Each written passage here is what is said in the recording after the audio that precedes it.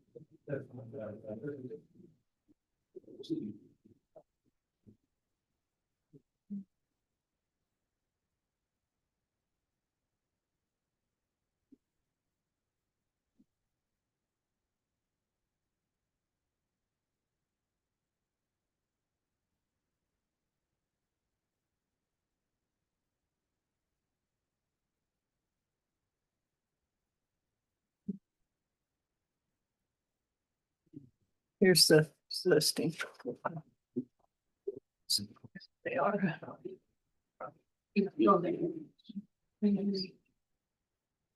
Go to that thing at the bottom. Oh. Ooh. All right. Blank from the browser. You ready? I believe it's working. And then Kelly has to Page 59. It should continue without, Yeah, I got it. Okay. continue without. Yeah. And you have to type your name.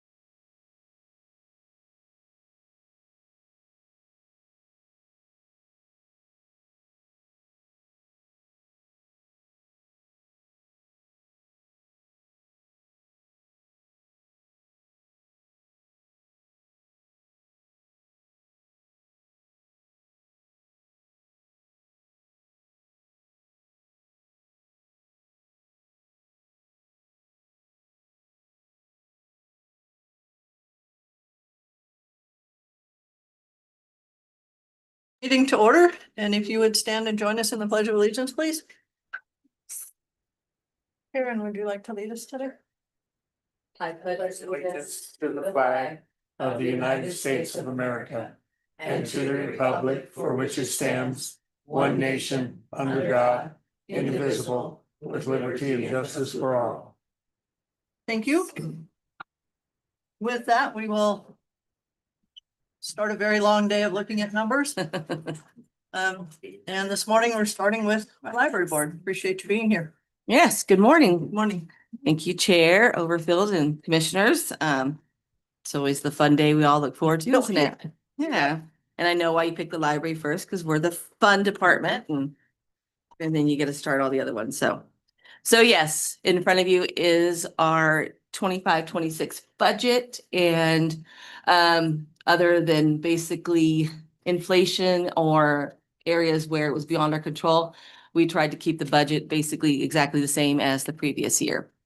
And so if we want to just go line by line, we can do that. Or There's changes per se. yeah, so one of the just weird ones you might notice a wage reimbursement that was basically due. That's the library foundation has an employee, and basically they reimburse, we kind of we pay them out and they reimburse us for it. And so after budget last year, about August, they gave a pay increase. That's why there's a difference in that number. But again, it all evens out.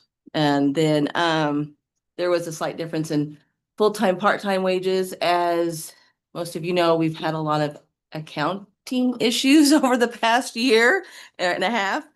And so there was some mistakes made about who was part-time, who was full-time. And so that's why there's a change in the numbers, but basically it evens out. It was just that in the previous years, they had put the wrong people in the part-time and full-time category. And so that was corrected, which shows there's just a less of a part-time wage and an increase in full-time. And that was just due to that discrepancy. And so if, you know, of course, health insurance just depends on who increased. We've had some people change their status of the health insurance. And so basically in the operations, it's pretty much, like I said, the same. The one big number is the interagency participation cost. That was due, that is what we pay the state for our library system, our catalog and things like that. And ever since I started here, they use some of the COVID money to kind of alleviate some of the costs for all the libraries in the state. And it was kind of like, we'll keep giving you some money for that until it runs out. It ran out this year. So that's why there was an increase, because we had to pay more than, you know, than the previous year. And so that's, the current budget is more of the realistic number for what we have to pay them. You think that number, about the library raising fees, that number will continue to be at that level for future budgets, or?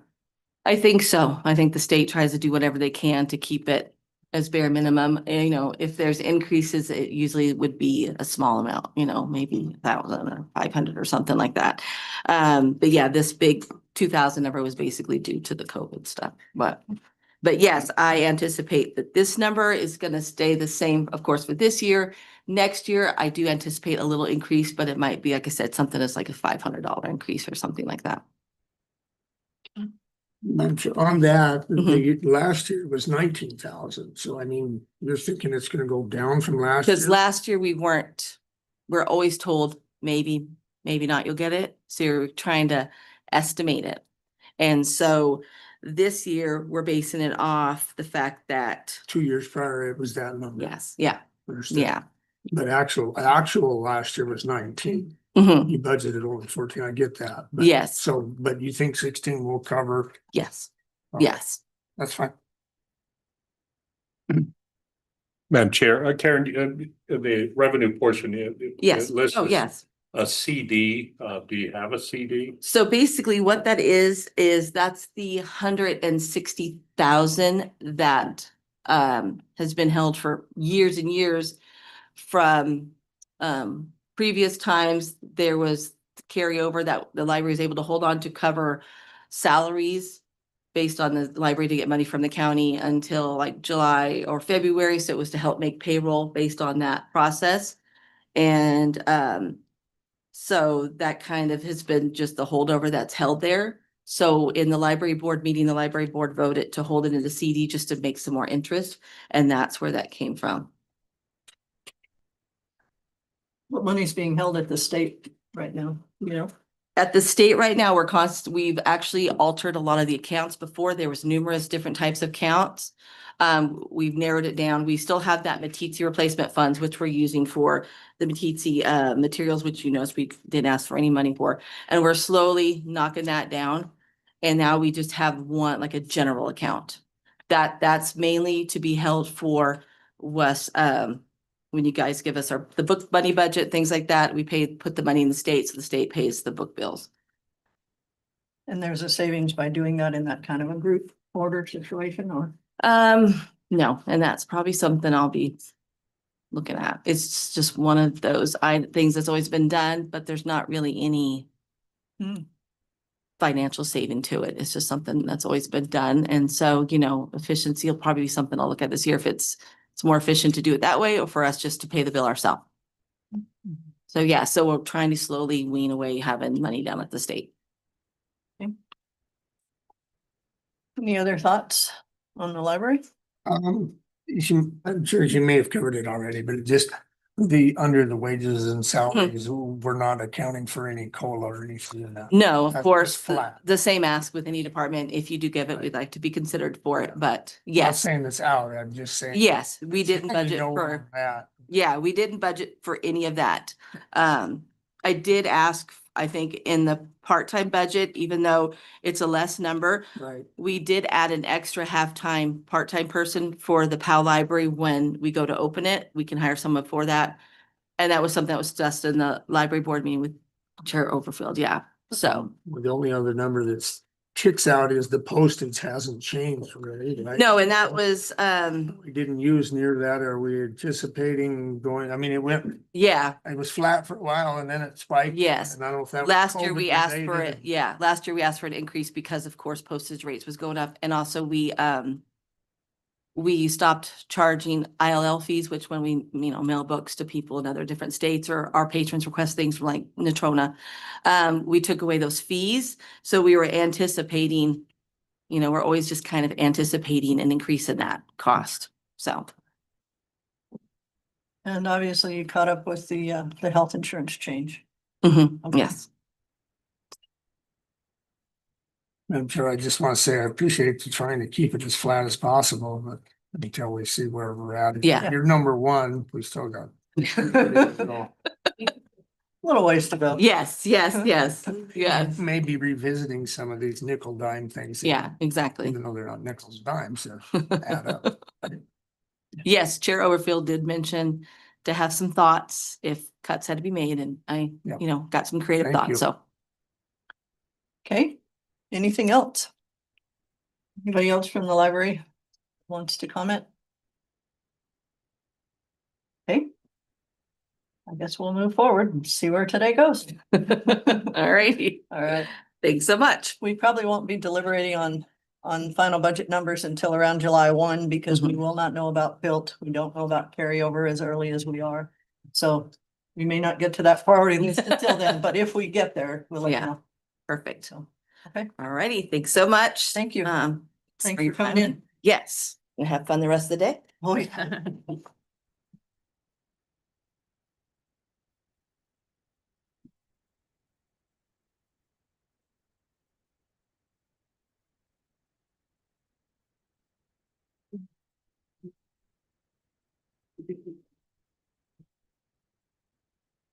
Here. That's a different. Yeah, here's a paper copy. But you got it. Where- mine's the- Oh, here you go. There we go. Okay. Let's get total. But they're professional people.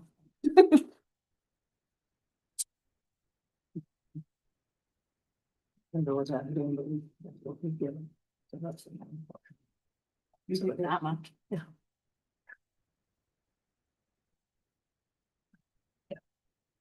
You won't see that in a couple of seconds, but yes.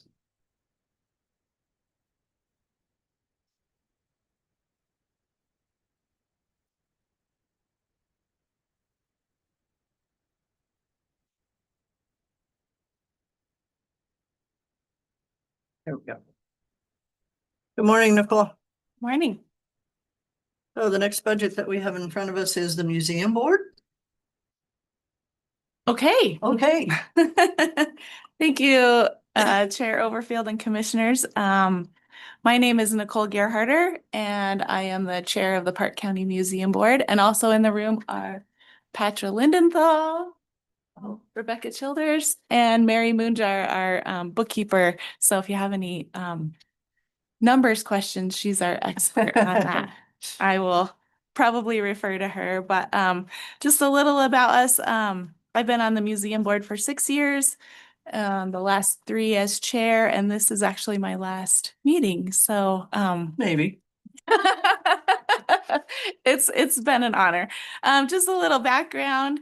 The Park County Museum Board oversees for you 2 organizations, the Park County Archives, which is located inside the library, and the Homesteader Museum in Powell. Each one of them has 2 full-time employees, and the Homesteader Museum has 1 additional part-time employee, so 5 total.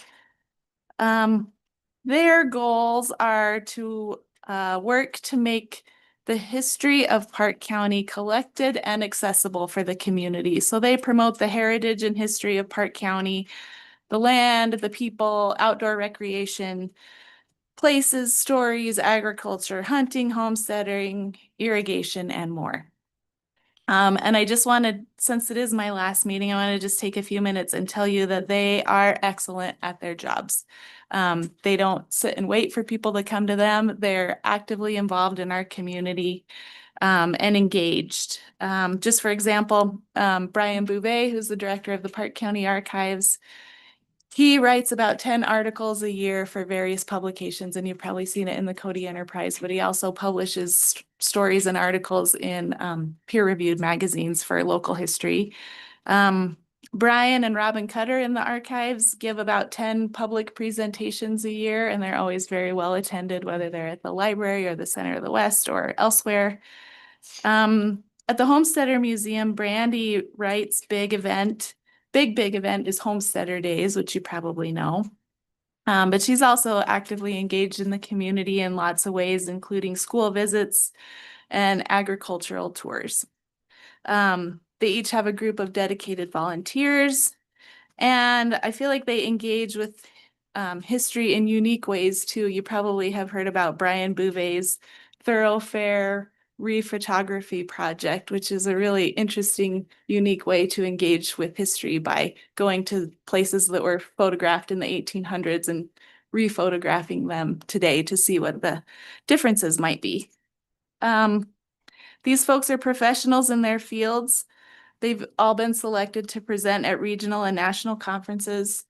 They apply for and are awarded grants and scholarships and win awards all the time. So you should be, I'm proud of them, and you should be too. They work really hard. And just a little bit about our board over the last 6 years. Some things that we have worked on and accomplished. We put the employees on the county's step and grade system with Chair Overfield's assistance, so that when and if you're able to give a step increase, our employees are in that system, and it's easy for us to do. That wasn't the case when I got on the board. We had to sort of scramble to make that work. With the assistance of County Attorney Skorick, we have an employee policy manual or employee handbook now that closely mirrors the county's employee handbook. So that was a big project, and we have that in place. We have a great functioning MOU with the Homesteader Association, which is the support group of the Homesteader Museum. And we renew that every year, and that's been working well. We instituted annual work plans and goals for the employees. And most recently, led by Rebecca Burns on our board, we did a strategic plan. So that gathered feedback from stakeholders for each organization and the community. And that's really important for the board and the staff to be able to look to the future and make plans for where you want to go, and also to see what people think of your organization. They got a lot of good ideas, very positive feedback. On a scale of 1 to 5, one of them got 4.6, one got 4.88. So the community really values what they do and appreciates it. Budget. So as always, we respectfully request that if you give county employees a step increase or a COLA, that you also include our 5 employees in there as well. We have submitted a nearly flat budget. Our only increase is the health insurance. And even though costs of things that we pay for are going up, we are trying to absorb those in other areas of the budget by submitting a flat budget. So there'll be some discussions. Clerk Renner said that we should have some ideas in case you do need to trim the budget. And if that's the case, I think we'll go back as a board and as a staff. We have some ideas in mind, but we'll just have to prioritize what we do. And I think using the things that we learned in the strategic plan would help prioritize what is important now, what's important to the community, where you're trying to be in the future. So we'll use all of those as a guide. Ours is a very small budget compared to most of your other departments and boards, I think, comparatively dollar-wise. And most of it is really in the wages and salaries. So trimming is challenging, but we'll do what we can. And then I just want to thank you for the opportunity to serve on the board. They're really a dedicated group of people, and it's been an honor to work with them. So thank you. If you have any questions, we can try to answer them. I may refer to Mary.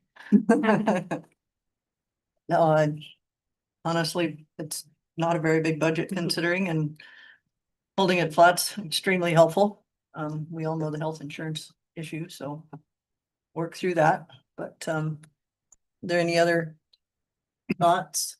Madam Chair, just the health insurance, a little less than $3,000, but you're asking for a $23,000 increase from last year's budget, correct?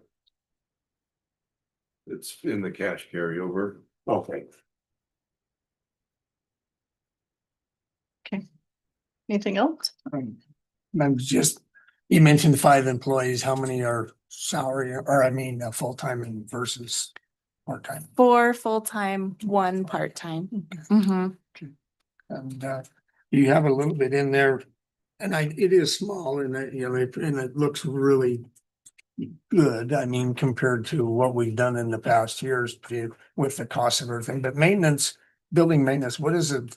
I mean, we take care of. I thought we did most of all that. So why?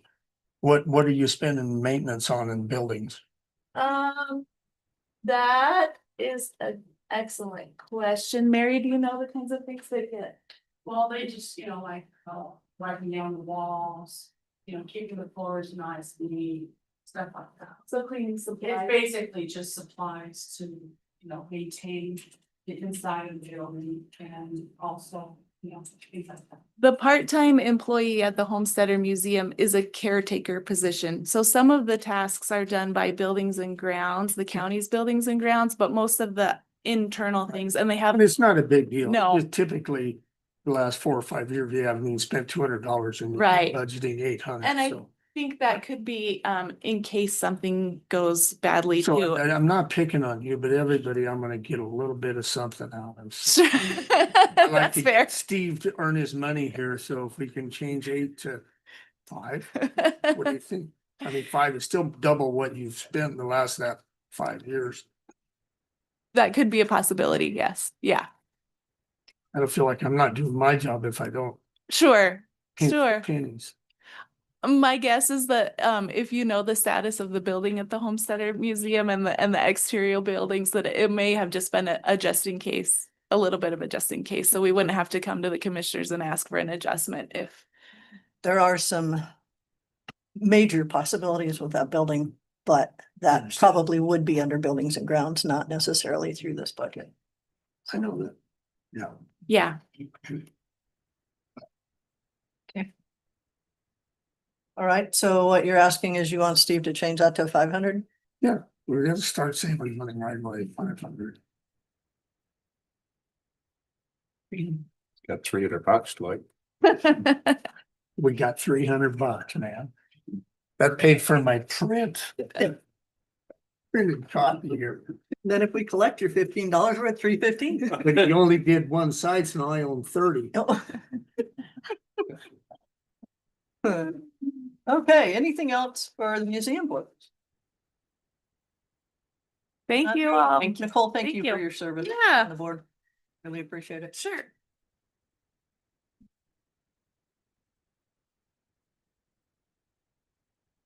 Okay, thank you. The next budget will be Parks and Rec, and I did see Dan come in, so. Good morning. Hi. How are you? Good. How are Good, you doing? Good. Good to see you all again. yeah. Just one quick handout. It just shows our expenditures. Detail. Spend money on. Okay.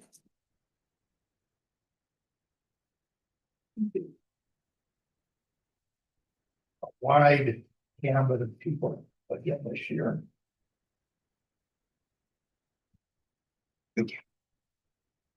How are you?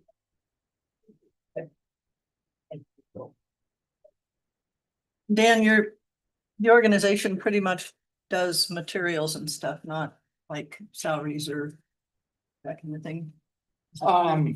Equipment. It's usually equipment activity, yeah, the majority of it is equipment, but we do pay for, well, for instance, this year. An expenditure for the Park County peddlers Oh, is for labor to build the new on the trails bike trails out, right? So we do pay for some labor. occasionally. Okay.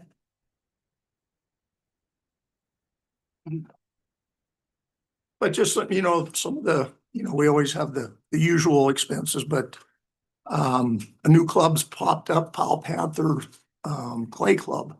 It's kind of an interesting little thing. It's a high school clay target shooting group. It's become a pseudo high school sport, but the Powell School District won't support it. You know, how money is and whatnot, but it's a group. I think they're up to about 20 kids. And they go around the state. I want to say there were 7, 8 schools that are participating. A neat little group. They've done a great job of presenting. They bring the kids. The kids actually present to us more than the adults. And and the climbing wall this year over at the new center in Powell. They had money for everything, but it was kind of a nice ad for the thing. That's climbing walls have become pretty popular. Outside of that, we in the past, we haven't been spending any money on winter sports, but the Park County Nordic Association, the grooming machine was on its last legs. So that was a pretty good expenditure there. But they're a group that hardly ever comes. We see them, you know, once every 5 to 10 years. I did throw in a few things here of projects that we turned down. It's kind of a summary of everybody that presented. We had a theater group here in Cody. It was a small expenditure, but it was for licensing for their programs. They have to license the music and everything. We just didn't feel comfortable with that one. Cody Fireworks. We just didn't feel it was the right use of money. Encouragement from members of this board, maybe. Celebrities for a Cause. We helped them out last year. This year we're getting short on money. And we've kind of waffled back and forth on that of, does it really fit what we're trying to do? Does it really fit into recreation for Park County people? It's a fundraiser. So we're taking tax dollars and giving them to a fundraising thing. So we backed off on them this spring. A very interesting one, Cody Regional Health Foundation came to us with a request for, they have a wellness program going on down there. Kelly, you're probably aware of it, maybe. Yeah. And Mindy. the foundation has spent a lot of money on it, but it was a great program. We all liked it, but it's a limited number of people, hospital employees only. It's not open to the public. It was a fairly large request this late in the year. And so we didn't feel comfortable getting that money. And one that didn't make it on here because we didn't vote it down, but we actually have a request that came last month. Wrestling club in Powell need a new wrestling mask, but we're out of money. So we listened to their presentation and we didn't vote on it. We just tabled it. Obviously we can't approve anything for next year's budget. If it's delayed several months, it's not going to hurt their program. So we're holding on to that for next year. Do you know how much it was or ballpark? Excuse me. Ballpark, how much it was? It was about 11,700. Hmm. Amazing what that's one wrestling mat. Everything's got expensive. Mhm. Okay. So our request for budget is the same as last year. I know it's not a time to ask for more money. We could spend more if you gave it to us. Sure. But so we're staying in the ballpark. And yeah. And we're gonna try to maintain this line. We're not gonna give the raises to our staff this year. Or the board members, right? Yeah. But I know Colleen had requested how we could reduce our budgets and, you know, we're kind of, we get what comes in. You know, we've kicked it around a bit on our board and, you know, we get a lot of requests.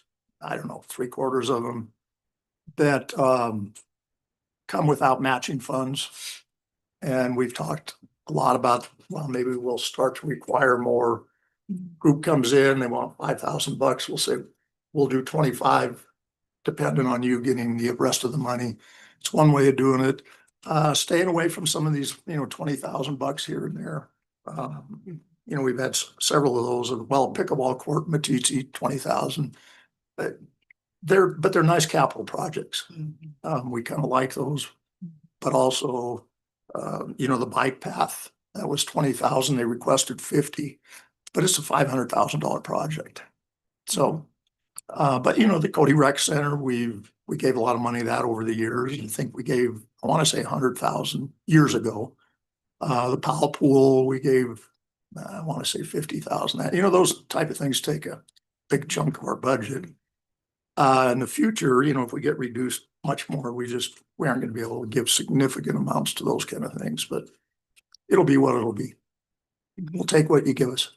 You still work in somewhat of a group effort, like with Shoshone Rec and Parks and Rec, to kind of see if we can meld some funds between different Yeah. groups. Yeah. Okay.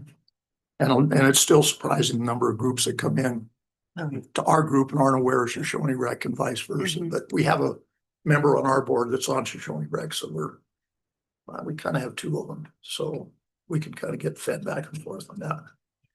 Do you, are they still, this was years ago, but do they still provide financial information of what they might have in the bank as far as a group? Yes, Okay. and that's a requirement. We've always had that requirement. Mhm. Groups that come in, it's like, oh, I don't have it, I forgot it, blah, blah, blah. And at the last meeting, we're getting about a 95% compliance, and we discussed last meeting that like, we're just gonna have a hard and cold rule that you don't show up with your financials, don't even present, because we're not gonna. Madam Chair, they have streamlined things a little bit with an actual application, and on the application, it does ask for the financials on it. Because we've seen people come in and have nothing, and so this year it's been a lot more streamlined with the application process, so worked out pretty good.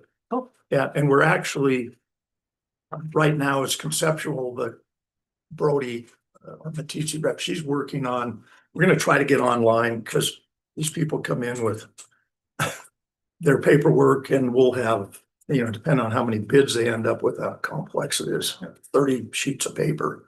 And so we're gonna try to get it online for people, so we can just have it online, not have all this paperwork, but Cool. yeah, it's, the financial stuff is interesting, and, you know, the groups. And that's always an interpretation. A group will come in and they're like sitting on $50,000. They're asking money from us.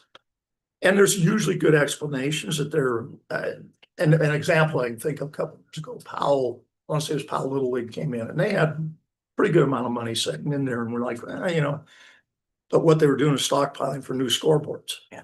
You know, so you can run their budget down, but then they, you know, they're short at the end of the day for things like that. If they have a goal, I mean, or Yeah. And you know, we work with predominantly volunteer boards, just like ours. But a lot of these boards turn over a lot quicker. We get people that come in, it's like, I just became the treasurer last week, and and you know, so we try to cut them a little slack, because they don't, and they are volunteer boards, but most of them do pretty good. Did you find $10? I have actually, Madam Chair, a question more than, maybe for staff more than the budget. I mean, you do what you can. I mean, you disperse the money where the board feels it's can go to the most use, and I appreciate that. And I mean, that's, you do a great job of that. The amount of money may change over depending where our budget is. But my question for staff is, in the past, you've always, never overspent. So we're overspent this year. Is there gonna require a budget amendment? It's only $780, but $780 is over. Am I reading this correct? They have additional revenue, Lloyd, of 1,500, so they're not overspent. How do they have additional revenue? Well, part of it was our cash available ended up being higher than, we put the budget together before the end of the year, obviously. And so I estimate what the cash available is gonna be. Well, it ended up being Oh. more, There you go. and then end up being more than we budgeted. It got more income than that expected. Oh, and the additional income came from. And then interest was a little higher than I budgeted also. But typically, it's just like every other department, it rolled back to us. If you don't, the top end. Like, The money we receive is exactly what you approve. exactly, but if you don't spend it, it comes back to the county.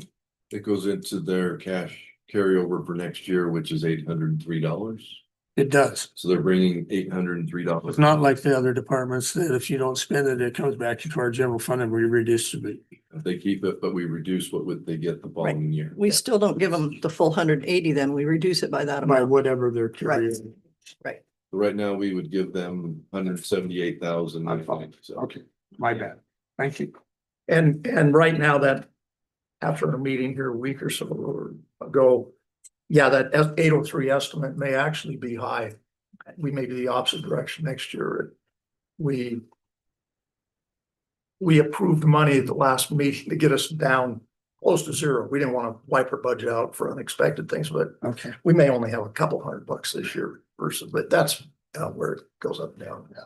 So, Dan, if we get in a situation where we are on July 1 and go through everything and need to find a certain amount of funds in Parks and Rec situation, if we lowered you to 175,000, if we take 5,000, you don't have a priority list of things we can work on, so it would just be a dollar amount that we Right. would have to make the decision. Yeah. Okay.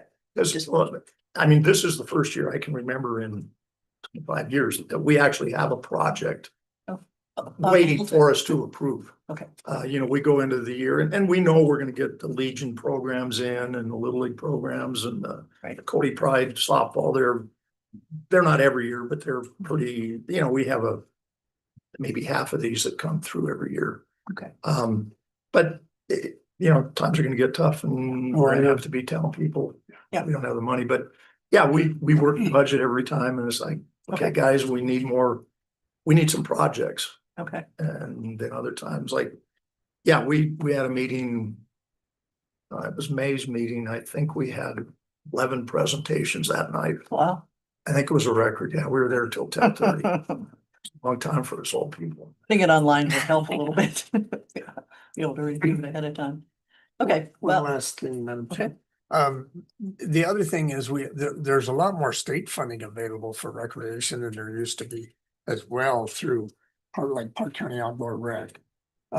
Collaborative, that they're sitting on a lot of money. So you can always steer some of these projects to some of those to help them get along too. I know some of them come to you directly, but they may not be aware that there's other, even at the state level, that they're sitting on millions of dollars.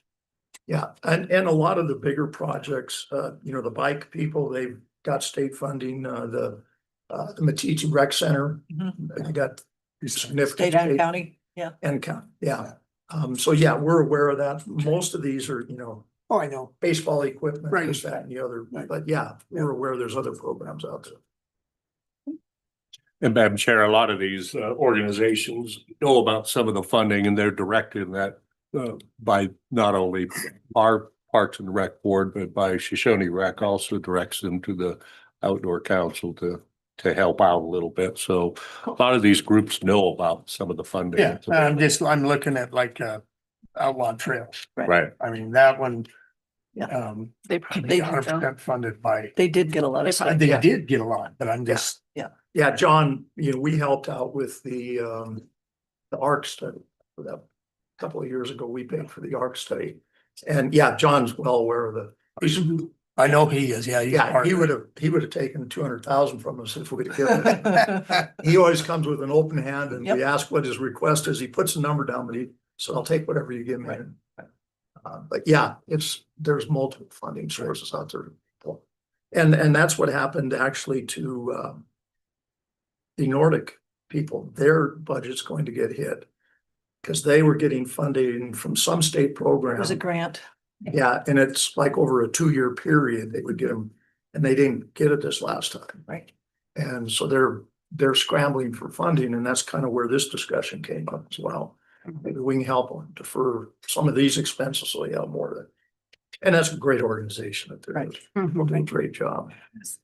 There's also a new group that have started some trails and got Forest Service approval at Lafayette Indian within about 30 minutes of town to do some open Nordic trails. Not, it's kind of a little different scenario, but I'm sure you're going to hear from them at some point also. Yeah. Okay. Anything else? Madam Chair, I'd just add, I think, Dan, what I appreciate in this is that I do see a couple of times where you've told people no when it wasn't really a benefit to the whole count, some of these, I think, yeah, they just benefit a select certain group of people. And I think with this role, it's kind of good to see that you've denied some. And then there's a couple that I've heard you mention that you're like, I don't know if this is going to count going forward. So I think you do have a little bit of, they're good causes, but maybe not beneficial to the whole, can't benefit the whole county. Not everyone can participate in it type of thing. So I think looks like there's a little bit of wiggle room maybe if you got tight on a couple of them. Which ones were you thinking about? I'm not gonna say. You said them earlier. Well, for instance, I know one that's probably close to you is the Cody Pride. And we've questioned them in the past, like other groups like that. Is this open to anybody? That's always one of our questions with baseball and whatever. Because we've turned down things in the past where it's a traveling basketball team. Right. I have my 12 kids picked and we're going, we need uniforms. We're saying, what about that 13th, 14th? Well, and we've had groups kind of tried to snake around it and we've denied them. Cody Pride's open to anybody. The soccer leagues are open to anybody, but there's judgment calls. We have some interesting discussions. Some of them like the fundraiser purpose, when you mentioned taking taxpayer dollars and using it for fundraising, and that doesn't maybe benefit, it's a good cause, but it doesn't maybe benefit all residents. We've had that discussion. We're taking tax dollars and basically donating. And I don't think us taxpayers pay our taxes to donate to a cause that we may not agree with or we may not want to, and trying to, we've had people come in that, my little speech is, we're not travel council. They'll say, this is going to bring in a lot of tourists. This is good for tourists. I'm like, don't say that, because the fireworks guy, I worked him over a couple of times and he apologized because he brought in the director of the travel council. He said, that was probably a mistake. I said, oh, definitely was a mistake. And the fireworks is a hot button for a lot of people, but I think we've landed on that one. Is probably, it's up in an hour and gone, and we like to see things that stay, but we discuss that all the time. I mean, you're kind of finding a way to prioritize where the funds go and how, and some criteria on where they go. And I think that's important. That's my take home point. Yeah. And it's, it's difficult in one regard because we're trying to stretch our money for 12 months. And luckily, good or bad, we don't seem to get a lot of people that come in from now till after the first of the year. It'd be nice to have it spread out a little more, but then we hustle from January to June to, we try to talk to groups that we know fit our criteria. But yeah, it's what tries to benefit everybody in Parks and Rec. Yeah. And Madam Chair, also the way they work usually is through a voucher system, which we usually that's a physical thing that they turn in a voucher that we will pay for. So that's part of keeping track. It's not just giving $20,000 cash to somebody. They have to turn in a physical voucher usually to the treasurer, and then the checks are written out, like, so that helps out Kind of quite an a bit. accountability. Tracking. Yeah. Mhm.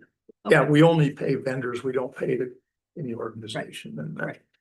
I don't know if it's a rule that you guys, but it's the way it's been, I've only been on the board 25 years. That's the way we've always been, we don't pay any. You've got a historian behind you, he might be. His memory, Even when I was a commissioner, Dave, we did put our foot down on. his memory's a little warped. We know. No. I'm just here for the day. For what? I can. No, we appreciate what you guys do and Yeah. understand the need throughout the county. It's just what we can and can't do. So we'll see where it goes. We'll know a little bit more. Like I said, we'll be reviewing things probably on July 1, once we have everything in and we've gotten to the end of knowing our cash carryover and stuff, so we know where we're at. Okay. So. Yeah, I've already got dinged once by the state for not turning in my budget, because Oh, the special districts are supposed to have them in by statute, blah, blah, I've blah.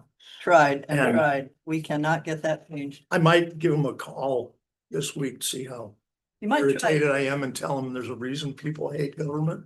Well, there's a new AG too, so you know, that's who we got the last letter back from, was their interpretation, so you might check. Because it's not, it's a county group, it's not a district. I've told them, it comes every year that your Oh, budget's. they're saying I it's said, a well, I don't district. have a budget. It's not. And they, you know, I said, we don't have budget because we're part of the county. Until their budget's approved, we don't know what our budget is. Well, why don't you just send in what you estimate your budget's gonna be? I'm like, well, that's stupid. But, Yeah. yeah, I've talked with, from the bottom to the top down there, and they don't. You know, the staff people are just doing what they're told, but Exactly. they're usually polite until I'm not, then they get a little grouchy. Well, and Then we usually end the. even their conversation. answer to the county attorney was like, no, they're a district. And the last year talking to them, they said whenever this board was set up, that we as a county filed it wrong. And I asked them to send me the paperwork Mm-hmm. that shows that, and they said, well, we don't have that. Right, right. I remember me and Lauren Roscoff worked on it for Mhm. like 2 years and we didn't get anywhere. No, Oh, Dossie knows, she's been yeah, involved in it. awesome. we've tried. And Lauren, it gets a little frustrating, and as you know, if I don't file my F-32, they send you guys a nasty letter to get Oh, yeah. rid of our board, and Yeah. we Just tried don't that. fund them and we've already sent them the money, so what the heck? I No don't know idea. what they're gonna do, send the National Guard to disband us. But, yeah, Okay, thanks, Tim. thanks. Appreciate this forum too. Okay, Yeah. yeah, no problem. Yeah, it's, It's very helpful. you know, I've talked in times they phone out, I thought, well, I'll just put it together, and it's It's good. easy to see where our tax dollars are going. Exactly. And, you know, and Kelly, like, any guidance you have for us of where or not, and fireworks may come back every year. It's probably gonna come up every year. Yeah. I think Madam Chairman, I think we've discouraged it coming back. Yeah. And I've seen them up. We're wasting every cost. Yep, I enjoy his passion, but Yeah, we're not the place to get his money. Mhm. They need to go back to selling light bulbs and garbage bags around town like they used to do. No to golf courses. What's that? No to golf courses. No to golf courses? That's possible, yeah. depends on the ask, huh? Okay, thanks for your time. Thank you. Thanks, Dan. So. Thanks, Commissioner, for coming in. Madam Chairman, if I might really quick. Back in the old days, 1 year Governor Meade wanted us to cut everybody said it within asked all the budgets cut 4%. We just unilaterally decided to cut everything 8%, just for everybody. Mhm. Well, that's how it's great. We discussed that. We have a few departments that probably could not find that, but yeah, we're working on it. There's, Just for historical. right, no, Mhm. I understand. You got a tough road. So you come in. Yep, Bucky, thanks. Bucky, are you in charge for Thursday? I think we're going to the libations thing. And I believe we're putting the former undersheriff, it's his position. Leadership is thrust upon me. Not everybody has. That's fine. We have till 9. You would want to sneak in with their elections and their. Um, Those in as soon the, as he gets back. yeah, What are we doing? if we have extra time. Like keep going. Although That's why we put. Because Billy's. Fair is, yeah, Yeah. Fair is here, so we can keep moving as soon as he gets back to be fair. We may end up with a little bit larger block to review those. Still talk about it. That time to use the recommend. Yeah, that's, yeah, Lloyd just ran, so go ahead if you need to. Break down. Yeah.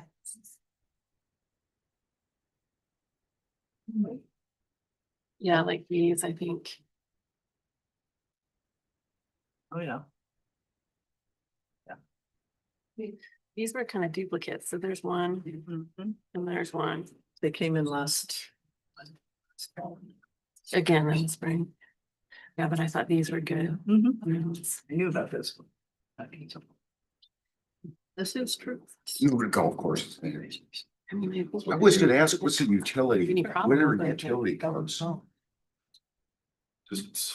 That's what they, we've had a couple taxpayers say that. One of them agrees with. Yeah. Spent a lot of you like $26. Tax dollar to be used. And this is very staff for a raise that you know, it's $180,000. For. Like we would take it away? By dues and. You just don't fund it, and then, I. yeah, Hmm? because it's not. Or do we? No, slowly- I'm saying, but it's a private. To where people start basis. not I'm relying looking at on a lot it. of these, and it's just like, I mean. Well, I support. it. didn't have this. This is where. Little League. Yeah. I've said this for years. Pauline's not. All these groups would be working away and talk directly. We're not sure when it comes to government money, Help. we need to fund the state. I don't mind funding those things for like youth. Statutory That, obligations. Mhm. I just think some of them on here, like, So we. saying like these, Let's see, but I mean, for me, the That's seniors. probably not. Very. The. But like we said, I More than 20,000. That was, Like peddlers out here. all So they're illegally constructing all the trails out there. and I many mean, they've golfers been doing for it, the the rest of rest the been asking brief. They're out there constructing all the stuff illegally. And we should be. The thing they had last weekend. we're going, oh, with the music, but we don't fund it. We don't. put salary. The Fair Board? No. You don't give them any money. No. They raise and spend what they raise. That's it. Have to use The county don't know. It's gonna be interesting. Except events, where we do, if that's an events, but where we pay for some of their. But it's- So. You know, basically for If you look right here. they're raising the real money for charities. What's their- Crazy. This is what basically they have Yeah. Oh, Yeah. here. Yeah. Look, see, Wow. county line, Okay. I would like flash the price of energy. we haven't done anything. Oh, wow. Yeah, Okay. that was the, I thought it was always. no. Like I said, events budget. um, So what different. Well, my just- husband always buys a golf ball. Not always. I don't. That's the golf.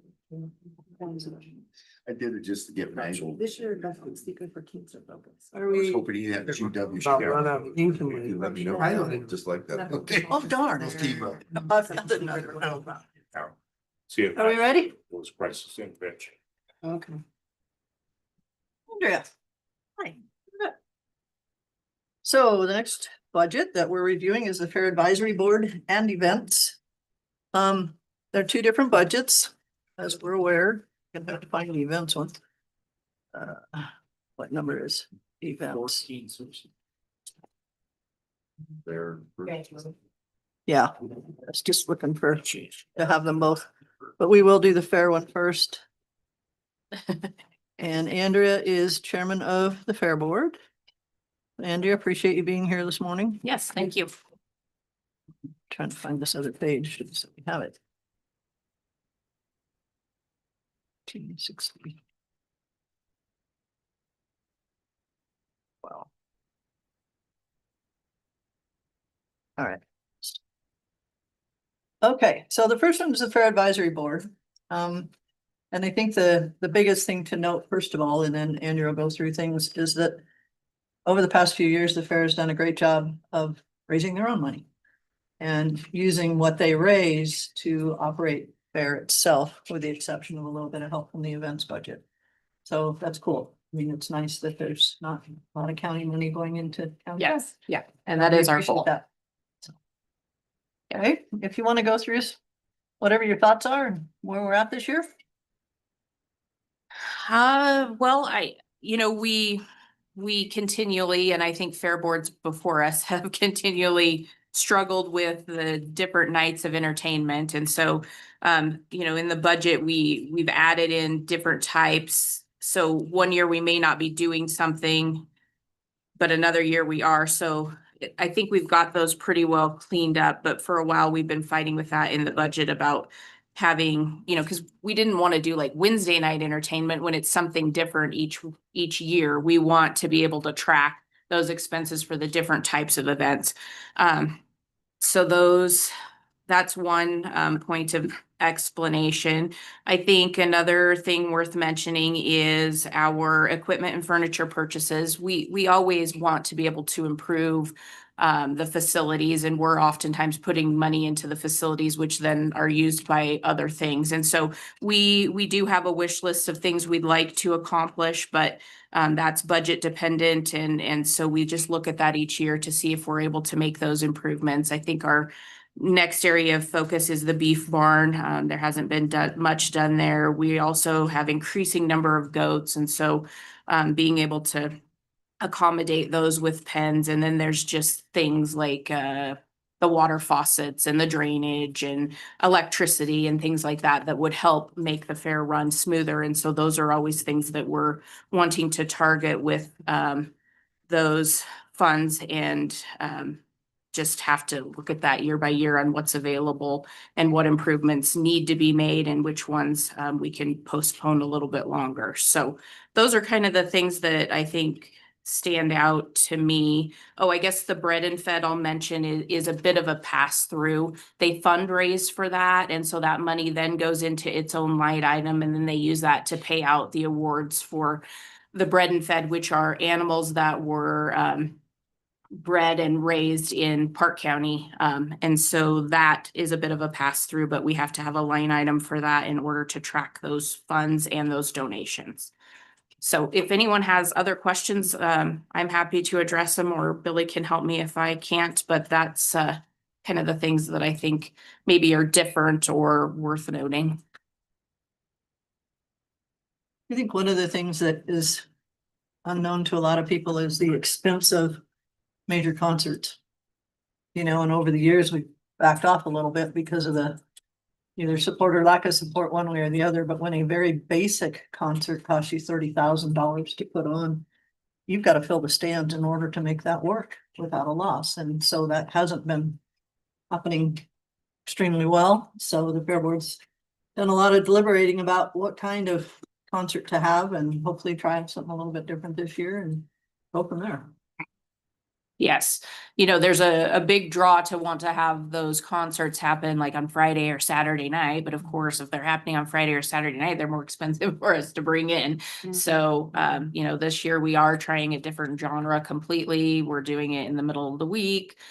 So we'll see how it goes. But yeah, that is something that we do struggle with, trying to find which of those events, and I don't, in my mind, those nighttime events don't have to be big money makers, but they definitely have to pay themselves. So, trying to find that happy balance is something we go back and forth with every year. But On your beef barn discussion, understood, it needs work. I mean, we've done a lot with the other barns, but that barn. There are some combination things that we've done, and I think we've shared on a project or two where the county has put in some money, or Buildings and Grounds has, and the Fair Board has put in some. We may be looking at that with upgrading the electrical, the panels, the alleyways, those types of things. But those can be shared. And like she said, Fair isn't the only one that uses those buildings. They're not used a ton, but not the only one that uses them. So we can look at that through events and through Buildings and Grounds too, with some shared projects. I think that helps. yes, oh yes. What other thoughts does anyone have on the fair budget? Madam Chair, Steve, can you scroll down just a little bit, please?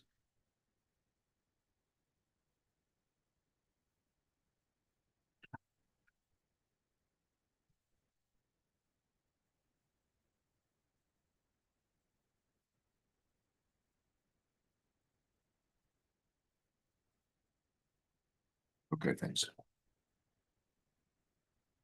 Any other questions, thoughts?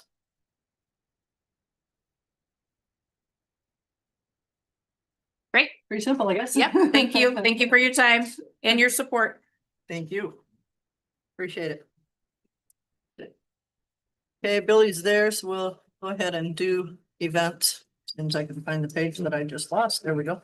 It's a little trick for you guys on your screen. There's a lot of tabs on the bottom. If you hit the That's what they button, put in the building, the select expense, the arrow, it'll it take you to the was front. 72,900. Say it again. Control and hit the other arrow. We can hit Take you that? all the way to the Budget other difference side. was 72,000. So 1460 is towards the front. Oh, okay. Go back. But can we click on them and pull them up ourselves? No, because he's sharing his screen. Right. So, yep, Yeah. yeah, we're sharing with you, so you have to bring it up for us to see it. I tried that We already. can try anything, but it's not working. So, okay, events budget. Billy, do you want to talk about any changes that you have on here or what your thoughts are? Well, I think if you look at the budget, there's really just the one big change. As you guys know, we redid the floors in Heart Mountain Hall this year, and we've been running. I believe our machine is about 10 years old, our floor scrubber and polisher. So I'm looking at line item, vehicle, machinery and equipment purchases, the second one from the bottom. I've talked with KB Chemical, who we get all of our custodial supplies from. Our floor scrubber, we have two of them. And since we've redone the floors, it took us about 3 months to get the right piece to continue polishing the floors. Because it's a continuous deal. And again, it took us about 3 months to get the right part in. I asked if we could rebuild the machine essentially. But we're still having some issues with the machine. We've tried to adjust the pulleys on it to where it will make the floor look clean, because right now, we're running two machines over it, one to polish and then one to pick up everything that it won't pick up. It's leaving some really bad streaks. And so that would be my biggest ask, I guess. I know it's not necessarily, I know we're doing some money issues, for lack of better words. But it's definitely something that I would like to throw out there. We spent probably, almost a full week with 5 people redoing that floor, with a multi-million-dollar building. We need to make sure that it's kept up and looking the best that we can. So that, I guess that's my big note of. How's the rental use on that building? Rental use has been really, I don't have the exact numbers with me, Dossie, but it's definitely every weekend use. There are very few and far between weekends that it doesn't get used. Couple of afternoon activities that are in there. With having the library on grounds, they definitely use that building more than previous years, of course. But it's, I can look up those numbers and get you. Curious. Okay, or is the use and the wear on the floor? Billy, one thing, if you go back to the top, your temporary employee wages actually cost 60,000 last year. You budgeted in at 50 again. Yes, ma'am. So last year, and I will take full responsibility, that was poor management on my part. This year we have a new schedule, a much stricter schedule, to where that budget as far as full-time or that temporary employees should be closer to 30,000 and overtime closer to 5,000. As long as we can get the people to do it, same number of employees, it'll help on the budget, and it will also help on our on their demeanor, for lack of better words. I'm sorry, I can't think of the correct. And that basically has to do with fair itself. That is 100% fair. 100% fair. Okay.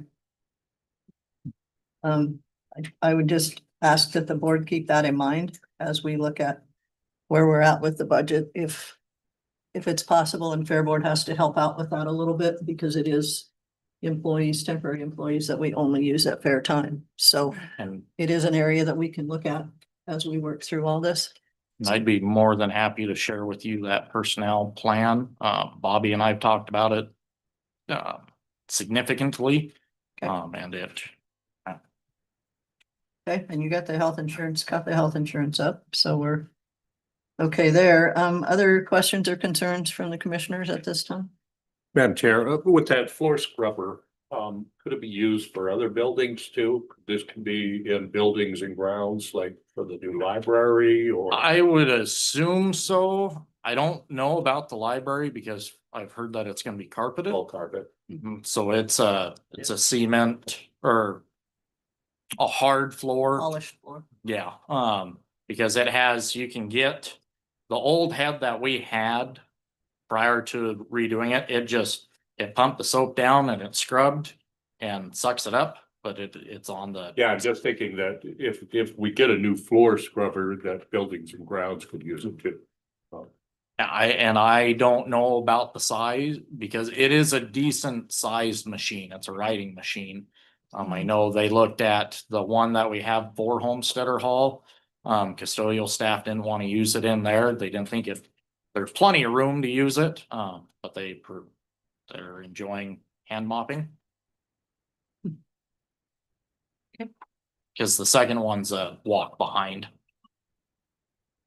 Madam Chair, I'm kind of following Commissioner Mangold here and I'm having difficulty justifying why events would be purchasing equipment that is part of building and grounds maintenance. We do own the buildings, the county does. I mean, we have a department that is in charge of that. And I mean, I'm not saying it isn't needed, but if it is, I think it's in the wrong budget here. I do have a couple other questions. Billy, I'm not picking on you, but I'm gonna squeeze some money out of you regardless, or try to. If you move up one line even would explain to me contract services. I mean, you got 7,000 in there, and I understand 2 years prior you spent 6, and the year before that you spent 8. But why only 800 last year? What happened? And now you're back to wanting 7. It's a great question, Lloyd. That's one that we don't use a whole lot. As far as contracting there at the fairgrounds, I think in the past it was mainly because of the custodial fact. They hired out Roselli's cleaning. If we're not doing that anymore, do you really need 7,000 then? Probably not. I'm sure. I know. So one thing this year that is coming up is I apologize. I cannot. I feel like I'm in front of the principals right now. Makes me nervous. A economic impact study through the RMAF.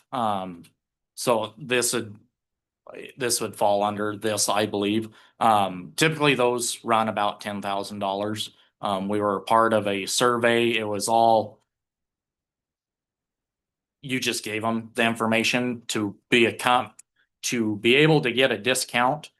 So they can do an economic impact study on the fairgrounds for $1,500 this next year. It's a nationwide thing that the International Association of Fairs is doing. So I know that'd be one thing that would come out of there for approximately $1,500 is the quote that I've been given. So I mean, If there's something you forgot, I guess I'd like you to think on that between now and July 1st, but until then, I would prefer to drop that then back. 5, 4. Yeah, or less. I mean, if you only need 15, let's go 4. Cut it in half then, 3,500. Okay. For now. Madam Chair, Yes, sir. to follow up on Lloyd's stranglehold here. Billy, material supplies and fuel. Got that highlighted too. Yeah, About 22. You've budgeted 3,000 basically the last several years and you're not even spending 1,000. so Well, the one year he did. Put those both at 2. Right. Back in 22-23 they did, but. Since we. So, and I think some of the conflict may come from a lot of, hey, is this coming out of buildings and grounds, myself, Right. advisory board?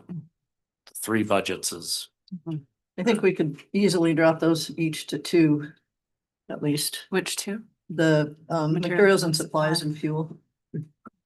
Agreed. Okay. Go to 2 there, Steve, for now. If we need to find some more, we've got flags on it. Okay, a little more than that. we may not be done, but Yeah, I mean, this is where absolutely. we're looking at where we can maybe make a few small changes and catch up a little bit. Yeah, and I know, with fuel, when we get the transfer tanks filled, buildings and grounds and I usually split those. Okay. And that's due to how much is going into the getting ready for fair, with the, summer crew Right. using the Gators machines. and, yeah. Okay. But you haven't, yeah, you just haven't used that much, so. And I do think this year, will definitely be higher. We have the trip to, Denver this fall. And Mileage. mhm. Okay. Yep, then of course $100 for, absorbing Montana. Montana. And then we'll also have another trip to Billings in November. But you've got. Yeah. Another 1,500 in travel and meeting expenses. Huh. So. There's probably some room in there. Okay. Anything else jump out? Madam Chair, I just had one question for Billy. With the floor scrubber, the Yes. one that you have, does there have any value to sell? Like, can you sell it for parts to kind of offset the cost of buying a new one? Absolutely. So I've talked with Asher, who's one of the owners of KB Chemical, and he's thinking about $2,000 is what that machine is worth. And so does that $14,000 estimate include the $2,000? So that could actually be dropped maybe potentially. Potentially. And you're just estimating the 14,000 off of what you've looked at as far as, have you looked at different companies that are selling these? I've talked with, only Asher because he is who the county gets the, chemicals and all the custodial supplies for, minus the trash bags for county fair. Okay, But we're looking at having that discussion a little bit with Trevor. okay. In buildings and grounds, if we need to. Okay. Anything else for events? Sound system figured out? It's almost done. We're pulling wires. All the conduit is in the ground. Okay. I assume you're talking about the show ring sound system. The other sound system's up, works great. Okay. We have a lockbox where you can't Yeah, okay. try and destroy it. Okay. Okay. Anything else? Thanks, Bill. Thanks, Bill. You all have a great afternoon. Thank you. Go back to class. Yeah. It's suspended. All right, planning and zoning is listed next, but yeah, I don't. So. My pages are so out of order at this point.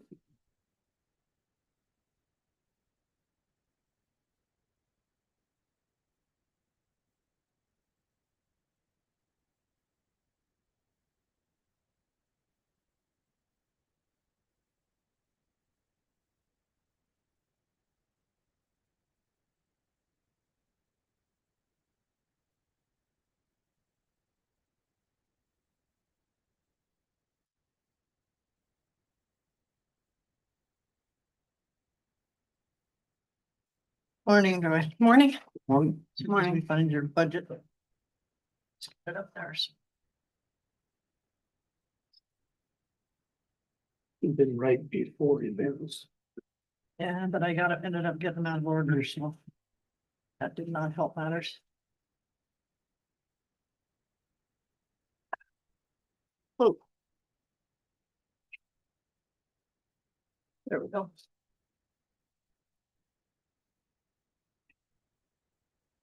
Okay, planning and zoning, Roy Hill.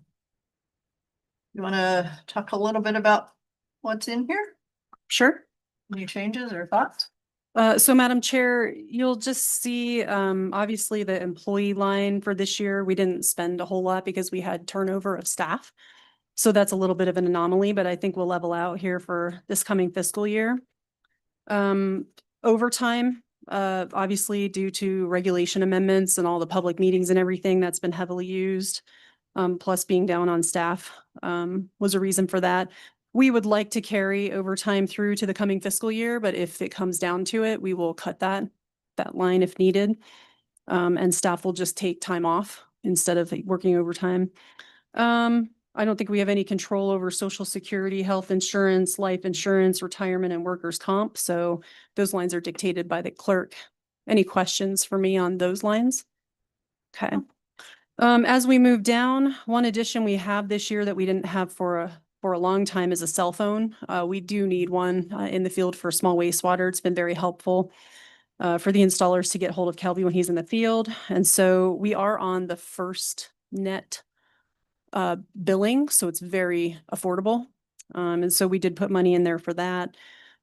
As you know, advertising, that's a tough line because that's dependent on how many applications we receive. So we don't really have, we can guess, but it could go lower or over depending A lot on, of that's reimbursable, right? it's all reimbursable except for anything we advertise for meetings ourselves. The regulations thing, but that comes out. And that comes out of different line. yours, yeah, or if we have a special meeting or something, but generally, we also do 2 advertisements a year on permit requirements for the county, so. Okay. Yeah, but generally, this is all coming back.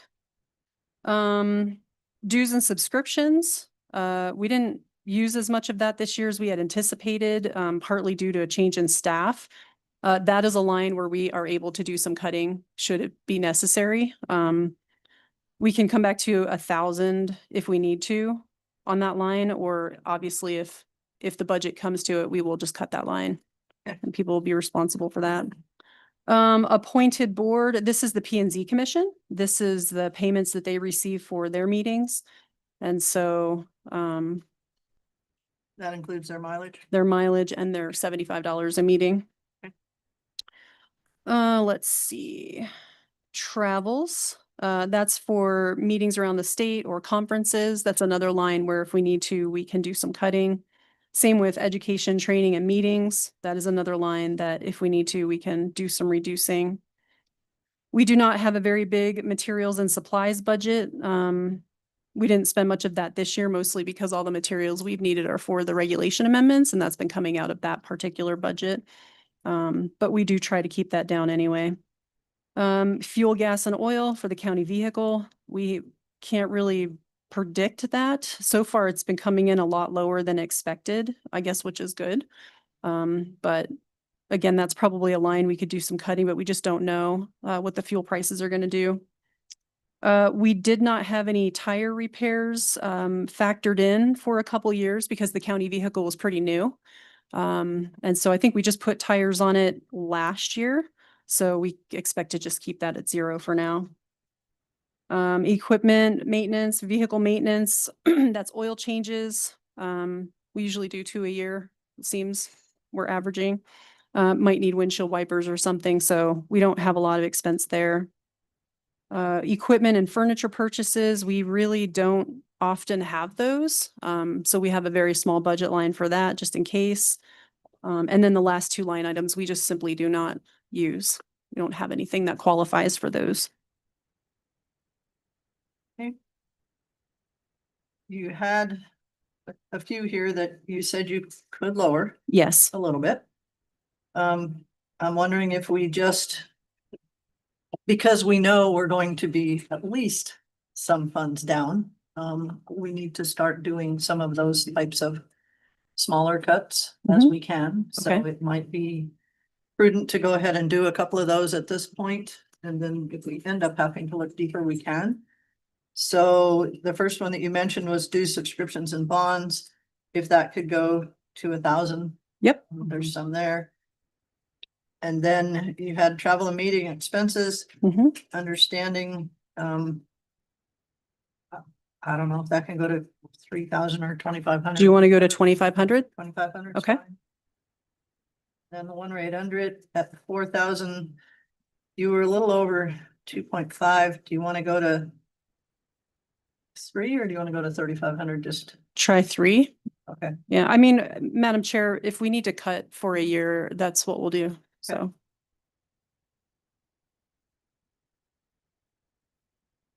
And I think last year's fuel probably affected a little bit without having an inspector for a little while, maybe not as many trips as there might be. we still had all the Did you? inspections. Okay, Yeah. So the fuel should Yeah. be a pretty good indication. We just don't know what the cost gonna do. I mean, we've been as high as 1,000 over there in 2022, 2023. I don't have a lack of comfort lowering this line a little bit. I just have no way of predicting. Right. The other problem is we don't get our bills all the time. So this literally could be missing 2 or 3 months worth of fuel billing that we haven't received yet. Well, Yeah. maybe leave that one for now until we see where things go as we get toward July 1. And if we have to start cutting more and more, then we could look at other places. Yeah, and Madam Chair, it may be if we received our fuel billing more regularly, we could budget better for that. So, It's a trapper thing. yeah, it might be helpful. Every month or two would be Okay. helpful maybe, so. Any other? Madam Chair, the other one that was mentioned that is appointed board and volunteer, 6,500. Typically, we're right bouncing around 5. So I mean, can that be? I know we have meetings coming up and that's kind of a set, but I mean, we've never reached 65 in the last 4 years. Yeah, and Madam Chair, 2021. part of the reason for that is that we moved the special meetings for the reg amendments and land use plan over to your budget. And also we do not have authority to call special meetings anymore unless you authorize it. So So we can drop that to what? try 5,500 or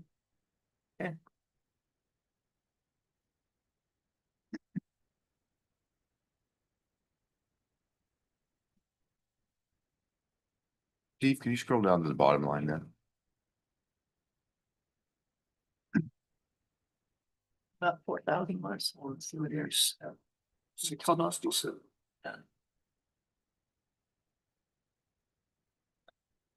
Anything else on planning and zoning? Still a long ways from few million. well, We can't do it unfortunately, all in one budget. we've got a pretty small budget, so can't help you Yeah. there. Yeah. It's gonna take a while. Okay, thanks. All right, thank you. I think we're good. If I can find it, do you want to? Oh, now we're gonna get some money. Well, yeah, but I think. Yeah, go ahead and come on up. You guys are here. Yep. Gotta find it.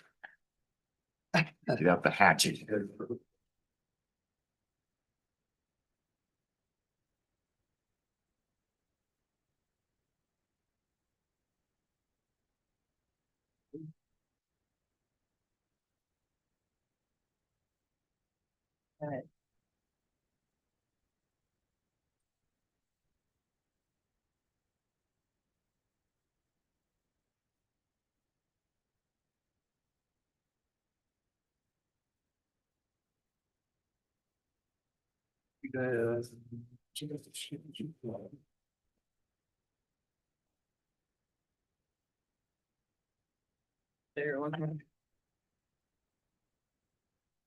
Hey, Daryl.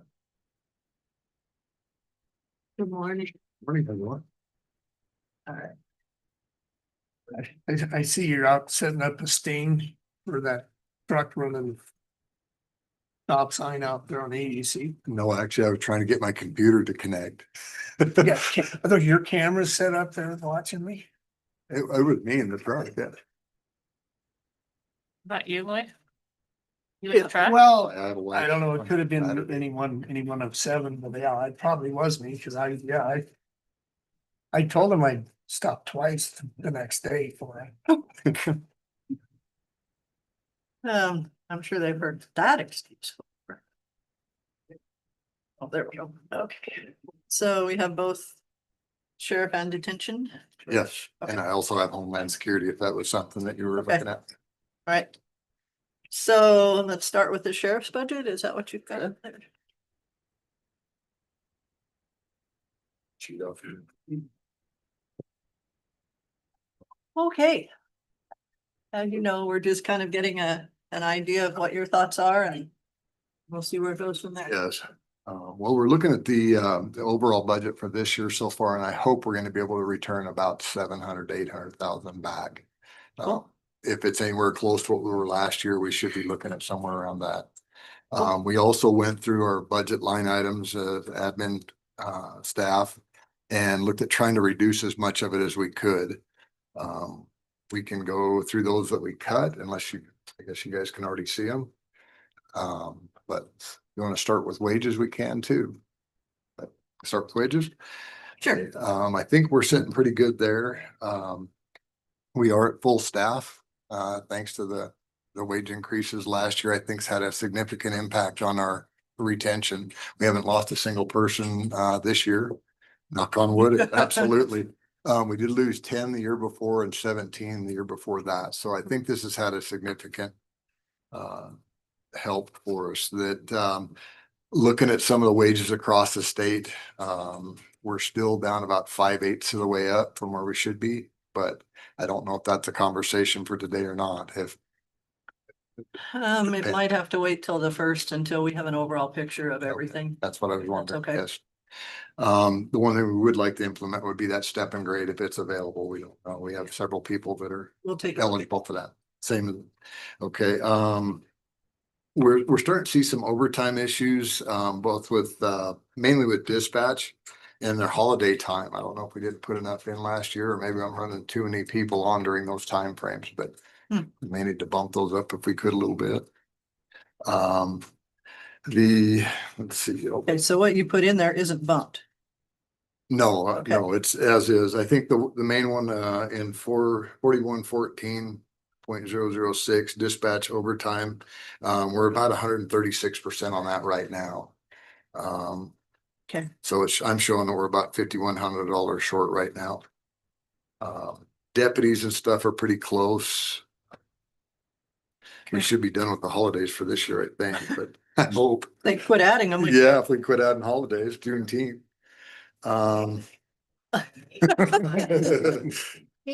Here. That's right. Yeah, I'm not sure why we've ran over on holiday time and overtime the last couple of years. Must be my fault. I think the previous sheriff may have had a handle on it, but okay, not horribly over so far. Okay. Looking at education, training and meetings, I pulled 1,000 out of mine because I just wasn't using it, and we were over on education meetings and training for the department, which would be 4,270 from mine. I pulled 1,000 out of that and pushed that over into 4,298. I think we've had some overages on that. The academy down in Cheyenne has been under construction, so we've been having to pay for motel rooms while the staff is down there training. Okay. Maybe part of it. We have fortunately been able to send a couple of them out of state for training as well, so. The next one, the fuel, gas and oil, down at, that'd be 4331. We pulled 20,000 off that. We haven't used it. In fact, we're, I think, about 53,000 over right now. So we pulled 20,000 out of that and knocked it down to 110. Okay. Thank you. 4339 tires and repairs. We pulled 5,000 out of that and knocked it down to 10. I think we're still sitting on 9,400 in that account, a little over 9,400. So trying to cut back on these. 4346 tools and installed equipment. We took 20,000 out of that. We're down to about 20,000 left over now. We bumped it down to 55,000. I'm going too fast. No, you're good. Okay. 4,800 equipment and furniture purchases. We took 22,000 out of that, knocked it down to 45,000. We're still sitting at 45,648 on that. And I'm not sure if that was some of the dispatch furniture that maybe come out of a different line item. Seems like a lot, but I don't know. yeah, so anyway, we took some out of that one as well. Well, Our vehicle purchases in 4,850. That would have been a city share too, if it's dispatch. So that Might have been. yours might not have been quite as high if we had a city share. Well, like I say, with this tax stuff coming up, we're just trying to figure out ways we can Yep. pull as much off No. as we can. Agree, thank you. 4850 vehicles, machinery and heavy equipment. We had 175,000 in that. I think we're sitting to the 49,542 to the good right now. So if we could bump that down by 15,000 to 160. The only catch on that one is we do have a travel vehicle that we should replace here pretty quick, and it's probably gonna be around 35,000. So we might be able to work that out of that 160. I think we can work with it. Madam Chair, are you waiting on any vehicles or all your purchases are done? All of our purchases are done. We're good. Okay. Yep. Okay. You bet. And in fact, some of the equipment for those vehicles, we actually purchased off this budget for next year. So I think we should have 4 light bars and 4 sets of controls. We shouldn't have to pay for next year. Cool. They had a good price on them, so we snagged those when we could. Okay. Search and rescue is one that we had $68,000 extra in that last year for their radios, and we paid for that. We're still sitting, I think, well, we'll be really close on search and rescue right now. So they would like to add $1,000 to or 10,000 to their budget. They've been at 50,000 for a while. I don't know if this is the year to do that, but the decision for the board, but we also had an issue where we had a search and rescue recovery up due to a plane crash on Frank's Peak. That helicopter removal took about $9,900, which we pulled out of search and rescue's budget, and it severely handicapped them this year. We did get that money recovered through their insurance company, and hopefully we can continue to do that. But the question was brought up, do we want to put some sort of a line item for the county coroner, or he suggested through our contracts and services, adding some to that. So what I did is I bumped that 8,000 to 49,000. And that's what that was in there for, was a body recovery. Or where? It's under 5142, contract services and professional fees. Okay, Instead of throwing the 9,900 in there, we just bumped it down to 8 to keep it under 50,000. But again, that's something for the board to decide if we feel it's necessary, but Madam Chair. let's go back to search and rescue. okay. So You had 150, yeah, you're asking 150.71, which is up 42,000 from last year. well, I think we were up due to, they placed $68,000 in there for their search and rescue radios last year. Mhm. And it's normally at 50,000. Oh, Okay, oh, no, I don't know what that. Oh, no, I do know what that is. That's Originally, 50, so last year was 108,000 approximately. right, So this year's request would Oh. be either 90. 60,000, or, going back to the 50 plus the 10,000 Right. request, since the 58,000 for this current year was radios. So you'd be 60,000, or depending if you want to do body recovery addition in there, but we were kind of. okay. I see Those- what it is. That's where I got Those numbers were not, yeah, Look not at what it. you were saying, and I'm like, oh, that doesn't work. Mr. Pull my little screen. They've also requested for a replacement truck for $75,000 and 2 snowmobile replacements. That's where that's coming in. Again, those are something that I would leave up to your discretion if this is the year. Okay, for that. without those 2 things, what would the number be? Without those 2 for search and rescue, pull back up where I'm at here, it would be a total of 60,000 in Okay. that line item. That would give them an extra 10 on their budget. Okay, And and then then, if you added those vehicles, we'd come to the 150. yes. Okay. And like I say, that's totally discretionary. Okay. The search and rescue 2 is a 2005 1-ton GMC with only 75,000 on it. It may not be time to replace that yet, but Okay, they also have 1 snowmobile that Commissioner Stewart might be able to discuss it. There was one that was purchased used. They're saying that that one needs to be replaced. They would like to get a second one for a total of about 26,800. Okay. I don't know with the amount of times it was used this year, if that would be prudent or not. okay. Um, You said the vehicle's 75,000. Yeah, Okay, we'll make some notes on that and probably, or 63 was the actual bid. I think they were For figuring a the total of. Was 63. that might be and then- something that we discuss July 1, depending on where the overall budget is at the time, whether that's feasible or not. Exactly. Okay. Madam Chair, Yes, just something to touch on, when he was mentioning body recovery. having sat on the search and rescue council who reimburses for missions, they will not reimburse for body recovery. Okay. They'll reimburse the county for search and rescue missions with a helicopter. And I sat on many of these cases down there, but in this particular case, it was a body recovery on that plane crash.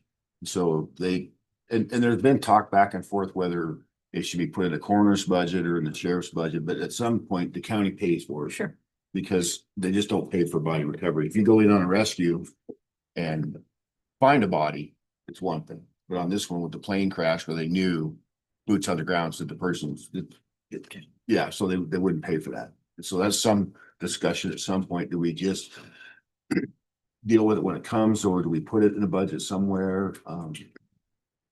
But that's just, It probably needs to be in the budget somewhere, and if I understood what you just said, then it's I won't say 50-50, that's not a good ratio, but it's possible that it could have to be paid for out of kind of corner if they're dead, Yes. but if they're alive, then it gets reimbursed. So with the tracking here, I guess it makes as much sense to have it in the sheriff's budget just because it's an unknown. sure. But Madam Chair, could it be should we create its own line item? Just for tracking purposes, it's somewhat confusing as to where they added it in, and I mean, that way you either use it or you don't. Whether it's in the budget or whether it's in the general fund, I mean, I can see not using, not putting it in there at all, but if you have to do it, you have to do it, and I get that, but I'm just wondering if it would be easier to follow. I don't. That was discussed with Coroner Gortmaker as well. He just felt that because it was our responsibility to go get it, or he relied on us to go get the bodies, that he put it under ours, but a separate line item may not be a bad idea.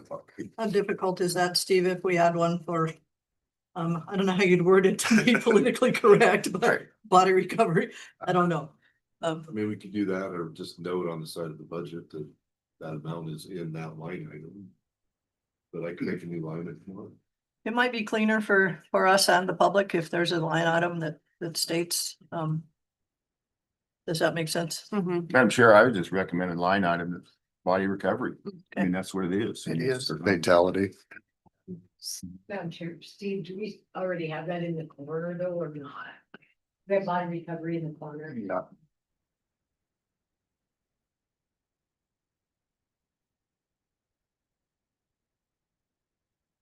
Does not look like They it. don't look like it. Okay. Just want to make sure that we Yeah, don't have it in two Yeah, do places. it both places. No, that's fine. And Madam Chair, this may sound like a lot, but if I were gonna do that, I would put. I mean, I'd ask you guys too, but at least 15,000. Cause if one chopper eats it up fast. what'd you say? It was like $8,000 or something? Yes, how we retrieved it was we contact Sublette County SO who contracts with Tip Top. That bill was $9,900 for one. And like I said, we paid for it out of search and rescue main budget. And like I said, we were able to go after the insurance companies who did reimburse us, which went back to the general fund. So I think we continue working at reimbursement through these companies for that. So if we put 15,000 in there, whatever, then it's possible that could come back. Correct. Feeling of the board? Well, I mean, so to me, when I'm listening, Madam Chair, it's like 10,000 covers one body recovery. If you have more than one in the county, you're gonna go over that.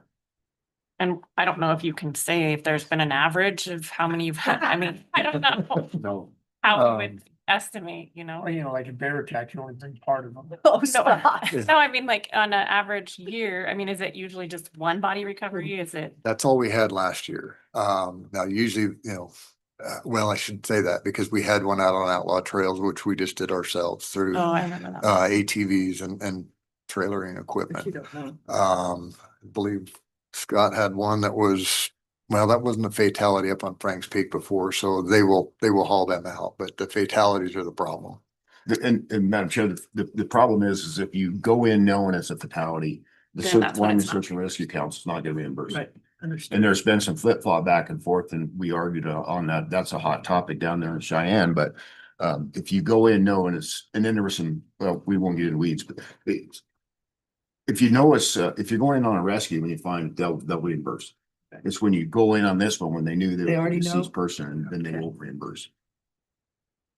So Interesting. thoughts about the amount that needs to be put in that new line item? If you had two, where would you draw the other funds from? You'd have to do a budget amendment, no? If they went over on the bottom line. I mean, it'd Okay, be at so the end of the year. potentially it would, So Madam Chair, refresh my memory, what did you include into that, Search and Search and rescue? the line item that it's in right now, the 40, that was. It was under 49,000, contract. correct? It was under contract and services, yes. So we bumped it from 41,000 up to 49. We just added So if we 8,000. did 10, we would at least be We're covering one of involved. these. Should be covered on that Okay. if you don't create another line item. Say, Well- take 10 out of 49 Oh, sure. Yeah. and, so make that 39 and add a 10 Sure. for a separate line item, and money's the same. And then if we end up with two, we'll just have to deal with it. We'll work on it. Okay. Yes, I think that's feasible. Just to make things more confusing. Sure. Okay, so this number goes to 39 and Steve's gonna add a line for 10. Yep. Okay, And the detention budget, I think is this, Madam Chair, sorry, Mhm. before you move on that contract services, what did you just say you were gonna do?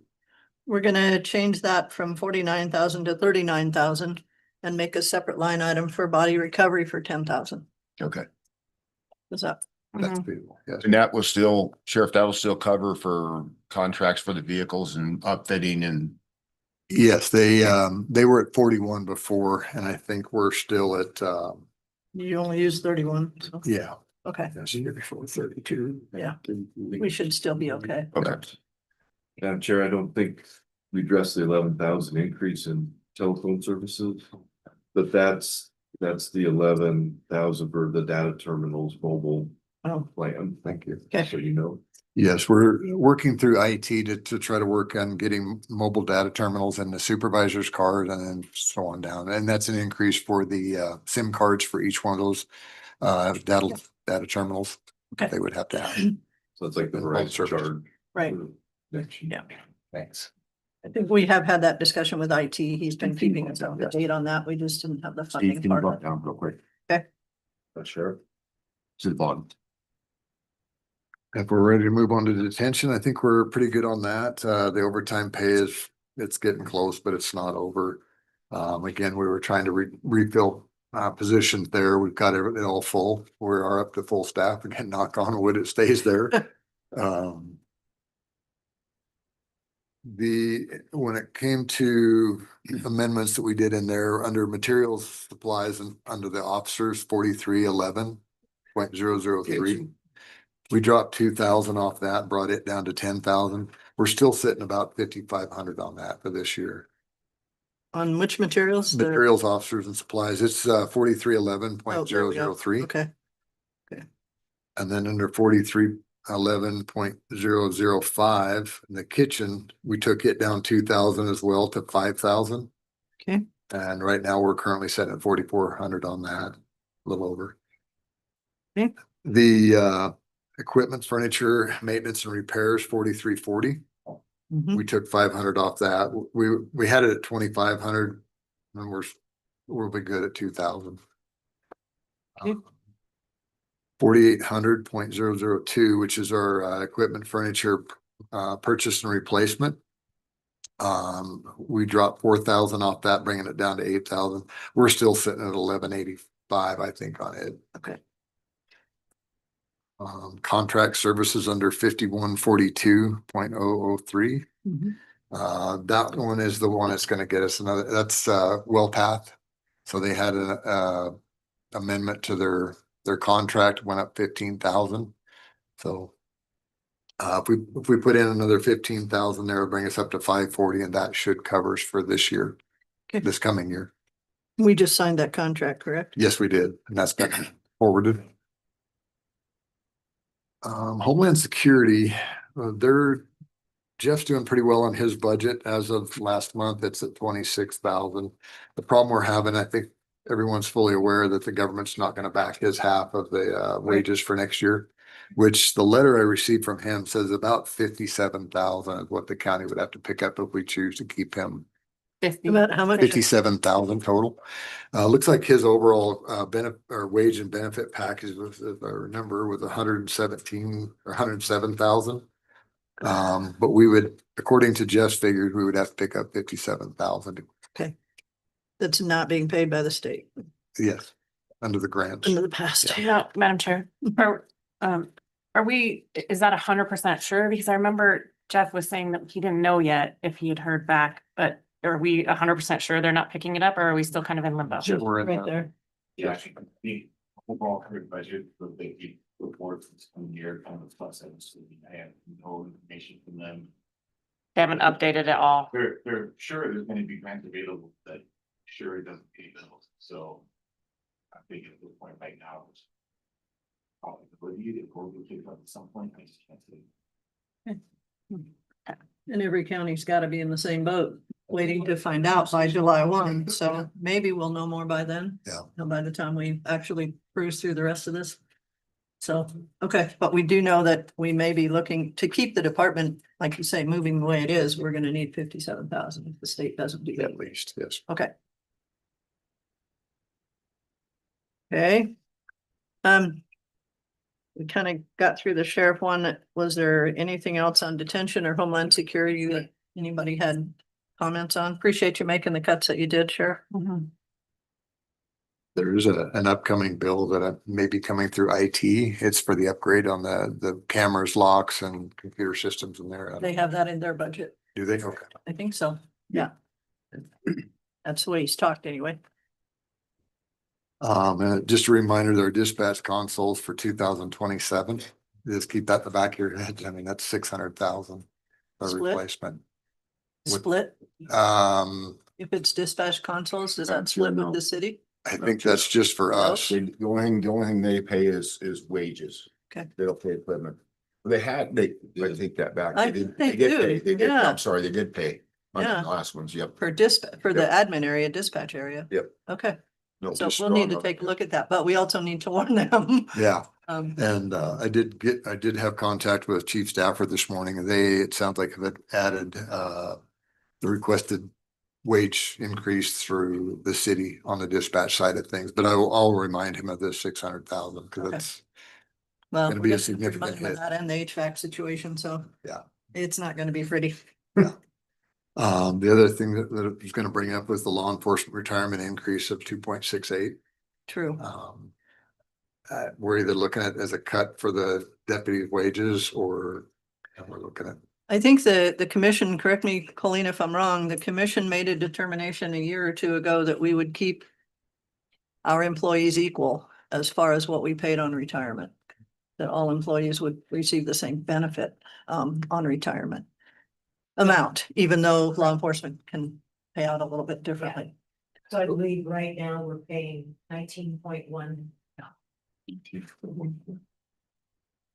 Resolution's 18. 18.62, I believe is what we're paying.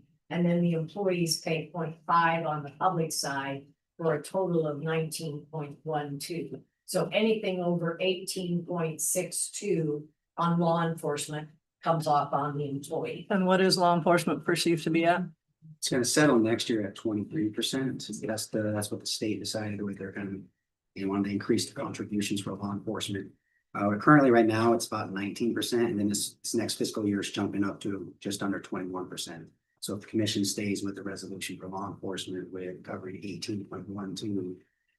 It's gonna be The more. employee will have to take up 2.68, and either our recommendation would be to either try to help cover that or recognize that on the pay side.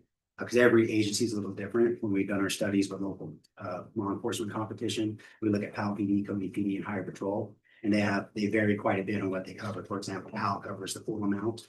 All the agencies this year, that increase that's happening this year beyond law enforcement, they're all covering that increase, whether it's, they used to cover 13%, now they're going to 15, or Highway Patrol and Cody PD, because they cover less, but then the pay is higher. So there's a balance that we look at. Can you work with Steve to at least have those numbers available for us for the first?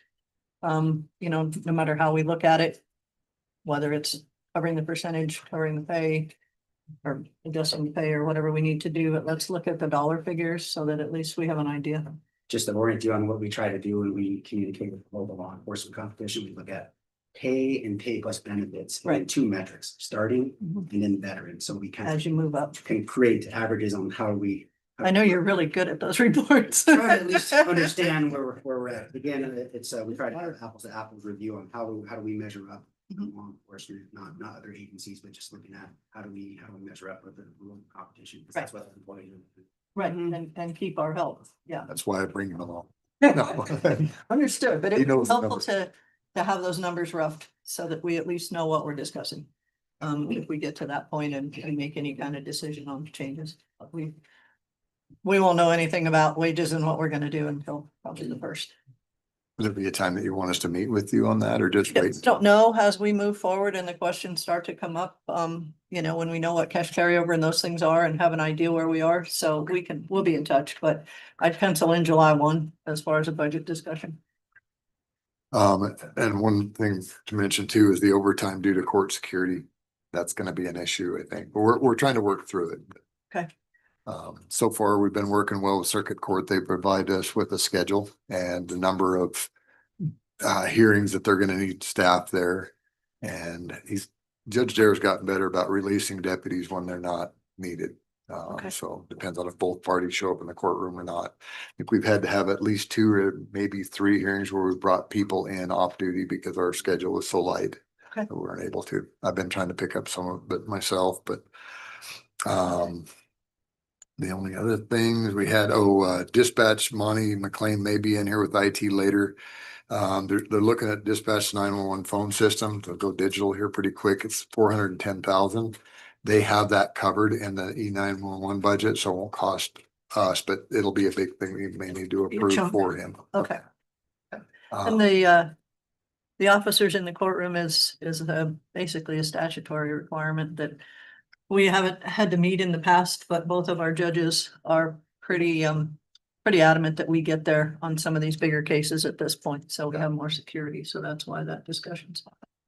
And Madam Chair, that was not reimbursed by the state. I thought there was a conversation about that. No. No, what we're looking at is a grant. It will not cover those salary amounts, but it is a grant for the hardening of some of the security areas. Okay. The other thing we may be looking at too is contract services for the retired law enforcement here, rather than Okay. paying, all the benefits and stuff like that, the retirements. They're willing to work just for a straight base wage, and Okay, there's at least 3 or 4 right now that I've been talking to that are willing to do that if that becomes an option. Do we have to create another line item for that if it happens? I don't think it would hurt to track it separately just because it is a statutory requirement and we're able to justify to the state what it's costing us if we can sort it out separately. If in fact the state would ever come up with any type of funding for something like that and when they require it. Yeah. So I don't know how the others feel any differently, but I'd like to see it separated. Yeah, I think that's a good idea. We'll try to track that as well. Okay. Yep. Depending on how that's set up, that might be a payroll issue versus Okay. a general ledger issue and Oh, okay, some stuff, but okay, might be more of a manual tracking. okay, But I'm supposed to have to give a Bobby on that. okay. Thanks. We could do some checking. Be something that comes out of the contract services. Yeah, that could be too. Might not need its own if it went out of contract and we could explain it. Okay. Madam Chair, can I ask one more question to go back? Absolutely. There, at the very beginning, you said, and I tried to catch it, but I don't think I caught it all the way. So fully staffed, but 5/8 wage percentage down, was it 5/8? Can you tell us that again, down from the state? The number down, and was it from the state? What were you comparing it to? The retirement went from. No, it was at the very beginning, you were talking about wages, and I think you were comparing our local wages to Sorry. state, and I feel like you gave the number 5/8, but I didn't catch it. Yes. What had happened here 2 years ago, we did a wage study amongst all the sheriffs on starting wages alone. Cody or Park County hit right at top of the bottom third, although our cost of living was number 2 and number 4 at that time for Cody Powell. Since their wage increase last year, we went from top of the bottom third to about 5/8 of the way up that ladder. And now we've dropped to, I think, number 3 and number 5 as cost of living. So we're just trying to get that wage, up to where it should be with the cost of living. Okay. But like I say, that's apparently something we're gonna have to discuss a little later, but Under Sheriff Varian has worked out another thing that we can bring up at a later time, where most of the sheriff's departments now are going to, rather than a step and grade, just an annual Percentage. percentage. Well, they get so much per year, but it's a lot easier to track than the step and grade for us. But again, that's something we probably set up a special meeting to discuss. Yeah. Or I'm not sure how that gets handled with our personnel manual and everything set up the way it is, what kind of changes it would take. maybe. So are you talking not doing step and grade in this, In law enforcement. in law enforcement? Well, then that's a whole nother system. Right. So that would be a whole nother, Meeting. a whole nother program to operate that. Because that's why we're on step and grade. So when we give an increase, the program automatically goes in and increases those. It's not done manually for the 209 employees we have. Okay. It's done all through the program, Tyler Technologies that we use. Okay. So that's why, so you Okay. kind of have to stay with the step and grade, Okay. but you could still recommend, 2 steps, 3 steps. Okay. That type of thing. Does the system not allow for any type of manual entry? We can, but who's gonna pay the overtime to Yeah. let that person manually enter 209 employees? Well, I yeah. mean, And he's only talking about the law yeah, enforcement. of course, Law enforcement. Right, but, that's why we purchased the hardware and stuff. It runs our accounts payable and it runs, our payroll system, and the other side of it runs all the titles, the IDOT part. So, and then it runs all of the treasure, tax wise, registration for vehicles. So it's quite a heavy duty operating system we have, and unless you got a couple million to replace a whole new one. Riz is looking at 8 million to replace that, to tie in our title stuff. Right. So, yeah. Well, we'll talk about it. Yeah. See where we can. Madam Chair, how many employees are there in the sheriff's department total? 60. 60? Just under 60. Okay. Yeah. And some of those are civilian employees like jails. I think we have 4 jail cooks. We have 2 administrative assistant or executive assistant. Right. 5 first responders, including dispatch, detention deputies and patrol deputies. Okay, thank you. The only other thing we had discussed, we're gonna check on PTO. Any discussion about that being raised or gone or that another time? There's been no discussion whatsoever on PTO. At least I haven't heard anything to date. I don't even know that we've heard much about how it's working. No, everybody's happy with it. They love it. They love to take the time and they don't have to say that they're sick or they want to just take a day off. We do 2 So- surveys within the sheriff's office. We do a leadership survey, just specific to leaders. So everyone in the organization can obviously grade and give responses for every supervisor. Okay. Another one we do is a overall sheriff's office survey, and we talk about wages and benefits. And that's one thing that came up last year was PTO. Some concern is probably the biggest thing is the 40-hour cap at the end of the calendar year.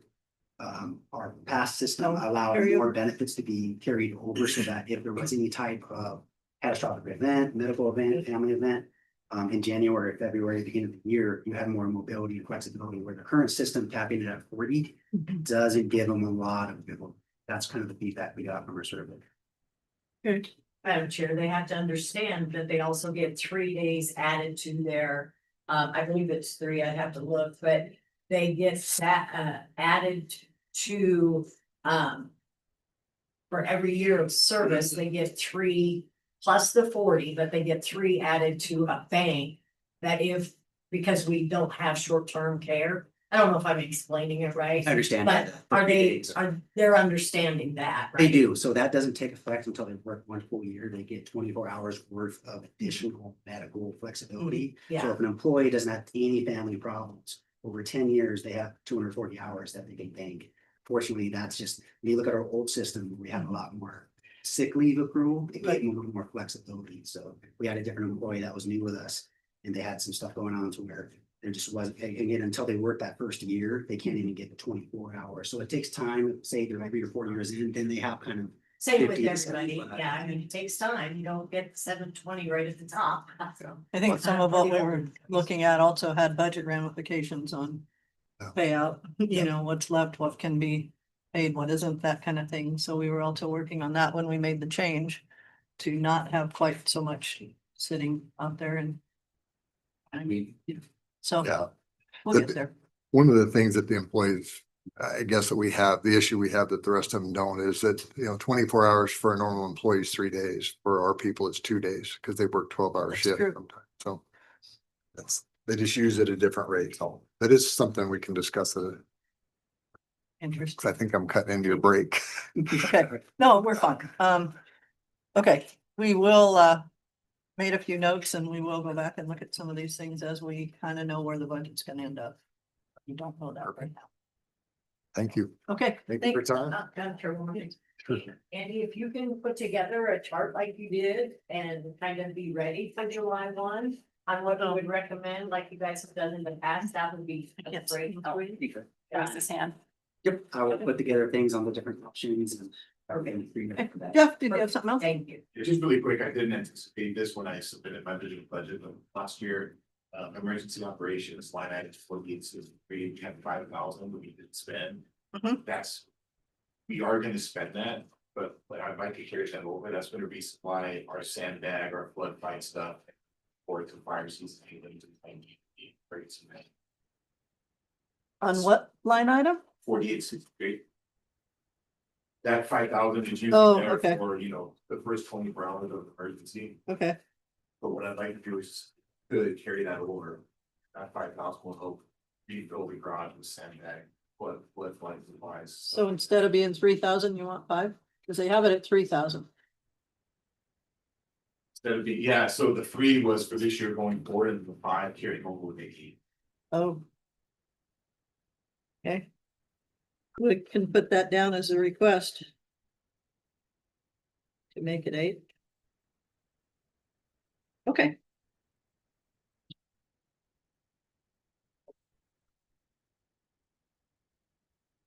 Okay. Thank you. Okay. Thank you. We have a break for a few minutes, commissioners. 10:30. Well, if we could come back What at time say about? 10:15? 10:20, we could do the elections budget. Okay, let's do that. Let's come back at 10:20 and do the election.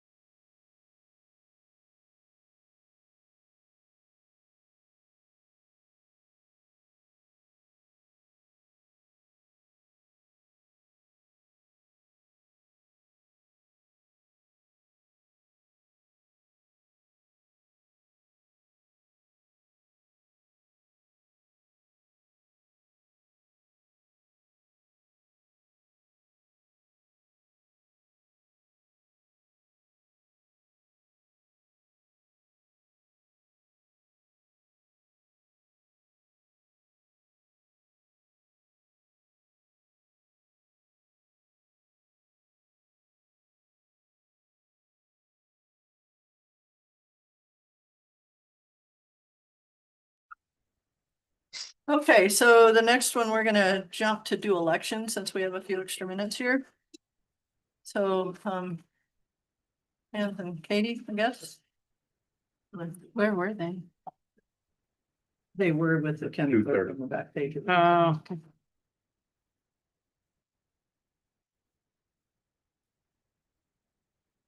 Hey. What are we looking at? So, Madam Chairman, this is a off election year. Meaning we're not going to have anything really going on until probably April-ish of next year of 2026. And so we're in that cycle where in next year's budget, we'll ramp back up. This year, we're ramping down. So you'll see that our temporary employees, we took that down 14,000. We still, we left the 11,000 in there to, because, yeah, we'll still need a temporary employee probably April, May, June, maybe May, June. We'll see how things are going and progressing. And then that again, so that 14,000 coming out, then that just affects the Social Security and life insurance, et cetera, on down through the line there. So you'll see those decreases in that upper section. And then we took down the advertising. We'll still need advertising costs because of the proclamation will still be published. We'll still have some pretty major publications that we'll need to make in this fiscal year, in the fiscal 26 year. So we'll still need to have some money there.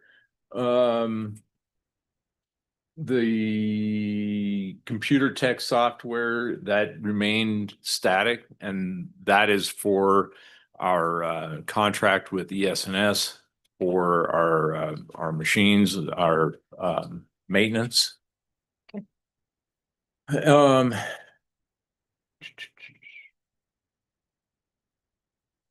The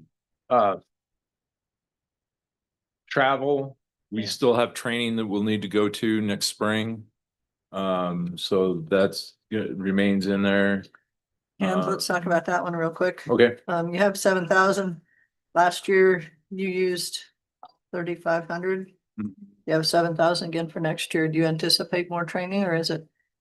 So, same? so 3,500 is about what that grant is, 3,500 from the state for Yeah. training. That's correct. That's what it was, but isn't that sunset? Oh, did it sunset? Yes. Oh, I thought, oh, we won't get it again. I thought that was one more year. Okay, my apologies. So yeah, we'll probably need that. So right below that is we took out 5,000 from the previous year. So that's just kind of combined in that travel, meeting expenses of employees and election. Oh, wait, that's for election judges. My apologies. Yeah. So yes, I think we'll need the training expense. So we could probably take 2 out of that. Yeah, we could do two. I mean, the only other training that I pursue is, of course, Wild Reg, and then if we do move forward with e-poll books, we would go, Right. you know, to receive further training from the Secretary of State's office, but those are really the only two that I can justify that Right. for. So you're saying the 7 could go down to 5? Yeah, I think Yes. so. Okay. Yeah, and then also remembering that we don't, my mileage is usually the only one that comes out of there now with the county vehicle. County vehicle, okay. Right. And then the training and meetings for employees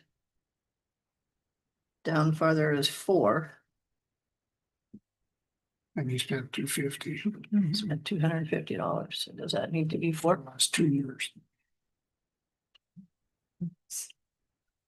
So, yeah, we can take that down. Yeah. To what? Yeah, I think part of the difference is sometimes we take Wild Reg out of one of them and the Wild Reg training out of one, and sometimes we take it out of that. Where we have 2, they get confused. Clerk, between clerk and treasurer, Yeah. or clerk and elections. So yeah, let's take that down a couple. Take the 4 down to 2. Yeah, That was a pretty meeting. Yep. it's at 10, Steve. You go That's down and click on the commodity. 10. Turnout Oh, and okay. supplies. Yeah, you already That- got that. That one's up where it usually would be because new batteries for all of the election machines. Right. Right. So we had to get new batteries, or we have to get new batteries for all of our election machines coming up this year. $7,000. Yeah. So that's 7,000 for the new batteries and then 3,000 for any other supplies that we might need leading up to the election. Additional ballots, blank ballots, things of that nature. In this year's budget. Yeah, Could be. because we could potentially be, well, we will be buying ballots in fiscal year 26. Yes. Yeah, so because the filing period ends late May and we'll have to have ballots printed in June. Okay. For absentee ballots to be going out first part of July. So, Okay. yeah. Need some money in there to take care of buying ballots. Okay. Yeah. That's about it. Contract services, professional fees go away. What, you had 42,000 in there. Election judge pay. Yeah, Judge pay. yep. Because Election they're year. contract, they're not. Oh, hired okay, employees. so Yeah. they're not temporary employee, right? Okay. Yep. That's So we'll judges ramp that back up in next year. next year's budget, correct? Okay. Comments, questions from the commissioners? Question more than anything, if the Cody Conservation District were to come back and would mention about the special election, what would that do to your budget if we were to approve this? And they have. Special mailing election is what they asked for, and I think you and I said 28,000. I can't remember. We put that number together. I thought it was more in the 10 range. No, 8 it's to in the 10. 20,000 range. Is it 20? 27 Is it 22? 28,000 to do a mail ballot. Somewhere in that number. And I believe our request from them was they would reimburse us, but I mean. They can't. They can't. By statute. Statutorily. So we would just have to do a budget amendment if we were to approve something. If we decide to do it, If we yes, decide, okay, yes, that's just, but that is a question. So. Yeah, they don't want it on the general ballot. So. So your time frame for doing that election would be either November of this year. We've already missed. We already for passed August. that. We already passed that. We can date. meet the statutory guidelines for November election, but we've already blown past what we need to do for notifying the public and things like that for an August election. That For will August. August is not gone. happen. So So November, we could do November, we could do May. Yes. and when would you have to know for sure by to do the November? Minimum 3. Minimum. Okay, so July 1, if we work through the budget and decide yes or no, that's an okay answer date. Yeah. Okay, Madam Chairman, just for your consideration, just think about so there was a bill that just went through the legislature last year that didn't make it, didn't grow legs, didn't do very well. But it was a bill to make an election such as that null and void if they didn't get like 50% participation. right.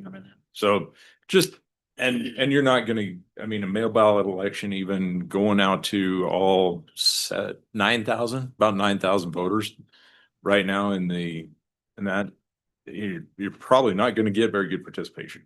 there's that 9,000 just in the. 9,000 in the Cody Cody's Conservation District, yeah. Yeah, And that statute is in effect after. it is not. It no. didn't pass. No, it did not pass, but just, it's a thought process that's out there. Right, That, okay. so, anyway.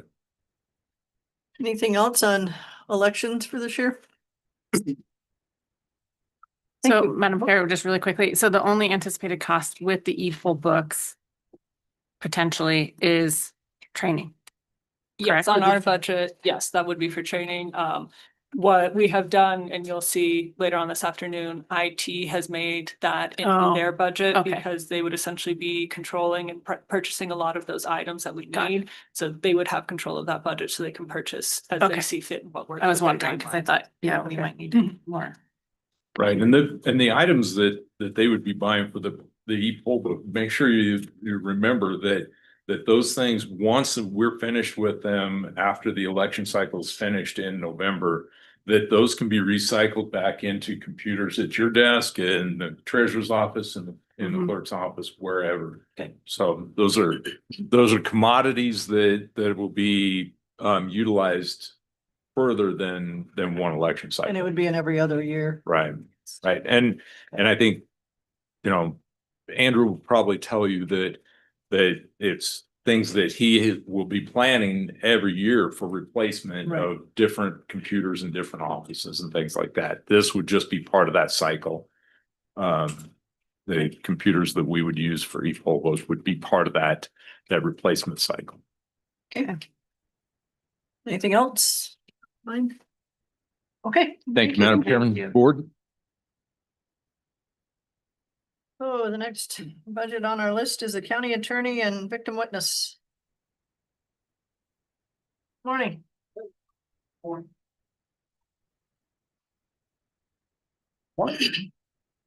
So what we've been doing, Brian, is basically going through kind of line for line on any changes that you may foresee or up or down, and then we're probably not going to finalize anything until around July 1. Sure. Because we still need to know a few things that we don't know as of today. I don't think I had any major changes. Victim witness changed a little bit just because workers' comp, I believe, $100 or $200, but I think that was it. Mileage changed, maybe came down a little bit. But I think victim witness pretty flat budget. And as far as line items in my budget, I don't believe I changed anything from last year. And there should be fairly significant refund in terms of salaries this year. Coming back in from this year, yes, but we do have a change in Yes. salary and stuff if we can get positions filled to move forward. Okay, I did include the 2 requests just for reference. I do see that. Okay. And then the health insurance change, of course, comes across. And we don't know if that's an actual true number because of hiring. It can change whether it's individual or family or Sure. whatever. So there's a little bit of waffle room there that we can't control. Sure. Okay. There have been questions, Brian, about victim witness program. There's 2, is that correct? Correct. One in Powell, one in Cody. Okay. And to your knowledge, they're both pretty busy. They stay fairly busy. I, over the years, tried to see if there was any way to really consolidate those. The difficulty is running 2 offices. Outside, you got the Cody side, most county attorney's offices don't have to contend with that.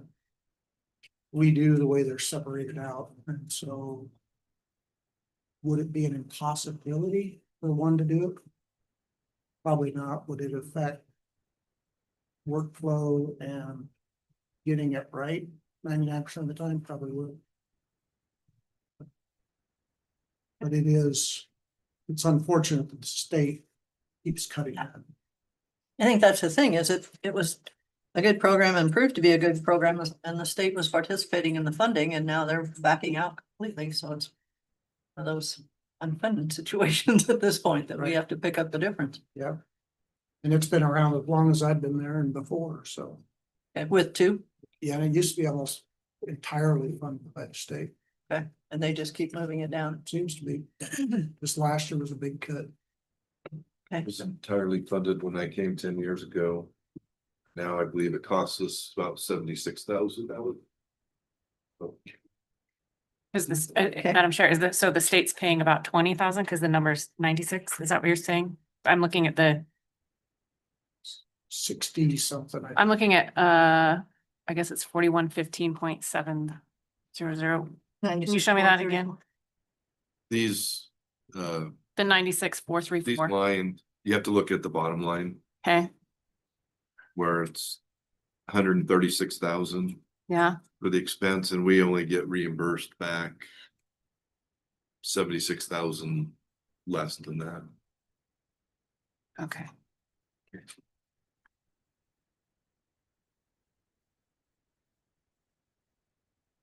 So if I stuck with the ultimatum of having to cut a position, I would certainly have to look there first. Rather than elsewhere. Okay. We're not there yet, Sure. but look at it toward Yeah. July 1 and see where we're at. Sure. Any other thoughts, questions from the county attorney's office? Commissioner? Madam Chair, under the county attorney equipment and involuntary commitment and hospitalization, that fluctuates a lot. Is there, I mean, you got 150,000 in there, you know, last year you didn't use 80, year before that you used 180, but 2 years prior to that, it was clear down in the 40s and the 20,000. So I mean, is there a rhyme or reason how you come up with the? A lot of years, Mr. Chairman, or Mr. Chairman, members of the commission. The commission historically has set that sometimes low. Sometimes I'll come in here and say, look, I'm anticipating there's quite a bit hanging out there. Some of those bills can be several years old. We're still arguing about bills from 2-3 years ago. Is there something you know that's going to be 150,000? There's probably that out there with what Powell's requesting, and what's sitting on the table from Cody Regional Health. I'm just fairly, I guess, prudent when it comes to signing vouchers for those that is the correct bill.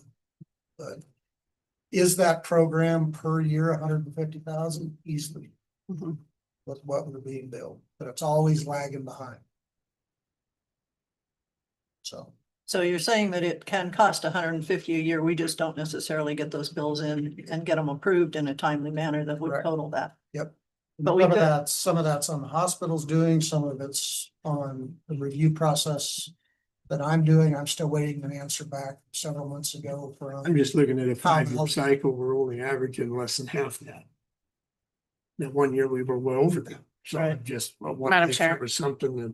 Some of it, if I can speak from the hospital side, some of it is the staff to go through all the bills and Mr. Skorik's right, there is a backlog. And so there is a catch-up process. Powell's in the process of trying to catch up. Cody Regional, I think, is getting more current. But I think that could easily go, if you didn't put it in there and they submitted and Mr. Skorik determined that they were all valid claims, I'll call them claims, you could go over 150. Okay. So I would hate to see you him have to be put in that Makes it very position. difficult to budget. oh, Yeah. yeah, But I do know that I'm pretty sure Powell's working on it, and Cody, I know Cody for the last couple of years has been bringing more forward, and that's why you've seen the numbers go up. We have fairly regular meetings now with Cody Regional Health to try to stay on top of Yeah. it. And their attorney. Head of the hospital. And Madam Chair, I can remember years ago the county happened to settle for about 750,000 per hospital. right. I To think catch it's right up. under 700,000 total, yeah. And that was after negotiation, correct? They were, I think they were wanting almost 1.8 million. Madam Chair, one other, equipment and furnishings, you got 2,000 in there, for the previous 5 years, you haven't even spent 500. So I'm gonna. Shows you I'm a penny pincher. I don't need it, I don't buy it. I've been sitting in my Then same don't put it chair in your for budget. 19 years. I've had my same chair. The arms are falling off, but I still keep it.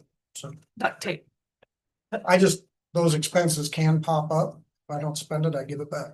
Well, and if the situation is, if you were fully staffed, is it possible that you would need more equipment? Potentially. Because I know we're looking at that situation too. Not that, I mean, I understand what you're saying. I just, if they have to buy another chair and desk or whatever, Because we're not fully staffed there and he's trying to get staffed up. Well, I think it needs to be removed to at least 1,500, put it back down to 500. So part of the issue there is sometimes buildings and grounds will pay for stuff, other times they say take it out of your budget. I don't know what the process is amongst that, so. So if we move that to 500, as Commissioner Teal is suggesting, if it does have to happen, we can either adjust the budget or it can come out of buildings and grounds. Into the negative, yeah. Okay. Okay, Steve. I've never understood that about government agencies. If it's in your budget, you better spend it because you might not get it next year. I've never understood that. No. It's a flawed way of thinking. But when we're in the red, $7 million, we gotta find somehow to balance the budget too. So. And then maybe $500 won't get us there, but it'll get closer. Okay. Anything else for the county attorney or victim witness? I don't know why I have trouble saying that one, but I do. VW. VW. Yeah, I can do that part. Anything else? Thank you. Thank you. All right. You going smooth so far? So far. Good. Yeah, yeah. Yeah. Well- Yeah. Oh, So. I've got that. yes, that's the 28 edition at the top. Scroll up. Oh, Steve can scroll, oh, here. Where'd it go? That's what I was trying to find. That's all, we're more than you. Yeah, because he already. functioned. So it's just Adding a whole person. Right. Okay, so BW extension, hopefully. That.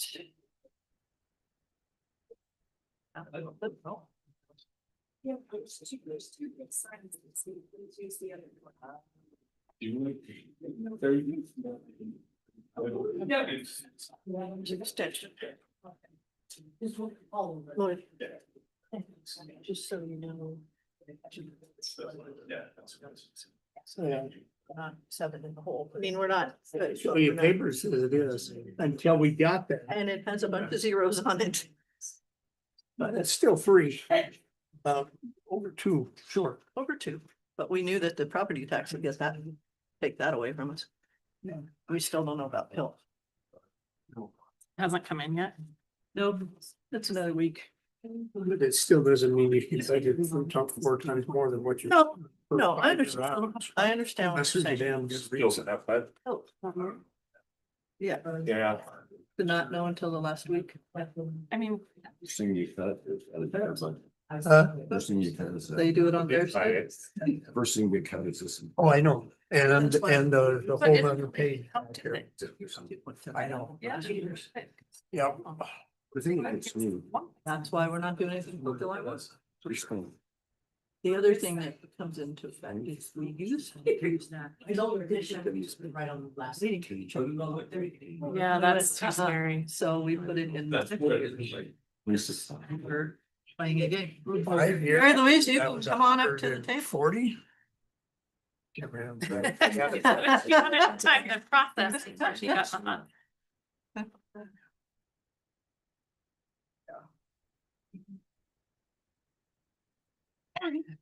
That's okay. We were ready for you. So.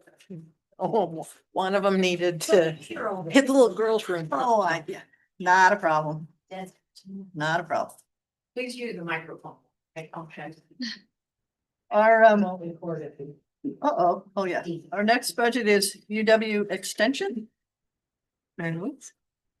Madam Chair, I just wanted to remind you guys that the University of Wyoming Extension, the advice and recommendations that we provide is all research-based. You not just go to Google and find your most newest and fanciest, maybe not accurate information. But I wanted to also introduce the rest of the people that are in the office because I'm not sure all of you have met them and they have a little something to say too.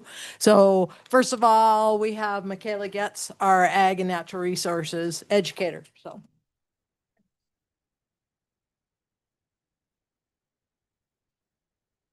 way to put me up first. Well, great to reintroduce myself / meet some of you for the first time. Like Mary Louise said, my name is Michaela Getz. I am your agriculture and natural resources educator in Powell, but I am based out of Cody as well. I bounce between both offices. So I've seen some of you at some community events. Some of you haven't gotten to meet as much, but I wanted to share, and I can pass this out to some of y'all. I wanted to share my 2024, 2025 Ag Economic Impact Report. As an ag agent or ag and natural resources educator, one of my roles, one of my many hats, is to go out and do yard calls, farm calls. Ted and I tag team that. It's really nice because then it's not just me trying to cover the whole county. We get to split that. And so one of the things that I wanted to draw attention to is, as an A&R agent, one of the assets, I guess, that you guys contribute to my role is the fuel mileage within the county. So overall, for the past 2024-25 financial year, you guys have contributed just over $2,000. The cost for contracted services, so competitors out there, the cost of average, like just going out there to see somebody, to see a client, that alone is $50 just for somebody to go out. I do that for free. So for somebody to do that, that is $50 alone. For somebody to go out and spray weeds, for me to make a recommendation, that is free for them to go out and make that recommendation. That average cost is anywhere from $40 up to $160. Again, I'm doing that for free. So I just wanted to kind of look at that cost balance analysis, everything there. So I did an average, and that comes out to about $7,380. So that's kind of that balance there that I'm kind of contributing to our society, to Park County. And then I'm saving our clients by making like fertilizer recommendations, saying like, hey, here's what you can do for your weeds, etc. I know it's not the most exciting, thrilling thing, but what I'm doing for our clients, which is having like a really, like I said, good economic impact, I'm saving them on average per visit $4,000, give or take. So really just wanted to hone in on that and say, hey, here's where we're making a big impact. And that doesn't even go into the livestock aspect, which, I mean, just take a drive. Everybody has a horse. Everybody has some cattle, even if it's just one or two. So that's just the weed and pesticide, or I'm sorry, the pesticide aspect of it. I hope that makes some sense there. And then I do, like I said, on this report, we do a lot of cross collaboration, whether it's with USDA, Ted being our horticulture specialist, NRCS, any of those folks. So I did shed a little light on how deep that goes and where that really leads, whether it's grant funding, anything like that. So that's just where this is. And then I've got a list of my projects for y'all. And if you have any questions, don't hesitate to reach out. Thank you. And pass those up. Debbie, you're up. I work with kind people. Yeah. All right, okay.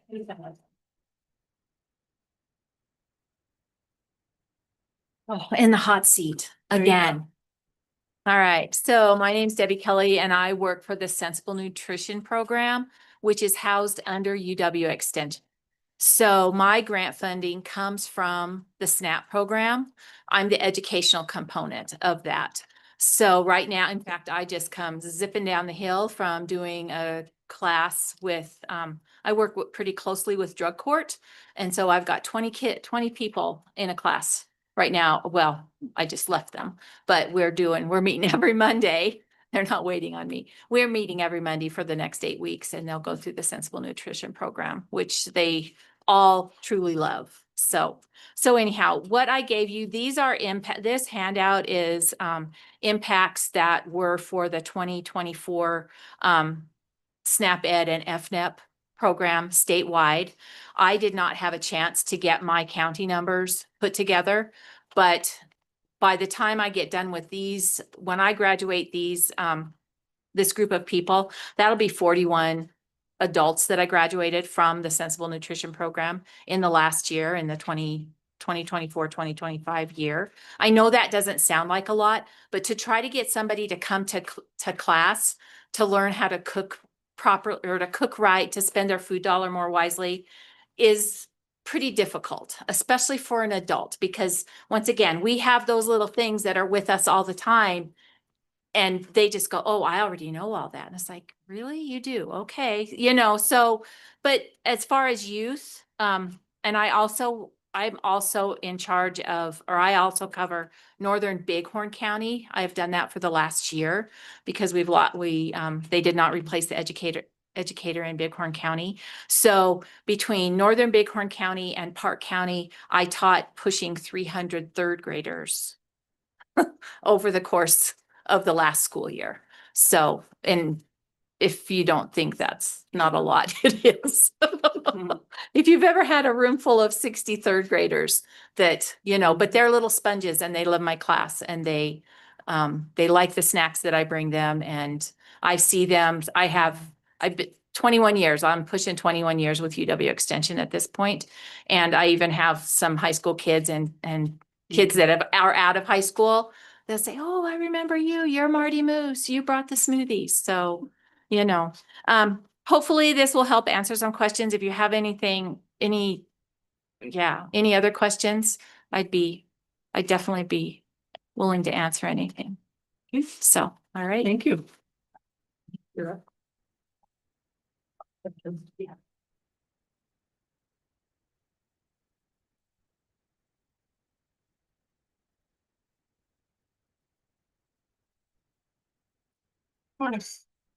My name is Ted Smith. I'm the horticulture coordinator program for Park County.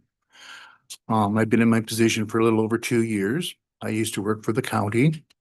I'm a product of Park County education with my degrees from Northwest College. I'm part-time, 20 hours. And to give you a rundown for 2024, made 338 contacts with people from covering flowers, fruits, vegetables, diagnostic master gardeners. Did 338 emails from using Park County servers and UW. So that's 671 contacts. That's 3.5 interactions per 20-hour week, or 1 2/3 per hour. Now, some of the emails aren't very long and some require contact.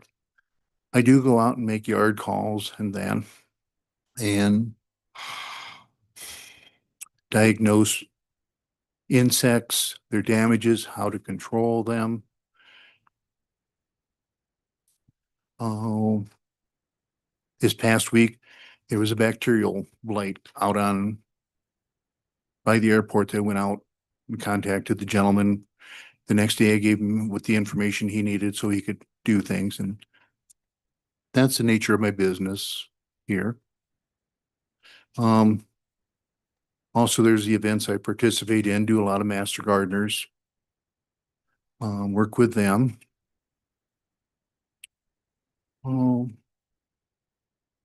I work cheap.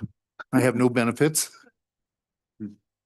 I'm non-benefited, and you get more than 20 hours a week out of me. So. Thank you.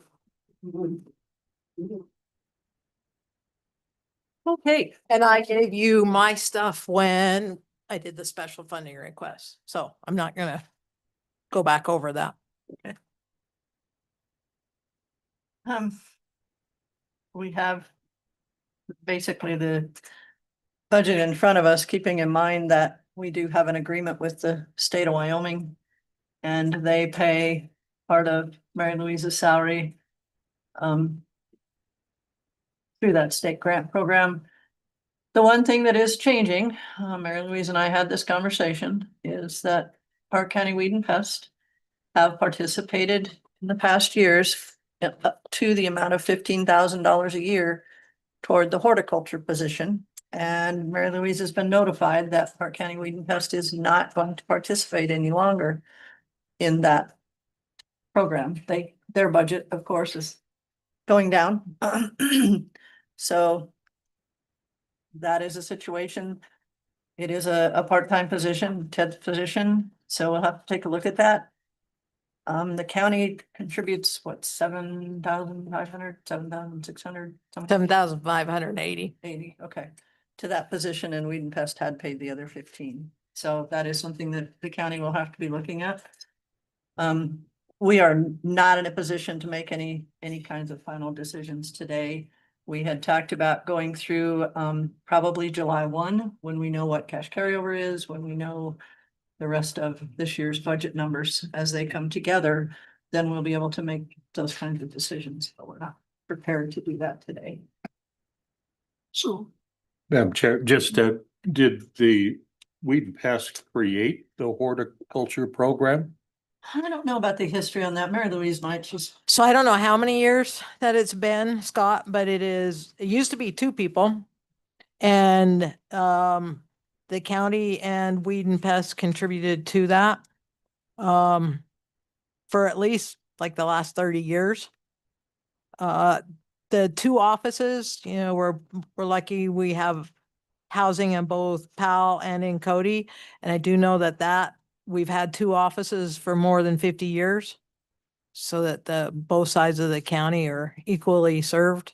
But as far as the Hort position, at least 30 years. So.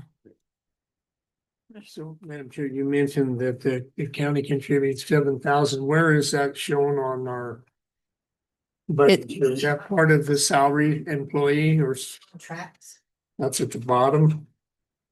That's part of the 34,600. Right. Okay.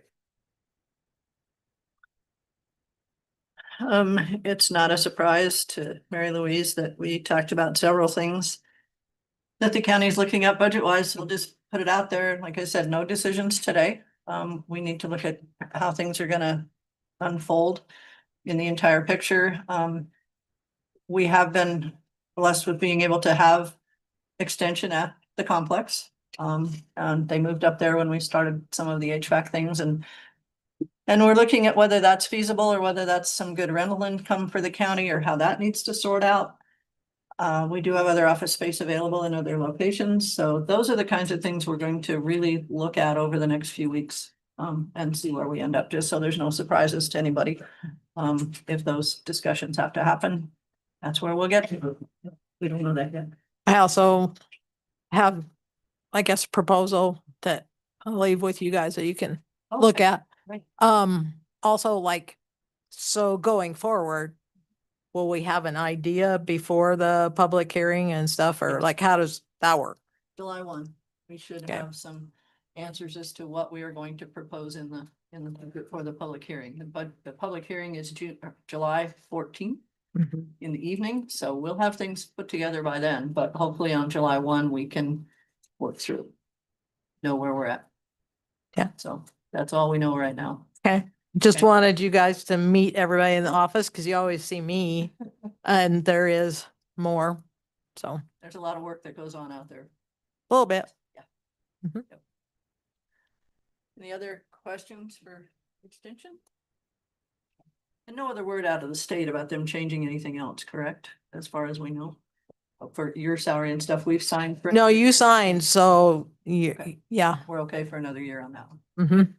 Yeah, it's not gonna go up, I can tell you that. Well, that's, yeah, true enough.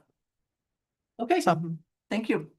Madam Chair, Yes. one question. Does the city of Cody and the city of Powell still give funding to the horticulture position like they had in the past? it is my understanding that that goes to Weed and Pest, so that is part of the Weed and Pest. Gotcha. Okay, thank you. When I was asking, because I just remember, and I didn't know that we didn't ask for the money from the cities, and it was all that. that's my understanding. So do you know if the cities will still contribute their portion? Without going through Weed and Pest, would they come directly to the county with their portions? That I do not know. I didn't know that it had been, Just a question. if they Right. Check into that. yeah, Because, yes. I mean, it wasn't, we're not talking top dollars. I think the city of Cody, I think gave 2, maybe 5, and the city of Powell gave to maybe 5. Do you recall? I don't recall the But exact I number. remember that. Yeah, yeah, because the 3 entities created the horticulture positions. Okay. Back 30 years ago, of course, it was just Dwayne Cooper Ryder for many, many years until he retired. And then they couldn't find anyone that would just do ag and pork together. So then they decided the ag agent, and then that's when the horticulture positions came on. No, I can reach out to, Yeah, I would. I mean, just to see if the city and both cities. right. Yes, I can do that. A lot of calls from the TT or no, not really? Occasionally, Yeah. That's what I thought. I got some just last week. So, yeah, Yeah, maybe we can redirect those funds direct to us. right, possibly. Okay. Yeah, I'll ask. Let me know what you. Thanks, find out. Colleen. You're welcome. Okay, thank you. Yeah, that, once you said that, then it's like, Yeah. Okay. Cause it was a tree. yeah. And everyone. Yeah. Yeah. All right. Thank you. Thanks, see ya. Good. The next budget that we'll be looking at is clerk of district court.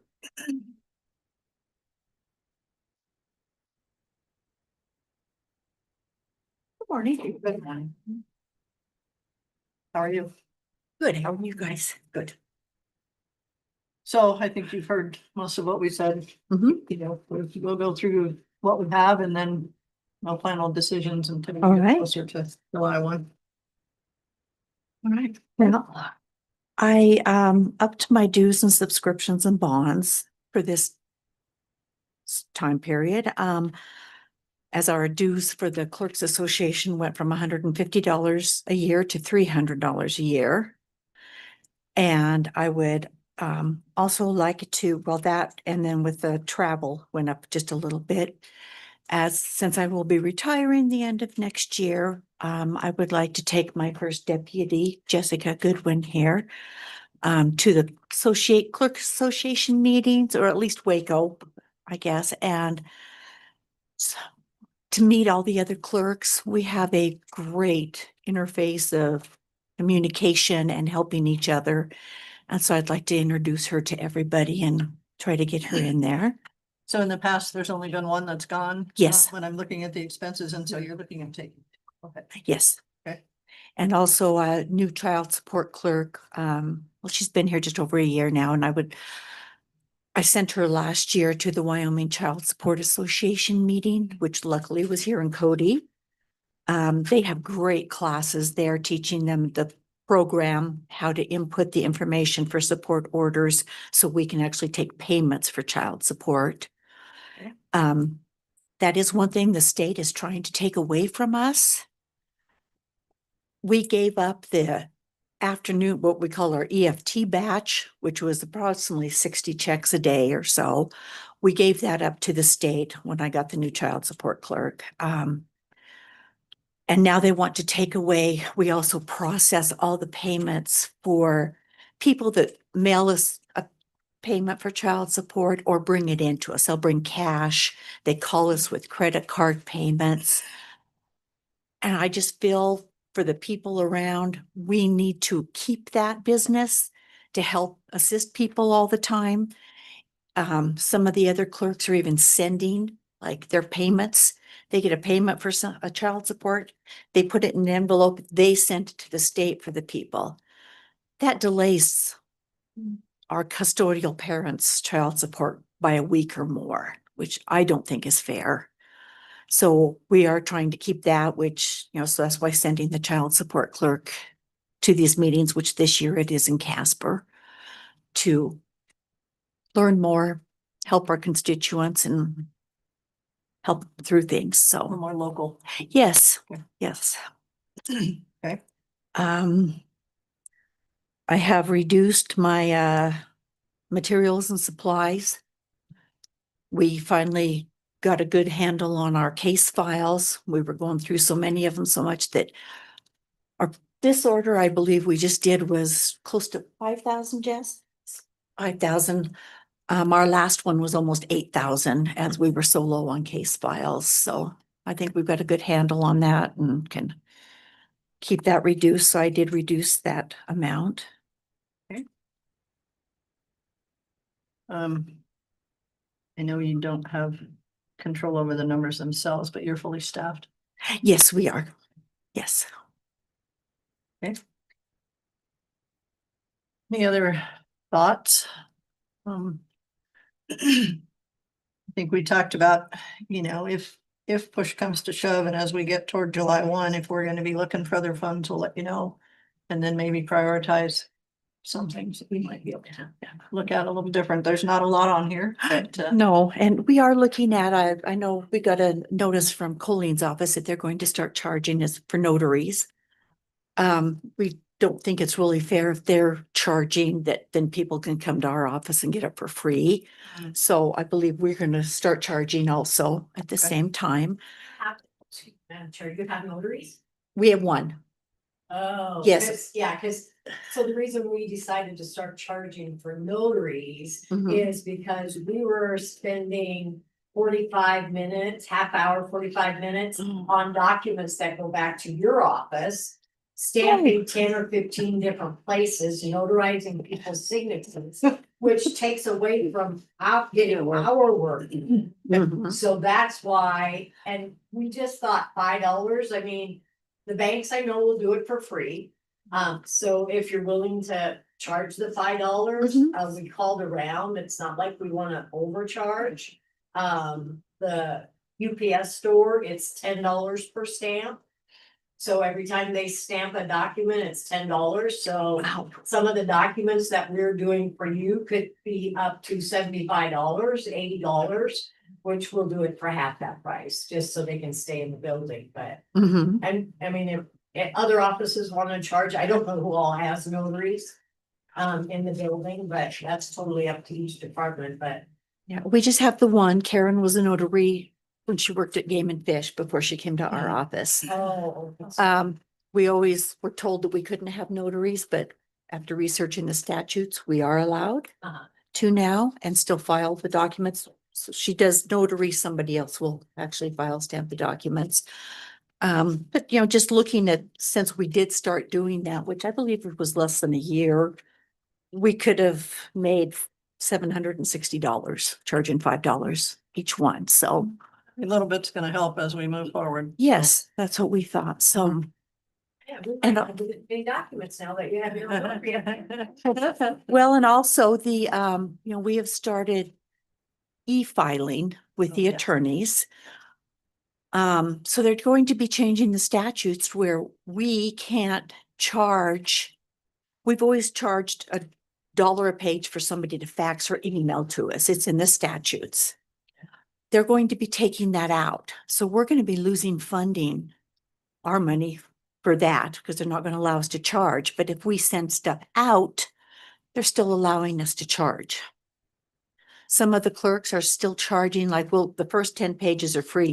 You send us 50 to 100 pages, you're still paying us $1 a page per statute. So, but we are going to be losing quite a bit of money, really, because we do over $900, $1,200 just for copies.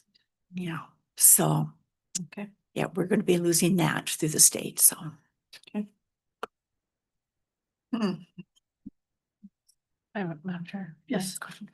I'm not suggesting this, I'm just asking, with the education, training and meetings with the two people wanting to go, which I totally understand why. I get the reason, but I'm wondering is there an option? I know a lot of, training programs now will have like an online option or an option to participate remotely. Would that be something where there could be a cost savings? Cause then you get rid of the travel and the hotel. Is that an option for some of these? It is, and I usually do that for the other clerks meetings. We have a meeting in February, which I always just do online because I'm not driving to Cheyenne. Right. Unbeknownst weather. I have also gone to we also have a summer meeting, which we just had in May. It was in Jackson Hole. That one I did attend, as we had some really good presenters and not everything comes through on our teams that well to watch.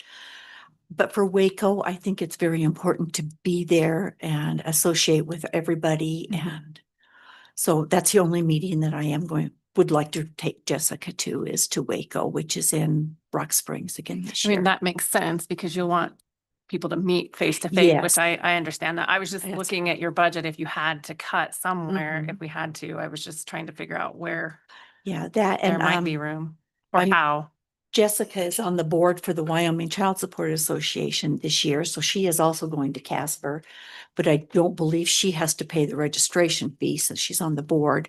But they do not pay for anything else. They won't pay for, hotel for meals. Whereas Waco furnishes breakfast and lunch, the Wyoming Child Support Association meeting doesn't furnish any meals. So.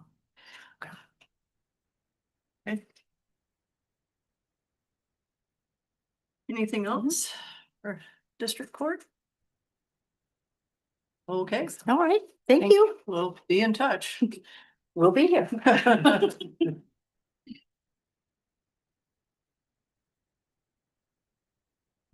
Our next budget, Just, Madam Chair, just going back to the UW extension.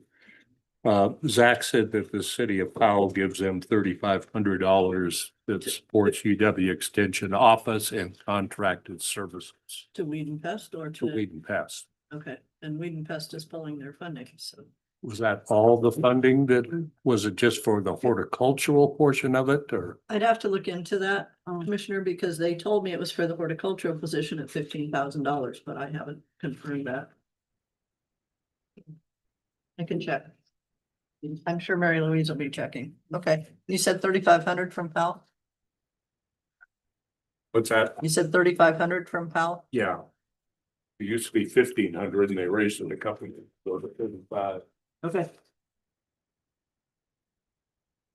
Buildings and grounds. Our favorite budget. Can't believe it. It's been a year already. It's hard to believe. You guys look good today. Okay, I think you've probably heard a little bit of the drill today, but we're gonna go kind of line by line with you, Trevor, and then no final decisions. Might get a little closer to some decisions on July 1. We might be looking for cuts. We Okay. just don't know yet. Yeah. Okay. So I guess you want me to start then, or you want? So at the top, I think not a lot's changed there. We did some juggling around on the overtime. That was on the wrong line, I think, is what Steve determined. Oh, For the 12,000 we moved. Yeah, there was some. I think it was between temporary and regular, oh, okay. just. Little misclassification, that's why the wages are down in temporary and up a little bit and regular is up 47 because of difference with the one custodian that they thought they had the budget for, but it was not in the budget. Trevor, let me ask you then, and it may go somewhere else in the budget, but you had also discussed being down an employee that does a lot of outside summer, May to September type things. Would that be under temporary employee or is that under contract, Steve, under normal Be situation? under temporary. Temporary? And we have $0 listed there. Correct? Yeah, they have that full-time that employee is in the regular employees right now. Right now, Yes. but if we're going to make that change, It would take it down significantly. okay. And it would add to the line item of temporary. Yes. Okay, so that's something we're gonna have to look at as we get closer to July 1, if that's a possibility to check into a lot. Okay. Okay, moving down, the telephone cell service, we dropped that a bit. Seeing as how we haven't spent that amount, so we went down about 10% on it, 500 on that. Okay. Advertisement, we dropped that 500 as well. Moving down on that, the education, training and meetings, we dropped down $500 on that. I think I opted kind of to keep that up there a little bit. I'm gonna need to go and get some training for my continuing education here soon, so it won't be 2,000, but it'll be up there, so. That's the electrician. Yes, yep. Okay. I have to have so many hours per 3 years, but The materials and supplies, that's one, I don't know, voluntarily, we cut some off on that. Steve's kind of beat me up on that, but I feel that I could go another 1,000 on that and not, Go down to 9. yeah. It's a start. I don't know. I'm sure there'll be some other spots to take away from. Only 1,000. Well, I had dropped it more than that. I know, but you only spent $900. The year before that is 3,600. The year before that, 2,500. Yep, this year I've got some plans for that. So, Okay. but you know, there again, we can discuss that. Yeah, that. Let's see. Another one had gone down.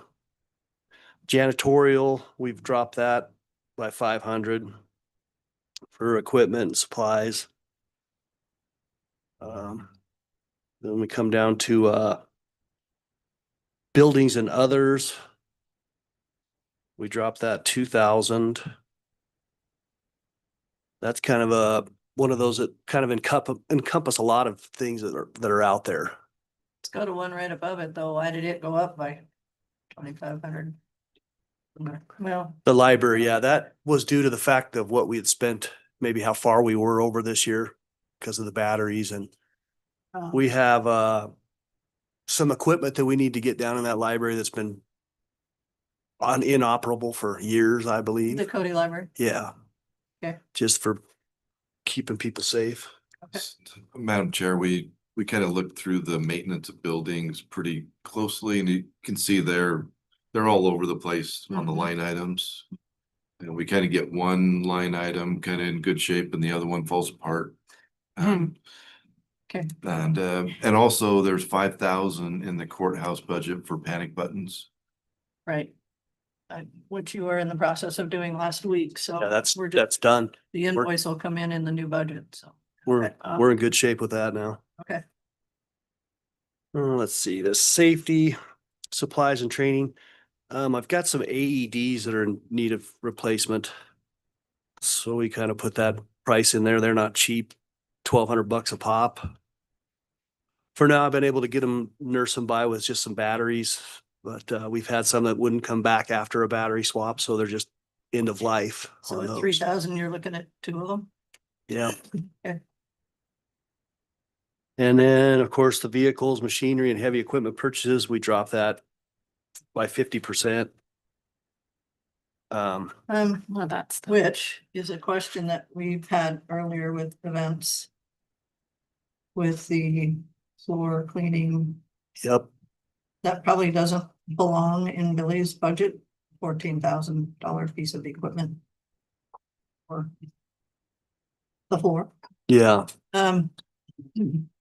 Have you worked or had any discussions with him on that equipment and what they're looking at? I mean, I know you're involved in redoing the floor over there, so. Yeah. We don't know where that goes, but we probably didn't believe it was in the events budget. It would go in buildings and grounds. What if would we be able to split something like that? Or because I have a need for a floor scrubber at the complex. It's 20 years old plus. Would this one do both or not? Well, you wouldn't want, it's pretty heavy to be hauling back and forth. They use it nightly, especially in the wintertime or times when there's inclement weather, bringing stuff inside the building. So it's 11,000. So these things aren't cheap, but the floor, for as much work as I put in at the Hart Mountain Hall, I would love to keep that up. I think it really looks nice, but yeah, and I think that they would be able to trade his in, maybe get a little money for his existing one. Talked about 2,500, 2,000. Okay. But you know, another thing, I'm not opposed to going out and searching for some prices, because I mean, that, you know, 14,000, that's a lot of money. Oh yeah, no, there's got to be more out there that can supply that. So. How does you the know, commission feel about which budget that should be in? And Madam Chair, unless you have a good reason, I definitely think it should be in building and grounds. I mean. You're in charge of the building. Okay, I was like, What part of the building do you not? No, I agree 100%, Lloyd. I do. Yeah, That events or. makes sense. Yeah. And as long as they were able to take care of it and I could check in on it every now and then and be in charge of it, that, It's your equipment. yeah, I absolutely, yep. I think it's something that we put a lot of money, time, sweat into that, and we should probably stay on top of it. So I think that if you added it on there and So he had 14,000 in his budget for it. Okay, With trade-in would be 12. Yeah, so, 2,000 for the trade-in is what he said? Okay, I could talk to, so you're gonna add that, Steve, to the 45? Yes. Okay, Does the, 57. okay. Madam Chair, Mhm. does the 45 include the 11 for the one you're talking about for a second one yeah, I was gonna try to get it in on that. on the, under the 45? Under my 40, yes. Yep. Maybe if you get two from the same company, we can get a good deal. Yep. And I don't know, maybe they'll take ours in on trade too, but it's not as fancy and it's, like I said, it's 20 years old and it's starting to show its age. So we'd have two to trade. They're a little different. Well, yeah, they're way different. Yeah. Yeah, they're not, this one's not so much a rider, it's just a push behind. Oh. It's pretty basic, but they do have one of those at the fairgrounds that I would hope they would keep Okay. for big messes and then go back and do the fine tuning with the new one. Okay, you might need to have the conversation.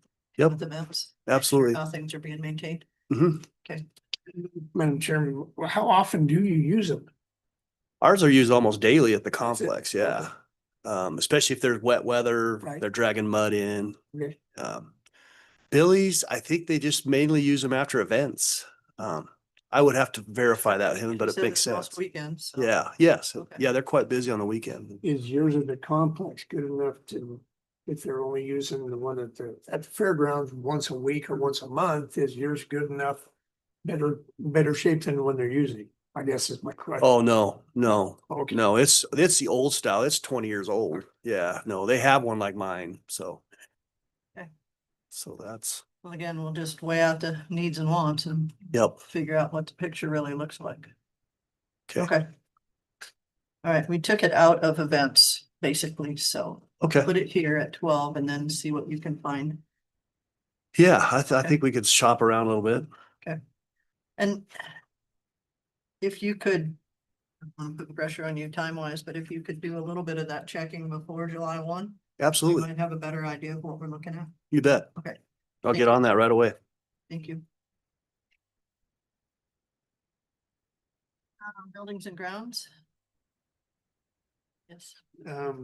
We'll give you money, I'm gonna take some back, the down on 4344-.0, the safety equipment, supplies and training. I mean, you already mentioned training once. What is the 3,000 there for? Cause I'm just looking at what you've expended. Even in a 4-year period is less than $100 and you got 3,000 in there. That was for the AED systems, for the defibrillators that are kind of getting to end of life that we put in our buildings. They're about $1,200 a piece. So that's kind of what I put that in there for. If I missed that, if you mentioned it, I missed it. 'Cause I'm That's just okay. trying to justify why you're. Yeah, and so the batteries, they're running about $300 a piece, and I've had two that did not work, and I had to actually replace the defibrillator itself, so. I thought I'd get some back. Chair. Yes. Trevor, I know you're not in this business of doing this, but with the AEDs, is there, I know with like the hospital and stuff, I know there's grants out there that help pay for AEDs. Okay. And Yeah. you're probably not time wise, but is there an option, like, is there any way like public health or anybody could help with maybe looking, because you're saying they're like 1,500 a piece? Yeah, 12 to 15, you can go all the way up to 2,500, just depends on what brand you're getting, but you know, I tried to deal with But I know, public health before on these, and the only thing he did was order them from a company. There was no help or anything mentioned, so I don't know, I could ask this. like the EMS, like Philip Franklin at Cody Regional, maybe, I know he does some of this stuff. with Yeah, Grants. I He could look might be into it, yeah, aware of one or something, just to think about $30,000. yeah, Madam Chair, to echo on that, Philip Franklin, was highly, responsible for getting them in every single patrol vehicle in the county wow. through a grant. Who wrote the grant? Did he or? I believe so. Pretty sure he does, and I think he does it with Dr. Bollinger, the ER. Dr. Lowe, maybe. Mhm. You want to have that conversation? That'd be great. Yeah, Philip Philip Franklin. Franklin. I can get you I can send you his phone number. Thank you. That'd be good.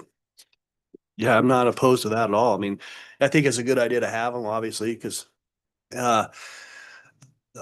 buildings and ground, or not buildings and ground, road and bridge had also mentioned that their guys aren't getting any younger and it'd be kind of nice to have one out at their shop. So that's just an addition to all this. This money could be spent, I could spend this in 5 minutes, so. Well, he wrote a grant for, I want to say 40 vehicles for the county or for both city and Cody, Powell, and put them in every vehicle. How long ago was that? I mean, are the batteries starting to years. fail or years? Wow. Madam Chair, while we're doing some research, maybe we should look at making sure we have one in each of our buildings. So like the Powell Road and Bridge and the Cody Road and Bridge and the annex and the fairgrounds and maybe a couple of the fairgrounds. So Yeah, we do. We have them. Yep. I mean, if we can We- get grant money, we might as well put it Yeah. in all our buildings. Yep. It makes the public feel safer. Or even double up on them. You know, you could put one over on this side and keep the one on the courtroom side. So I'll see what you find out. Okay. As far as availability for grants, we'll do. that'd be cool.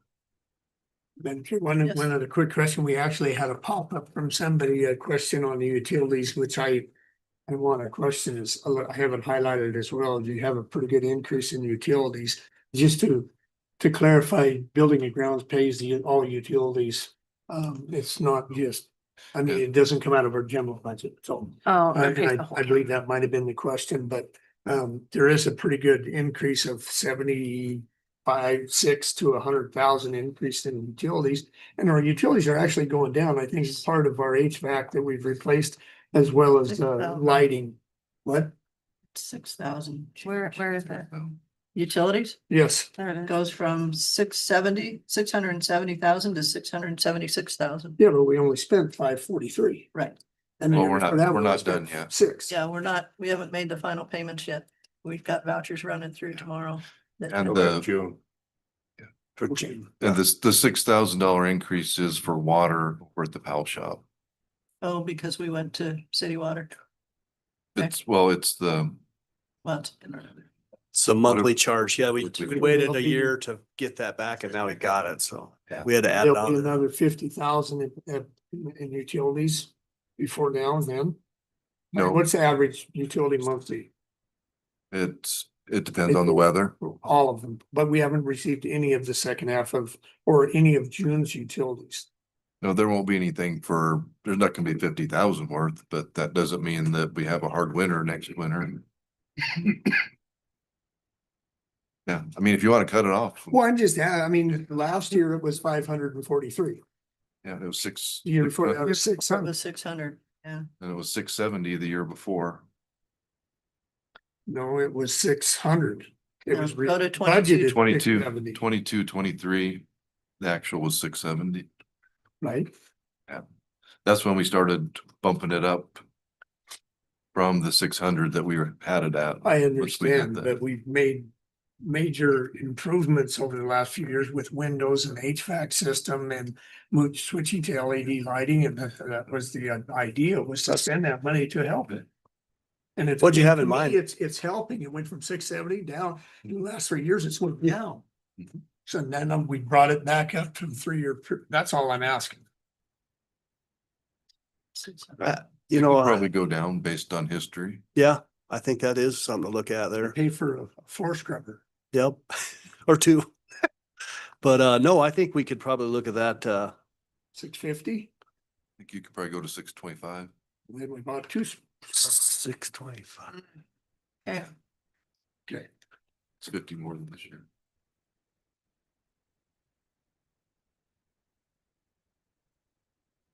So utilities goes to, what did you say? 625, 625,000. That seem manageable? I think I'd say 650. Trevor's nervous at 625 Just the way utilities, like I said, if you have a hard winter, they will sock it to you. and the costs are not getting any cheaper. Let's give it a shot. Depending on Let's what go we do for with it. the buildings. Understood. We may have played back and forth enough with the new HVAC that it Yeah. could work fine. And I still have money in there for, upgrading our LED is still a process. So that's still in the back of our minds and we're moving forward with that.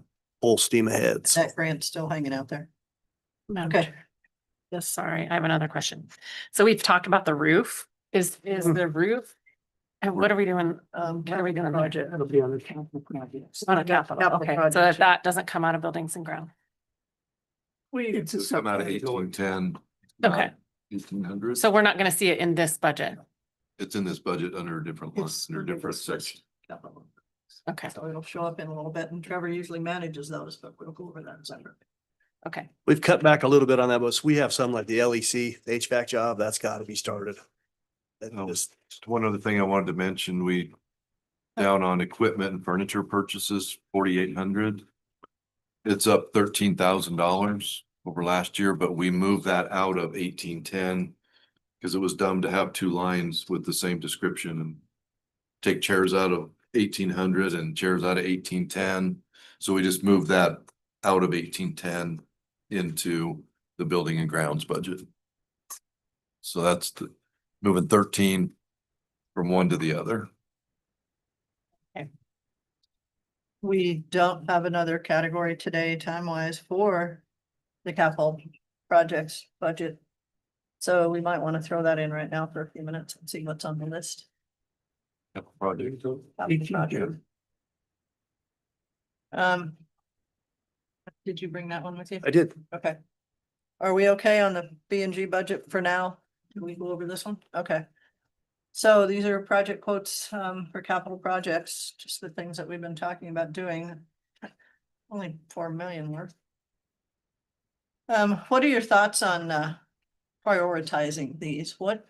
Trevor, what jumps out at you the most that needs to get fixed? LEC HVAC would be my number one. LEC HVAC? If I could get more into that, that would be great. Move forward with that.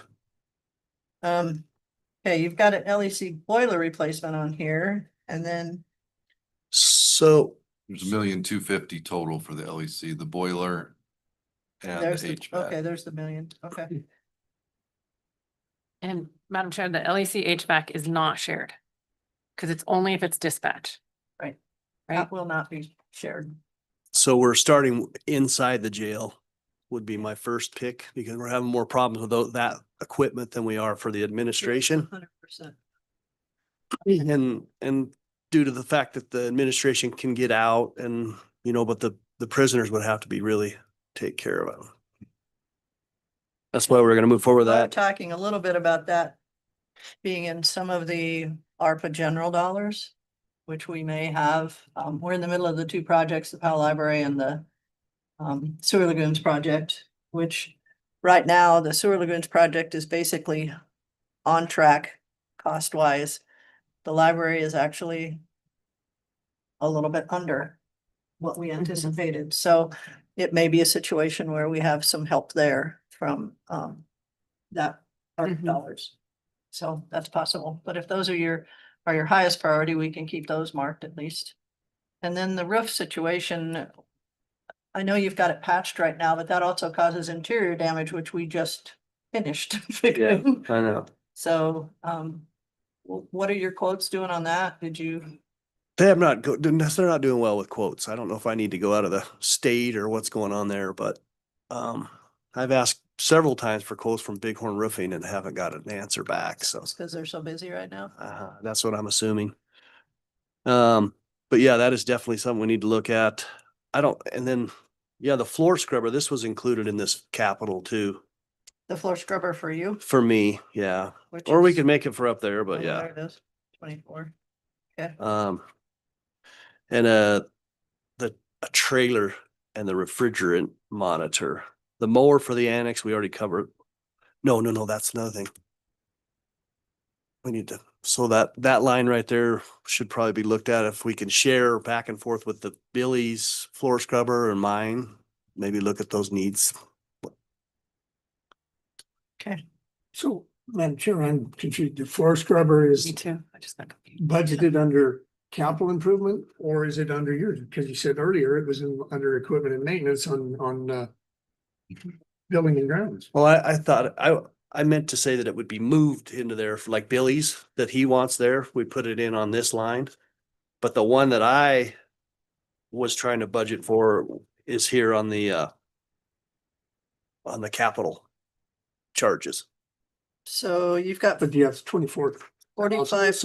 Also a mower and That's more than just. I can move the floor scrubber out of his other 1,800 because it'll be capitalized at that price. Okay, he has 45,000 on that line item. So how much of that? So I put 12 into that other line item, which I will move that 12 out and into here. Okay. 'Cause it's more of a capital item, The floor scrubber. because it'll be, yeah, the floor scrubber. Okay, but which one are we talking about? We were talking about 2 floor scrubbers, I added Billy's into the 1,800 budget. the 12,000. Yep, which Okay. I will move out of there and make this one 36,000. So Trevor, what we're saying then is that the floor scrubber for you for the complex was not in that 45,000. No. Is that correct? Yes, that is correct. Okay. So what was the 45? What's in the 45,000? In buildings and grounds? The, just equipment, Like what? What are we talking about? mower deck for the new mower we got. Yeah, I guess I don't have a bunch of line items on that, but Okay. we could probably take a little bit away from that if we needed to. Why don't- I mean, I dropped it down 50%, but Right. Why don't you look at your priority thing there, and when we get to July 1, we can talk about what's on that list. okay. Probably good to have a list of what you anticipate for that. Right, because we need to, we're mixing kind of 2 budgets here, so let's Sure. figure out which is in which one. Okay. Okay. Anything else on the capital improvements type budget that we were looking at? Madam Chair, Yes, sir. the LEC HVAC, is that the entire cost? No, No, That's, you're factored in, the city's gonna pay for, they won't pay for this first stage of it. so they're doing just the detention. Yes, sir. Okay. And the same with the boiler. Yeah, the boilers too. So I have, we have an outfit coming out to check our boilers out to see if possibly we could go another year on those. And then the 200,000 we would need on this HVAC job to really get it kicked off. So if that's something to think about, hopefully they're in good enough shape, they will go another 20 years. no guarantees, but okay, Madam Chair, one other thing, the coroner's cooler, it's about 3 years old. yeah, $13,000. Yeah, and it's been nothing but trouble. So we usually when the weather gets cold below 0, it'll quit working. And we've pretty much thrown everything we can at it. So that's why I had added that in there. And we got by, it was in there last year. We got by one more year, but my guys, Brand new. I mean, 3 years ago, are you sure? When was that built? 3 years ago? Yeah. Yeah, no, it's been nothing but trouble. Sense. Is that? Would we buy that? It was all part of the, Madam Chair, under the general contractor, which was, Well, Owner. There's a pretty good chance 3 years will be out of the commercial warranty phase. I guess my question is, how much does he even use it? Oh, yeah. Oh, yeah, Oh, yeah, a lot. yeah, Because he doesn't just take them to Ballard Funeral Home? no, So he is using that building? Oh, yeah. Oh, perfect. Okay. yep. Because we put an alarm system on there, right? We did that for because the election. Yep. Well, yeah, it was on there too. On the cooler. There's on water leaks. They have one out there, and I believe temperature, yeah. Right. Okay. So, but no, we added some equipment and I could pretty much guarantee it will fail when it turns below 0 again. That's just the way they've been adding to it for years. They've had trouble since day one. I was told by that when I first came on and there was the original coroner there. He had told me that they'd been having trouble. so Madam Chair, is that due to that, that access from the outside? The only way you can maintain that, that back, room that you come in, the mechanical room? Actually, it's outside on the ground. Our plan is to Some get of the it material, some of the cooler unit is inside though, right? inside the cooler itself, just in the cooler. Nothing's in that mechanical room there except for the heater, the water heater, electrical panel. Trouble is, it's on the Yeah, it's on the compressor and outside. condenser itself, yeah. And plus we have R22 coolant in there or refrigerant. That's another thing that they're not selling anymore hardly. It's hard to get, very expensive. So we're moving forward. The compressor. In 3 years. I don't know. All I know is I got handed it to me and I've been fighting it ever since I got here. So I mean, it's kind of an important piece of equipment. that when it does go below zero, there's not a lot. I mean, I've had a tent over it with a hot air blowing into it just to keep it running In the middle of winter. in the middle of winter. And Madam Chair, without getting into details, it created a heck of a problem. Oh, yeah. Yeah.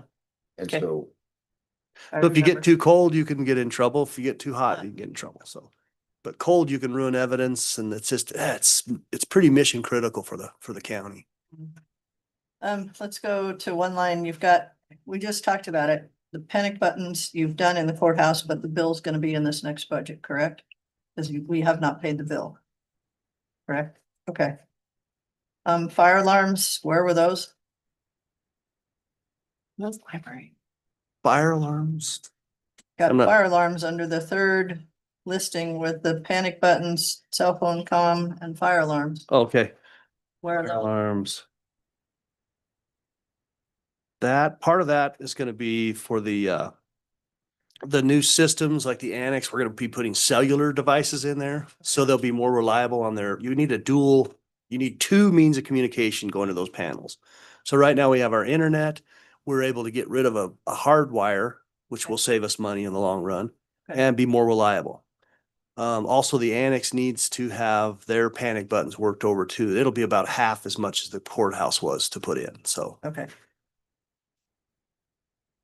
had to think about that one for a second. No, that's okay. You have a lot of things going. So yeah, I see that now. So the cell phone is the biggest thing. I'm constantly getting alarms from the Hart Mountain Hall on communication failures over there.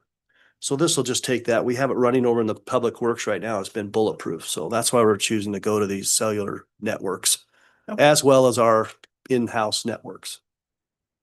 Okay.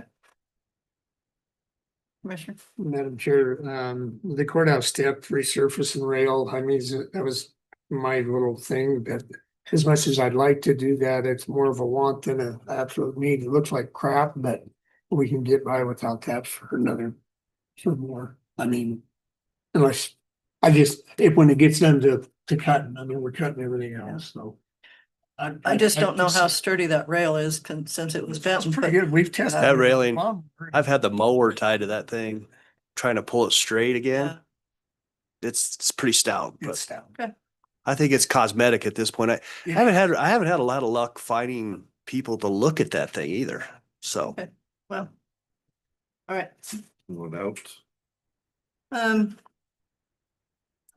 It's something that's gonna have to be done eventually, and this list is not something that we guarantee we do everything every year. It's just a placeholder for future stuff, so I don't think we need to take it out, but I think, I mean, we can look at it if. We just know it's have to there. if we have to find that on July 1, we can take it out at that time.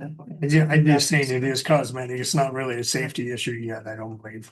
I think the stairs are a safety issue when you come up them, just because when they're cold in the winter, it is slick.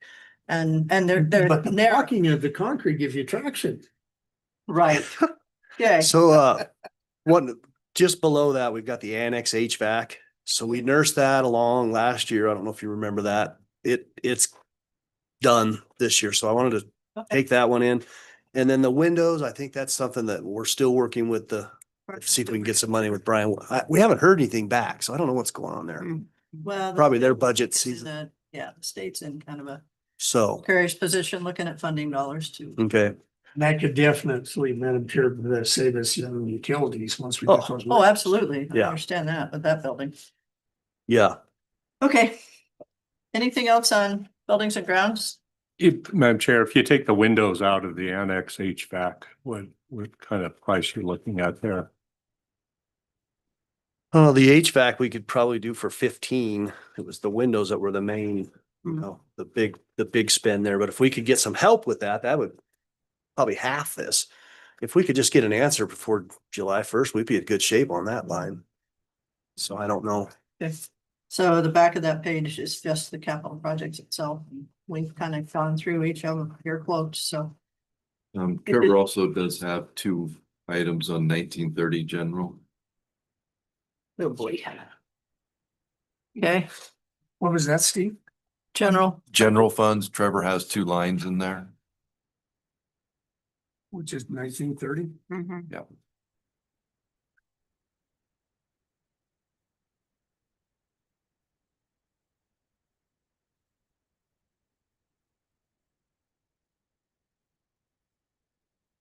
It jumped out here. Everything else is almost done. 1930, which ones? You got the 4800 which is copiers. Okay. Which, that's not, okay, if I understand this correctly, that's also the monthly billing on the copiers? No. Where It's just purchases of okay, copiers. it's purchases. Okay.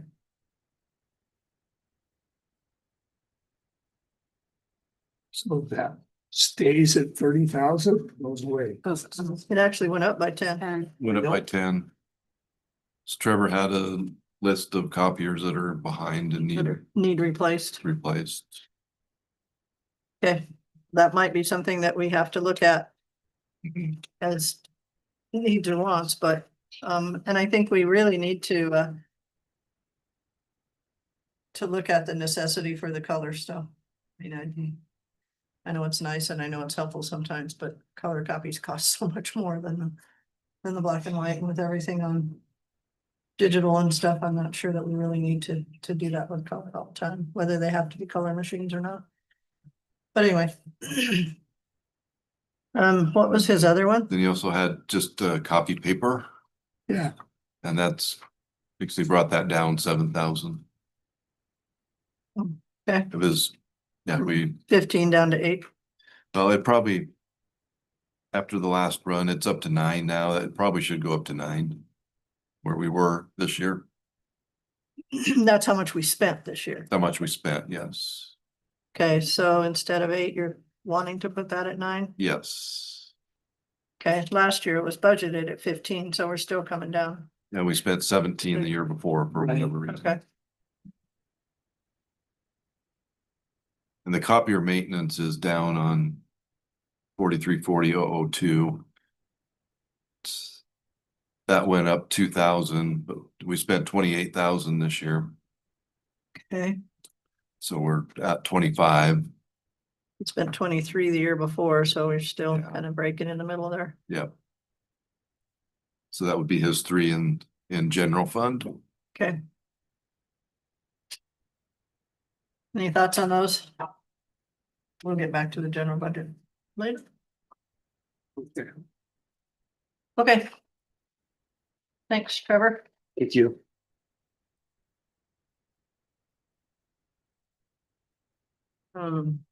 Caesar. Oh, he's not gonna, he's online, yes. Oh, he's I just remembered he's supposed to be online. He said he couldn't be here in town, so. Let me find it and we'll get to public health real quick. Yes, Brandon's online. Yeah, he's been.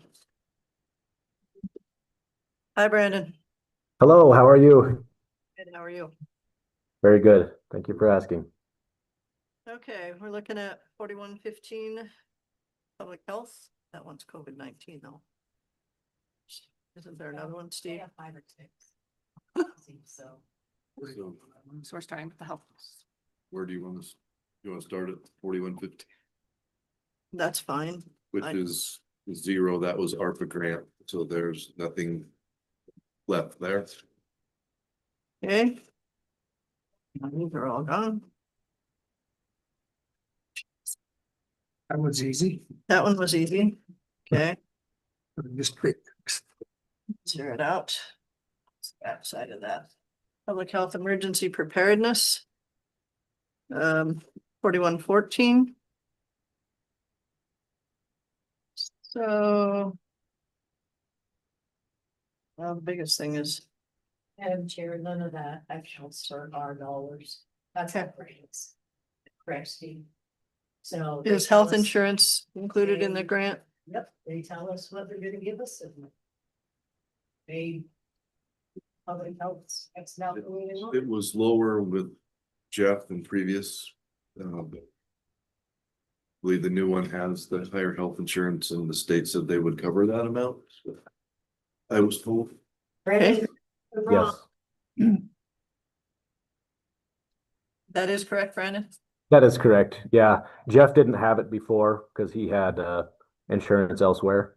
But now that we have Sam on, she she is taking that. So we had to adjust for it. Okay, We have agreements. it is takes care of it.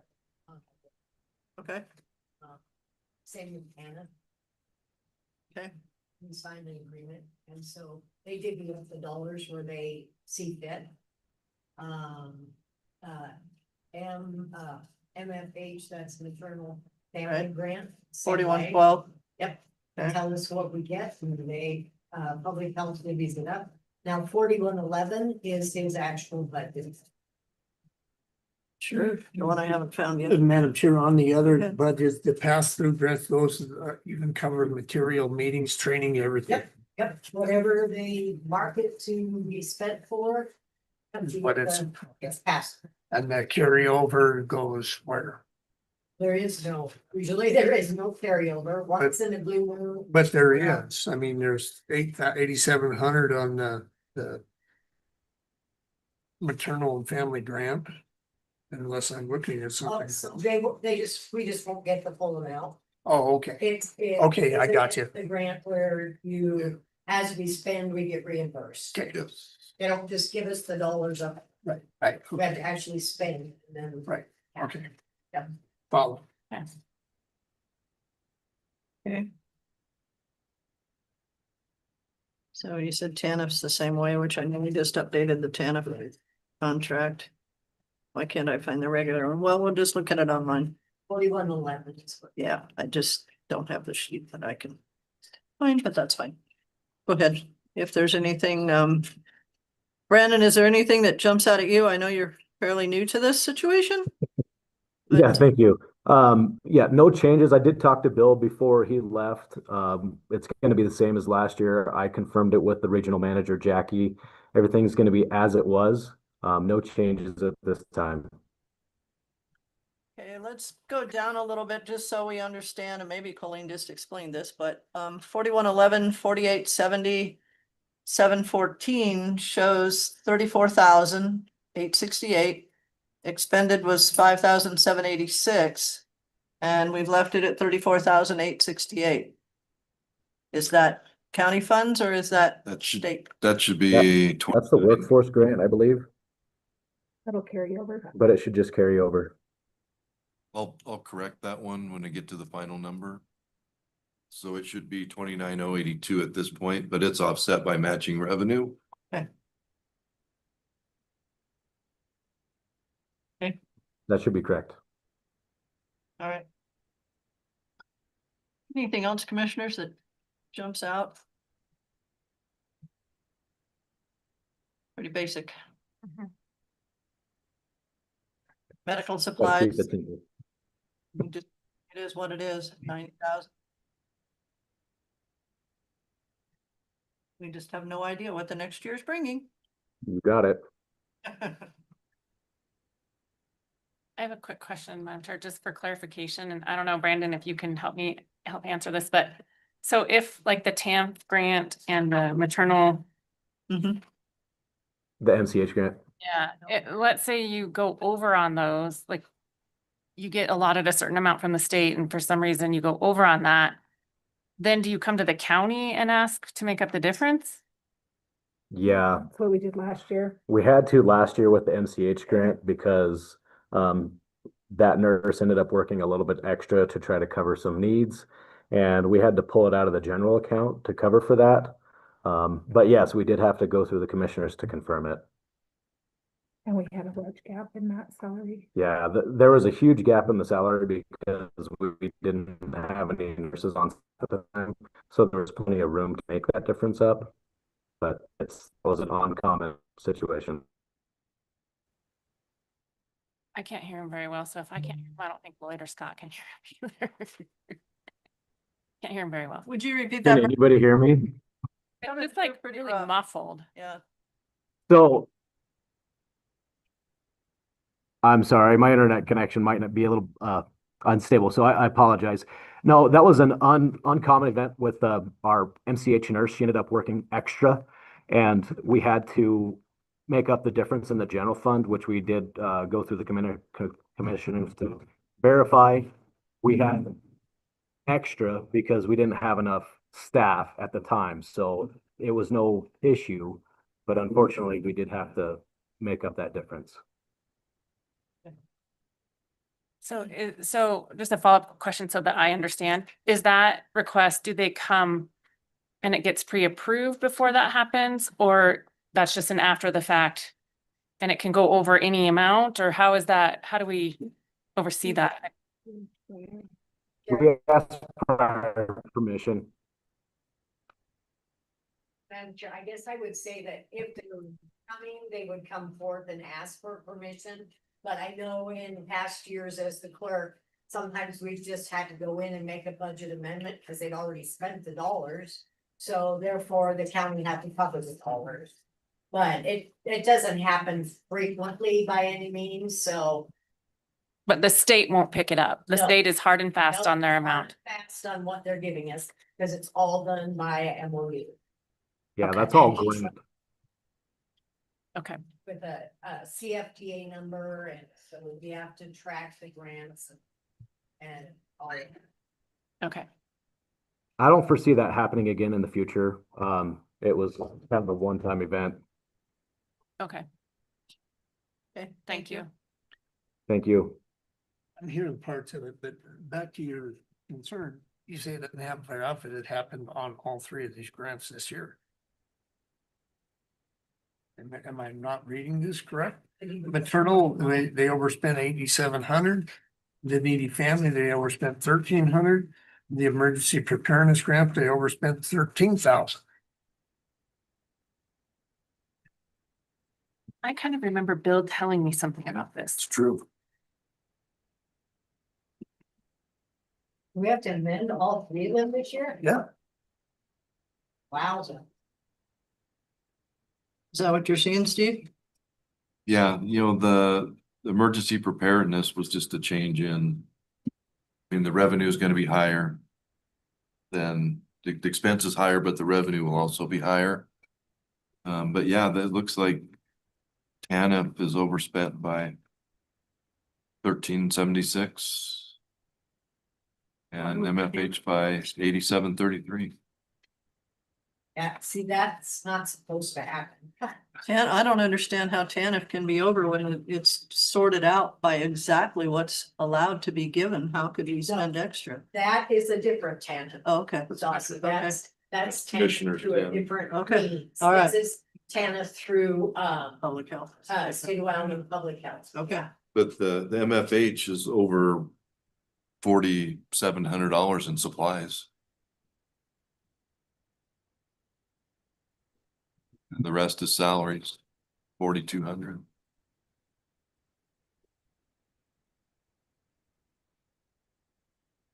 So Brandon, do you know how that happened in the MFH grant that you're over? $4,000 in your supplies? No, actually, Bill did not disclose any of that to me. I'm sure I'll have to do some research to figure out what's going on. Yeah, I'd be happy to dig into that to find out why. But unfortunately, I apologize, that was not presented. Me and you'll work on it together if I have any questions, Brandon. Thank you. That'd be great. Thank you. I'm so sorry. And Madam Chair, one other thing that I remember Bill Crampton telling me, and this isn't pertinent to this year, but it's coming, and I don't know, Brandon, if you're aware, but he told me that the workforce services grant from the state will expire in 2027. And so that's just another thing. I don't remember, I don't have it in front of me for how much That's correct. that was. So with what you're spending that on, you don't foresee the budget going up to make up the difference of the loss of that grant? No, I don't.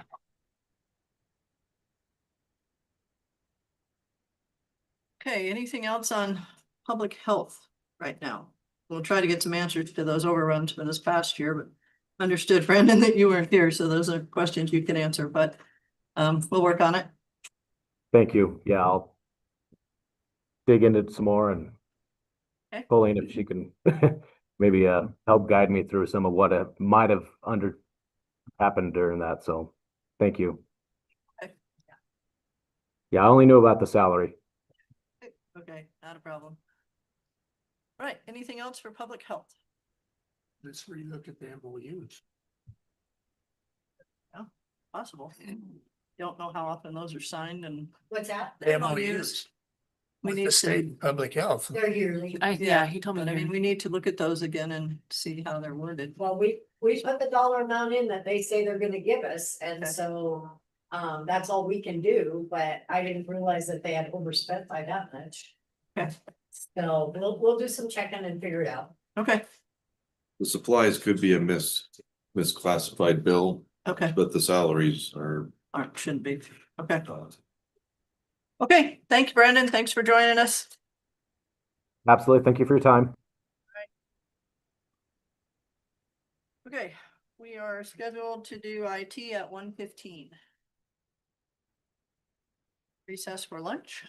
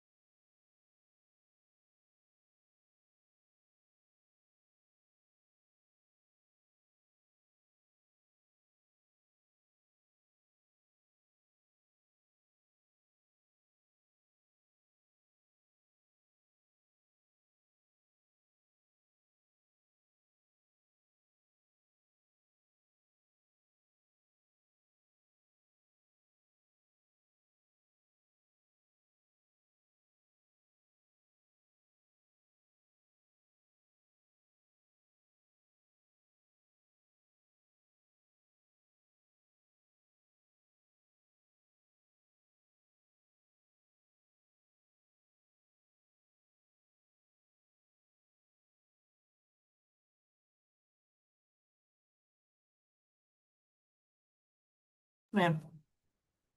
Okay, we'll reconvene this afternoon, going through budget discussions. And the first one we're gonna talk about is kind of related with the IT situation, so we're gonna talk about the E911 budget first. Andrew and Monty. Well. Here we got. The big charge that we would have on here under. Computer. Technology, equipment and hardware is, we put in for a new 911 system. The current system was put in September of 2018. And so it is due for replacement. Sorry. We have the funds available for the cost of it. That's the 653. No, the cost is 410 is what we requested for that line item. 653 is the Oh, I've got the other side. proposed expenses for the entire year. Entire year, okay. Okay.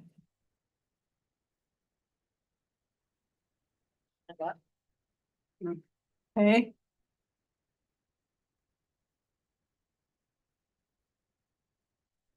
Computer and technology software maintenance. Going from 83 to 105. What are we changing there? So on that one, we have added additional modules to the RIMS software. Which is what's used by Cody PD, PAL PD, and the sheriff's office. The incident management, and then the additional modules were the mapping and Mobile computer software. yeah, mobile computer software, which I think all three agencies are planning on utilizing. Yes. Okay.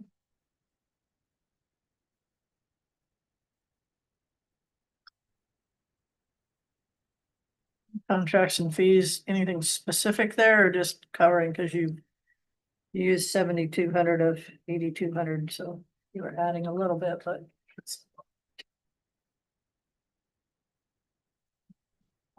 Yeah, and we've increased it due to anticipated inflation and then cost increases for all of those services. I think we've seen between 3% and 7% increase on most of the contracts for maintenance and stuff.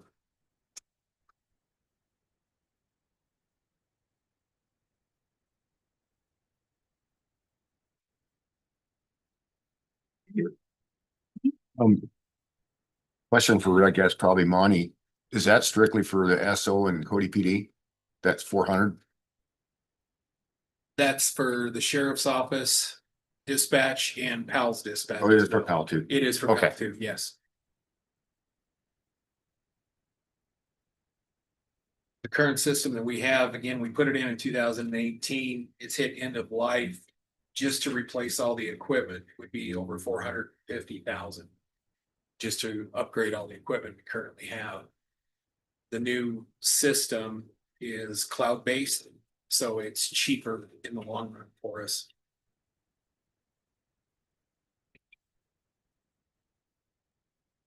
Okay.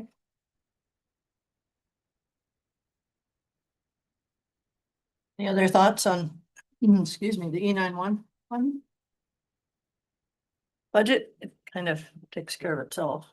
It's the income paying for the expenses, but. So, Chair, so then if we flip to the revenue side, correct? We're showing income of 275,000 income. So are we hoping, can we pay that debt off with those funds as the years come in? When we don't have that $400,000?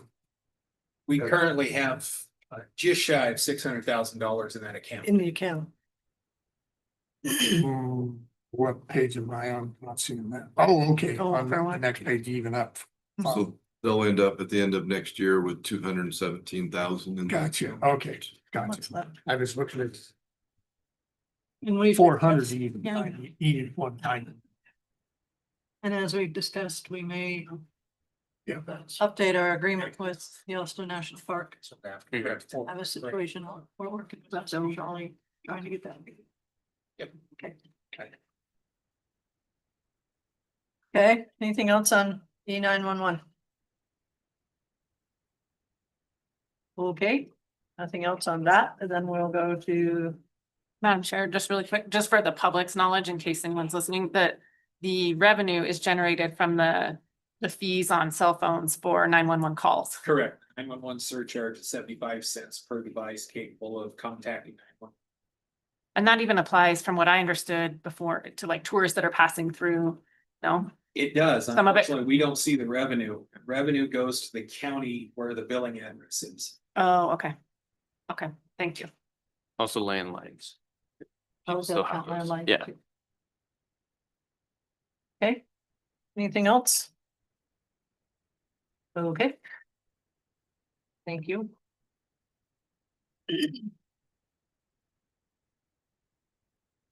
So. Do you want to go through, probably don't have to do too much in personnel, Andrew. I think we know kind of what's going on there, but. You want to go through the bottom part? All right. So postage, shipping and freight, we've historically just left that at $0. Okay. Cause we typically have well under $1,000 year by year. This last year, it looks like we only had maybe close to a couple $100. Okay. Spent, telephone services. Telephone and cell services, that is actually going down by 3.4% over last year. A big part of that was we're dropping the BGAN sat phones. They have sat unused for a long time, and we're gonna be looking at alternative type of emergency phone that'll be satellite based, probably through either Starlink. So you can get cell phones that are now Starlink based, it'll be a lot cheaper. But that is something that will come in the future. But going over with Jeff Martin, these haven't been used, and so he said to go ahead and drop those. Yeah, you had 84.5 last year budgeted, spent 71.7. Mm-hmm. But you're only dropping it to 81. Is there any other room in there? So we leave a bit in there in case we have to light up additional connections throughout the year. For cell phone? Well, this is for telephone and cell phone service. So for counties, telephone use, those are network connections between buildings. So like out to the annex, up to the complex, over to the law enforcement center. And so some of those connections are around $1,000 a month. So if we had to light up another connection, that could be $12,000. Okay. In unanticipated expenditure. So we leave a little bit of buffer for stuff like that. Okay. And Madam Chair, with that, is that something that happens regularly? Doesn't necessarily happen regularly, but it can happen. So like if we Well, I have a understand, but I mean, we're trying to fit a budget with Mhm. costs that reoccur every year, every month, so forth. If situations happen, a flood comes and washes a road out, or lightning strikes your tower, that we have revenue for that. I Mhm. mean, it may require a budget amendment at the end of the year, but I'm just saying budgeting every year for something unexpected is not what I feel I want to see here, but I'm just one of 5. Okay. So is this something that has happened recently and on a regular basis? I wouldn't say that it's happened recently or on a regular basis. It's just So back to historically regular we've always can't we had. trim a little more out of this, and if that situation comes up, we deal with it because it's not planned. Yeah, It's just unexpected. we could do that. Right now for telco, I just have $2,000 marked for unspecified for various. So we could drop that. Another 5, maybe. 81 to 6. I have all the rest accounted for. I just have 2280 unaccounted for in that line right now for going into next budget year.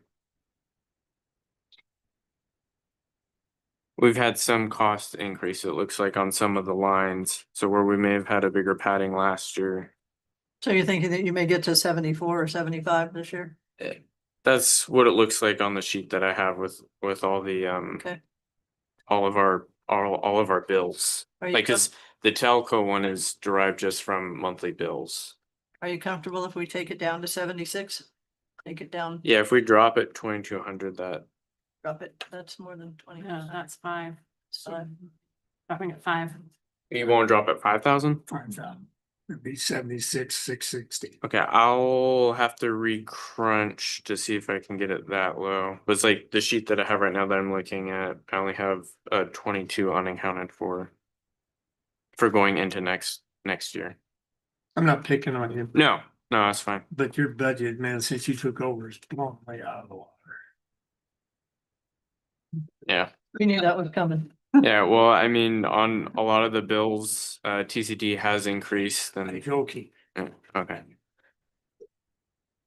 Okay, so if I understand you, let's take it down 2 right now. Okay. Because you've talked about having that, so we're gonna go to 79,660. It's not gonna change a lot in the full scheme of things when we get toward the bottom of yours, but we'll get there, Never know. okay?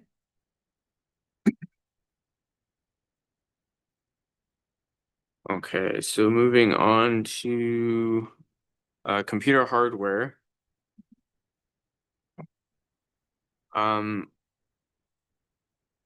Additional stuff that was added to this year over last year was attempt to get a lot of aged equipment replaced, so servers and some network infrastructure equipment.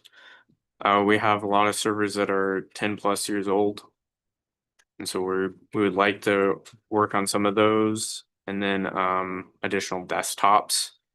I think in that email I'd sent you guys, hardware that falls under this budget would be the servers. We had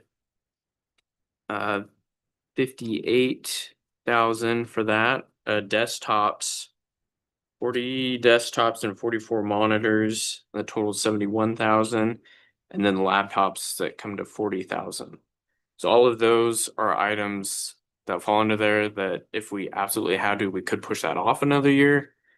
I would like to try and tackle that this year. And I think what I'd outlined in that message I'd sent you, most of our budget is built off of specific projects. So it's like if we don't have time to get to the project, we could end the year with surplus, which I think is what happened this year. Was we didn't get to a lot of projects that we had outlined, and then we'll have a surplus that will be turned in. And also what you're looking at also has 57,000 for the e-poll book towers and carts in there. That's in that line And the item, hardware. and it's how much? Yeah, so I think that has 50. changed since that email I'd sent you with originally project 4 was for the e-poll book carts, but now that has all been rolled into the hardware. And you said how much, Steve? 57. Yeah, 57,000. 57,000. Mhm. Okay. Okay, let's work on down through these, especially because you've got some specific projects before we pick on too much more. Okay. You want me to move on to the next? Yeah, let's go through and discuss them, and then we might have to come back up. Okay, so it's, equipment software. Next line, this one isn't a big increase, about 11.8%. This is effectively just due to inflation. There's a few new requests in there, such as the AI project. Let's see if we have that. Oh, under new software, we Power BI premium license, and then we're looking at 35 seats for AI subscription. Okay. That's the only additional software that is in the budget. That's those two items. 53,000. I'm sorry. That's the 53,000 here. That's only, well, Yeah, 53,000 total for software, and of that 53,000, there's 21,000 that's additional software. So some software licensing is every 2 years, 3 years, 5 years. And so this year it kind of landed where there's not as much. So that's where you don't really see the big increase from the 21,000 from those 2 additional software that we're looking at adding.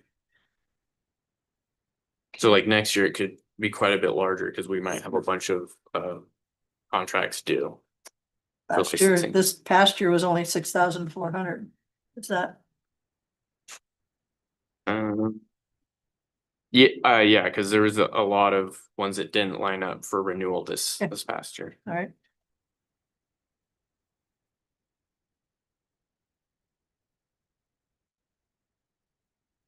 Or I'm sorry.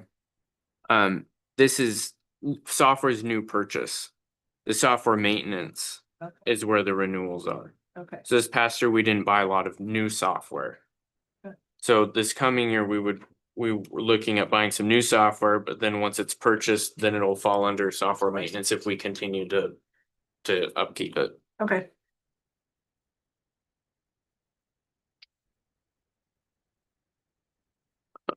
Okay, and then this past year, we split out GIS computer software. Mhm. And so last year, I don't think we didn't spend anything out of there. This year we've worked on getting stuff appropriately put into the GIS category. And so that's why that's up by 400% because it didn't exist 2 years ago. Last year we were still in the process of moving stuff into that category. Yeah. The GIS is for stuff like mapping and like what planning and zoning and assessors use. Right, and Pub Works, okay. Yeah, and 911 uses mapping as well. Okay, moving on to hardware maintenance. We have several multi-year contracts that are coming due this coming year, and so that's why it's up by 23%. Okay. Software maintenance. Madam Chair, can I jump real quick to the GIS software? I know there was some discussion in years past of different program softwares.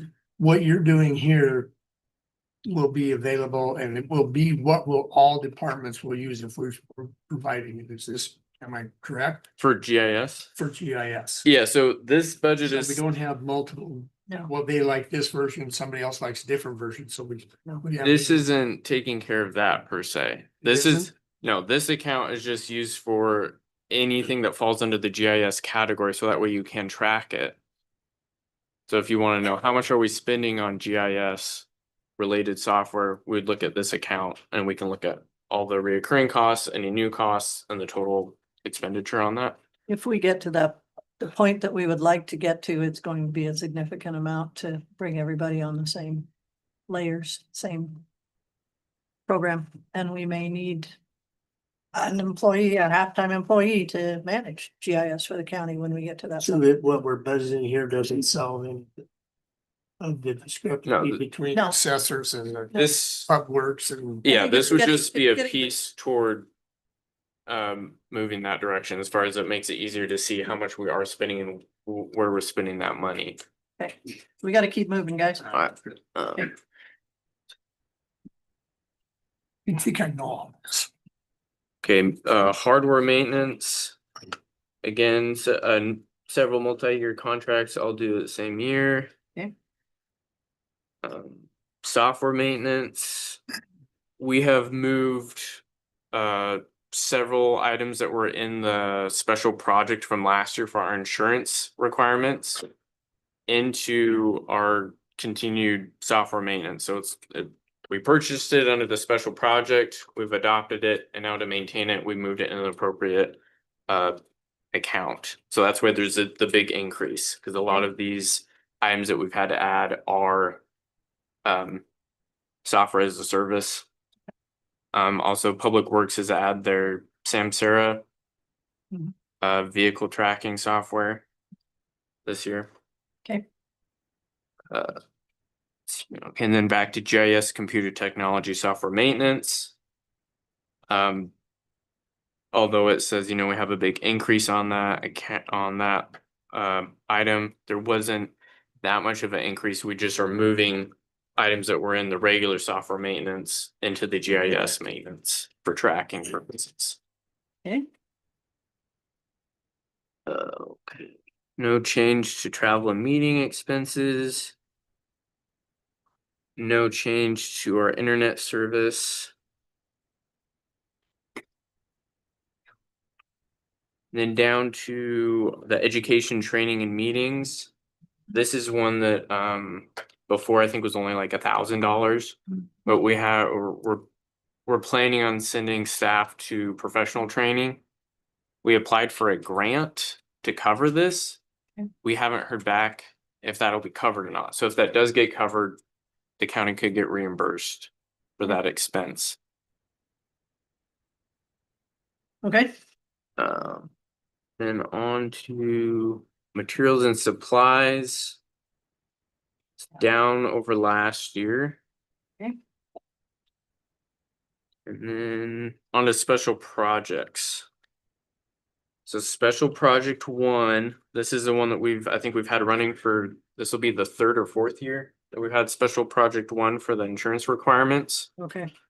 We've dropped it from 200 down to 150,000 because we did make some purchases and we've now rolled those into maintaining them with our regular line items. But there's still more things that we need to be meeting for the cybersecurity. Special project 2. Yeah, that's pretty hefty, Jill. Yeah, well, this is a special project 2 for the MDT and vehicle camera project. For law enforcement. Yes, so this is putting the computers into the deputy vehicles and then also cameras into into their vehicles. Okay. I don't know if there's any questions about that one. The next one is the detention center secure electronics. This is based off of we were only able to get 1 quote so far, so that's what it is based off of. Okay. That's huge.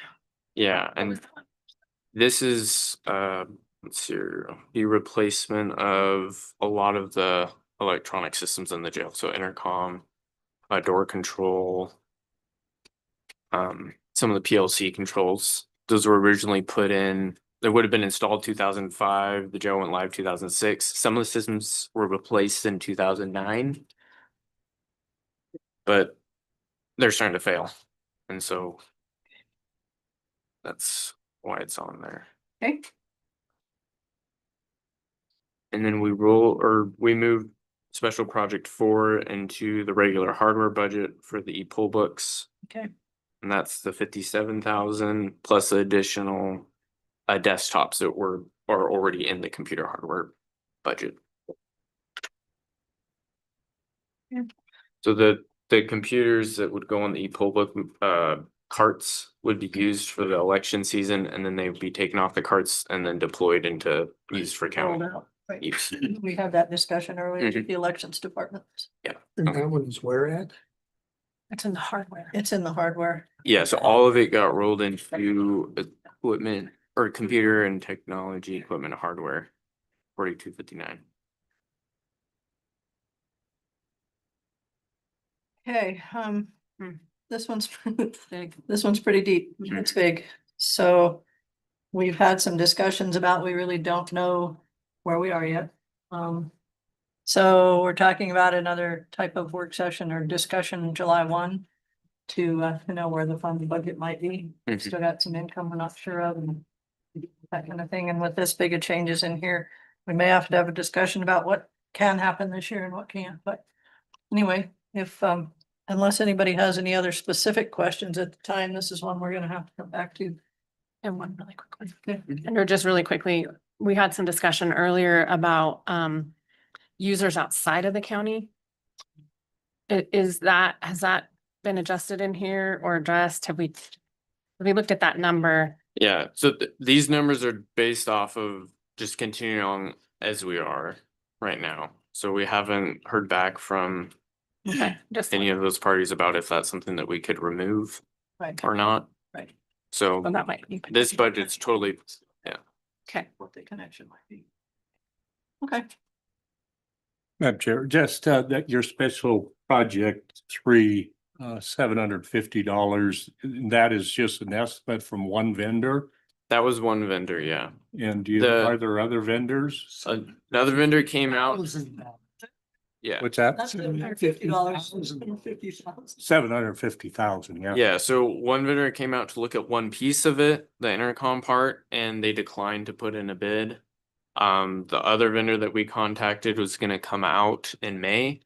They weren't able to make it out, and supposedly they're gonna come out in July. So those numbers was all I had to go off of for when I put the budget together. Like, we've been trying to get people out, I think since March or April or earlier. And So, Isn't this project the one that was kind of hard? You have to be careful speccing it. yes, so the concern is if we have different vendors do different pieces, they all do need to tie together and work together. And so- security factor. Yeah. Yeah, Okay. I think we'll be back in touch on this one. okay. That's all I can tell you. So I'll adjust the telco one though. Okay. And see if I can get that down low. Okay, thank you. Alright, thanks. Next on ours is a county assessor. Hi, Terry. Madam Chair, how are you? Good. This is Spencer Reed, First Deputy. Okay, I think you've heard most of the spiel. We're just going, the top part, we understand that those are really out of your control, and as long as you're staffed and nothing much changes there. So if we work through any changes that you might have on the bottom, and we may have a couple questions. There's some things at the bottom that don't match what Steve has, and he just told me I was supposed to tell him, but I thought Oh. we'd work that out. Okay, I guess we'll do it together. So you want to just go over changes? Let's just run down through your numbers. So if you have telephone and cell service, We don't you have have that. nothing. Dues and subscriptions went down just to match what happened last year. Okay, Education training was down last year, but we have 2 new people. So I want to make sure they get the early on training that they need. So I want to hold that number where it is. that's 16. Yes, please. Okay, And then materials and supplies. I'm thinking there's a mistake with that, because if you look at the next line below, go to 2024, 2025 expended. And look at previous years, the gas was closer to 4,000 every year, fuel, gas and oil. I'm thinking there's possible vouchering error there. okay, for account numbers. Yeah, so I would like to. Materials and supplies. Is up a little bit. But it doesn't come close to the expended, which, like I said, may have come from Oh. fuel, gas and oil. And on the fuel, gas and oil, that 4,500 is consistent with previous years, maybe just a little bit higher. Yeah, 500 higher. So I could see possibly dropping that if you wanted to. Gonna drop it to 4, where it Sure. was? Yeah. Okay, And then going down from there. Tires and tire repairs. We have a vehicle that's gonna need new tires. okay, He has to take to drop that. Vehicle maintenance is the same. Nothing, grant funded expenses is gone, and the big one, I guess, is contract services and professional fees. Breakdown I have of that is TY Pickett appraisals 12,300, and they're the ones that do our industrial appraisers. They're engineers, far more qualified than us to appraise gas plants, the coal plant, power plants. So that's been consistent throughout the years. Another one is Eagle View, which is our aerial imagery.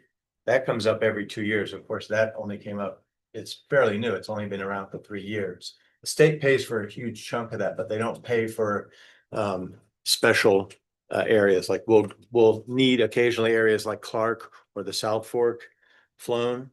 And we've got to match it. So we take imagery 1 year and then the next year we take new imagery and see what's changed. So we've got to do it at least 2 years in a row on each one of those.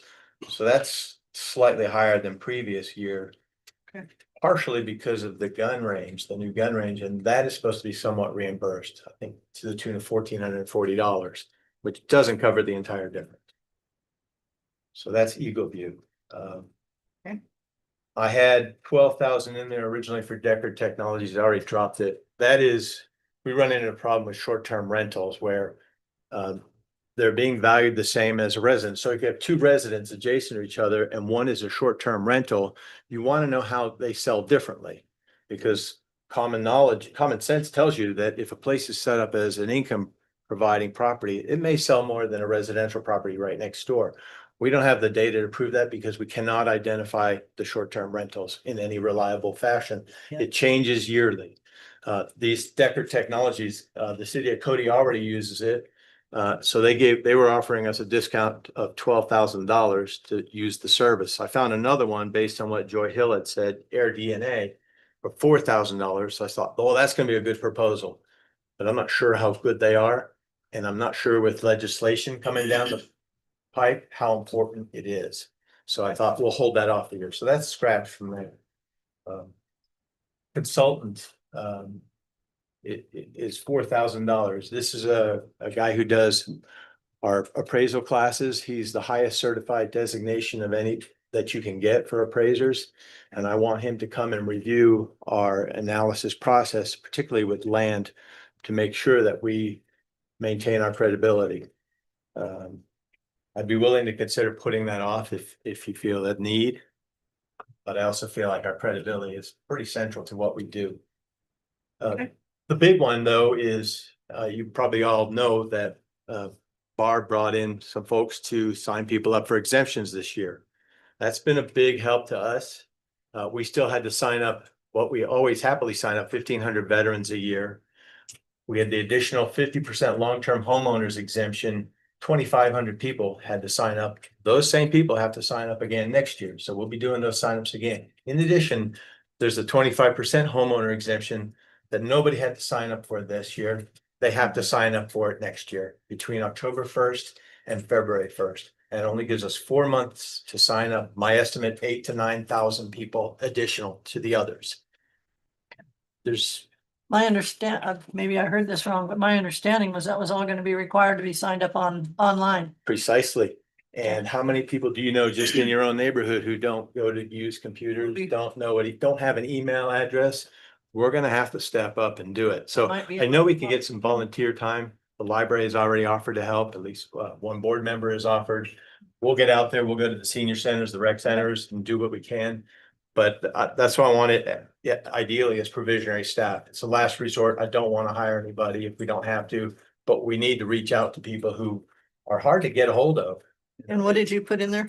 I put 22,000 after talking to Bobby about what it could cost. Okay. That's 19,800 in salaries and then benefits that add up to the 22. Okay. So what line did he put the 22,000? Temporary employee wages up on top. Third line down. Oh, Oh, you put it as 19. You put it in at 19. 19,800. Okay. Yeah. Instead of 22. Okay. Yeah, because he had benefits to it. Oh, gotcha. Okay. We've got good explanations of what you have here. Unless the other commissioners have thoughts right now. We'll just wait and digest it all together before July or June. Where are we at? July 1. Wrong month. And see where we're at. If there's something that we say, that might not fit, we'll let you know. Thank you, Madam Chair. Let me know if you need any more information on any of it. Okay. All right. Thank you.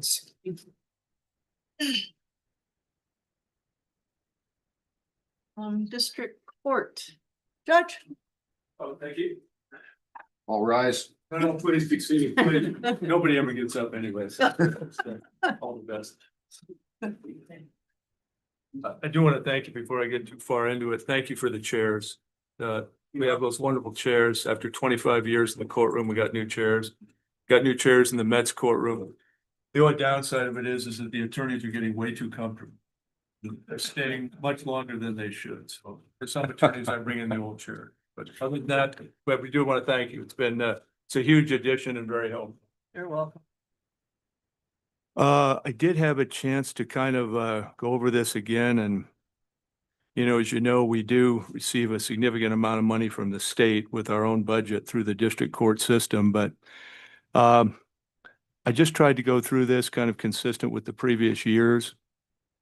And I know that finances are what they are, and I've tried to kind of go through this and maybe give you line by line, and any additional questions you might have, please just let me know and I'll try my best to answer them. But for example, on the our district court judge on the expended and the budget, telephone and cell service, because we use the Surface Hub so much of the time, and that's paid for by the state, it really has been a tremendous advantage for us because we no longer have those very significant long distance phone bills that we used to have before we had the Surface Hub.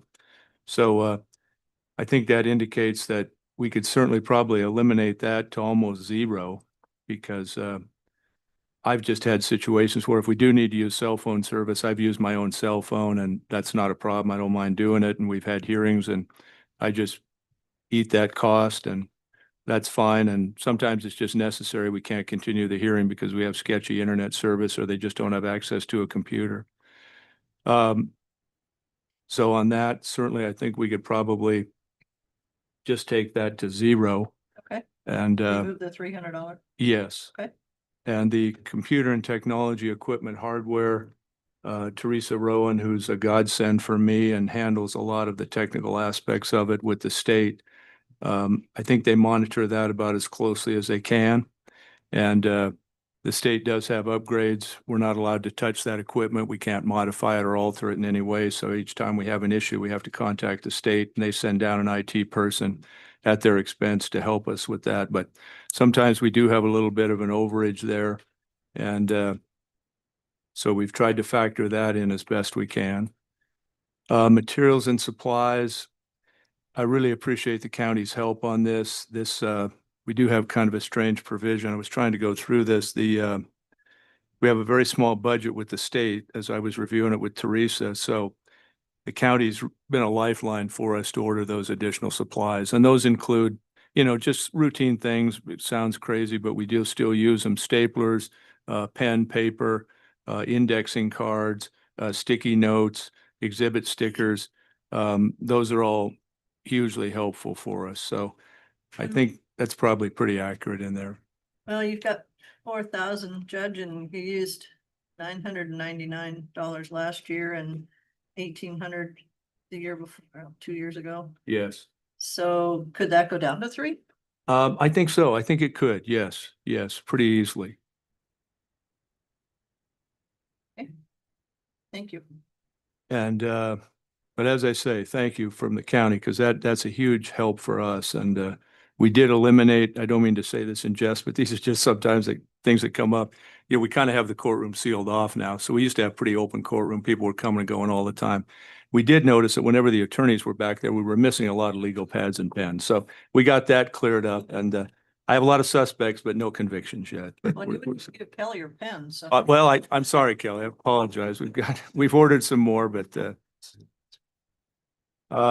the equipment, furniture maintenance and repairs, that's basically negligible. We really have not, since we got rid of the chairs, I told Commissioner Mangold this, the chairs that were bracketed together by Fly Broad during his many years of service here for the county. Those chairs were taken to the dump, unfortunately. We landfill. Well, thank you. We tried to donate them to the Homesteader Museum, but they said there's a limit on what they'll take, so they were not included. But I think, we're in great shape, and those chairs have really been phenomenal because the other chairs we had in there, honestly, they were kind of held together with baling wire and tape. We had a few of them. A couple of attorneys bent back at strategic points in their presentation, and they fell out of the chair, which kind of diminished the effect of their argument, but they continued. So, but it's really been an advantage. And we've had a lot of compliments. We've had litigants come in from various parts of the state. They're very happy with the courtroom and the seating. Grant funded expenses, drug court. We have that as zero. I don't anticipate any expenditures on that. Drug court has continued to be very helpful to us, and they have their own sources of funding. Jackie Fales has done a great job, and we have really been able to, I think I say save the state money, and I think by saving the state money, we save us all money because drug court has allowed us to transition into some other sentencing provisions rather than jail sentences. Obviously, jail is sometimes the only option, but drug court has been very impressive. I checked the numbers last week, and drug court is, I believe, number 2 or 3 in the state in terms of success rate. So what it means is if we sentence someone to drug court as an option, they have an 85 to an 86% non-recidivism rate. Means that they complete it, they stay clean, they're sober, they're not on drugs, they're not on alcohol or both, and we don't see them in the court system again, and they don't go to the state penitentiary. So that's been really been a successful program here, not only in the county, but I think statewide. The involuntary commitment and hospitalization.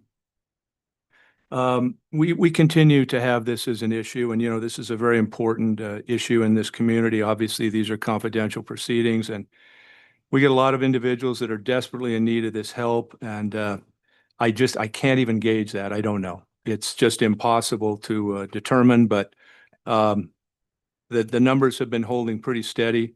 County Attorney's Office, I think, does a great job. They many times will get these cases and they can transition them into an alternative placement program that doesn't require hospitalization, and they can get into maybe a private pay or an insurance arrangement by a third party.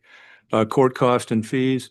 I think that's held steady and gone down somewhat. We have not had that many jury trials recently on the criminal side. We have some scheduled, but those cases are tending to resolve themselves, and I think that will happen in the future. We have a docket call like every 60 days. We just try to review these cases. Where do they stand? Are they going to trial? Are they going to plead out?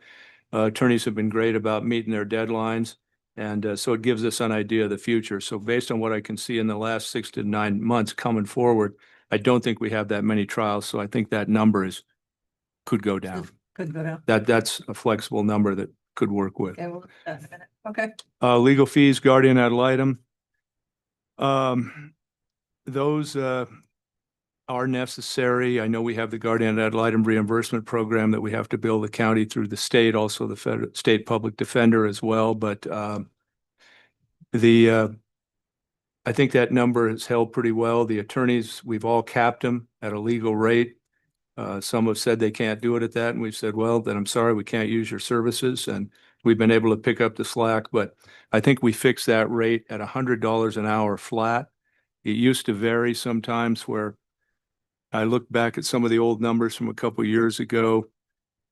The county was paying on average $20,000 to $30,000 a month sometimes for these fees on special juvenile appointments and court appointment cases with GAL, and we've taken that down to about $1,500 at the most, and we're continuing to work on it to get it down lower. Legal fees, public defense, that has obviously the state reimbursement, and then just anything we have on conflict cases. Attorneys have all been willing to stipulate to the amount on the cap fee. We have had some difficulty. They haven't been getting their invoices in on time. I've tried to tell them, you got to get those in within 30 days from submission, and or I can't come to the commissioners and get them paid, but I think we're making headway there and trying to get them in on time. But the problem is some of these cases remain open, and they're open for so long that it might be 6, 9 months. So it's not as if they can bill it monthly, and they bill it at the end when the case is resolved. Legal fees, court appointed. That's really helpful to us. And once again, that's kind of unpredictable, but I do think things are kind of ironing out, and that number is probably, you could reduce that as you see fit. We just need to at least have, I think, somewhere in the area of a cushion of maybe 45 to 50 on that. You want to put 50 in there? Just Yes, that would be, I think we could live, sure, that would work. okay.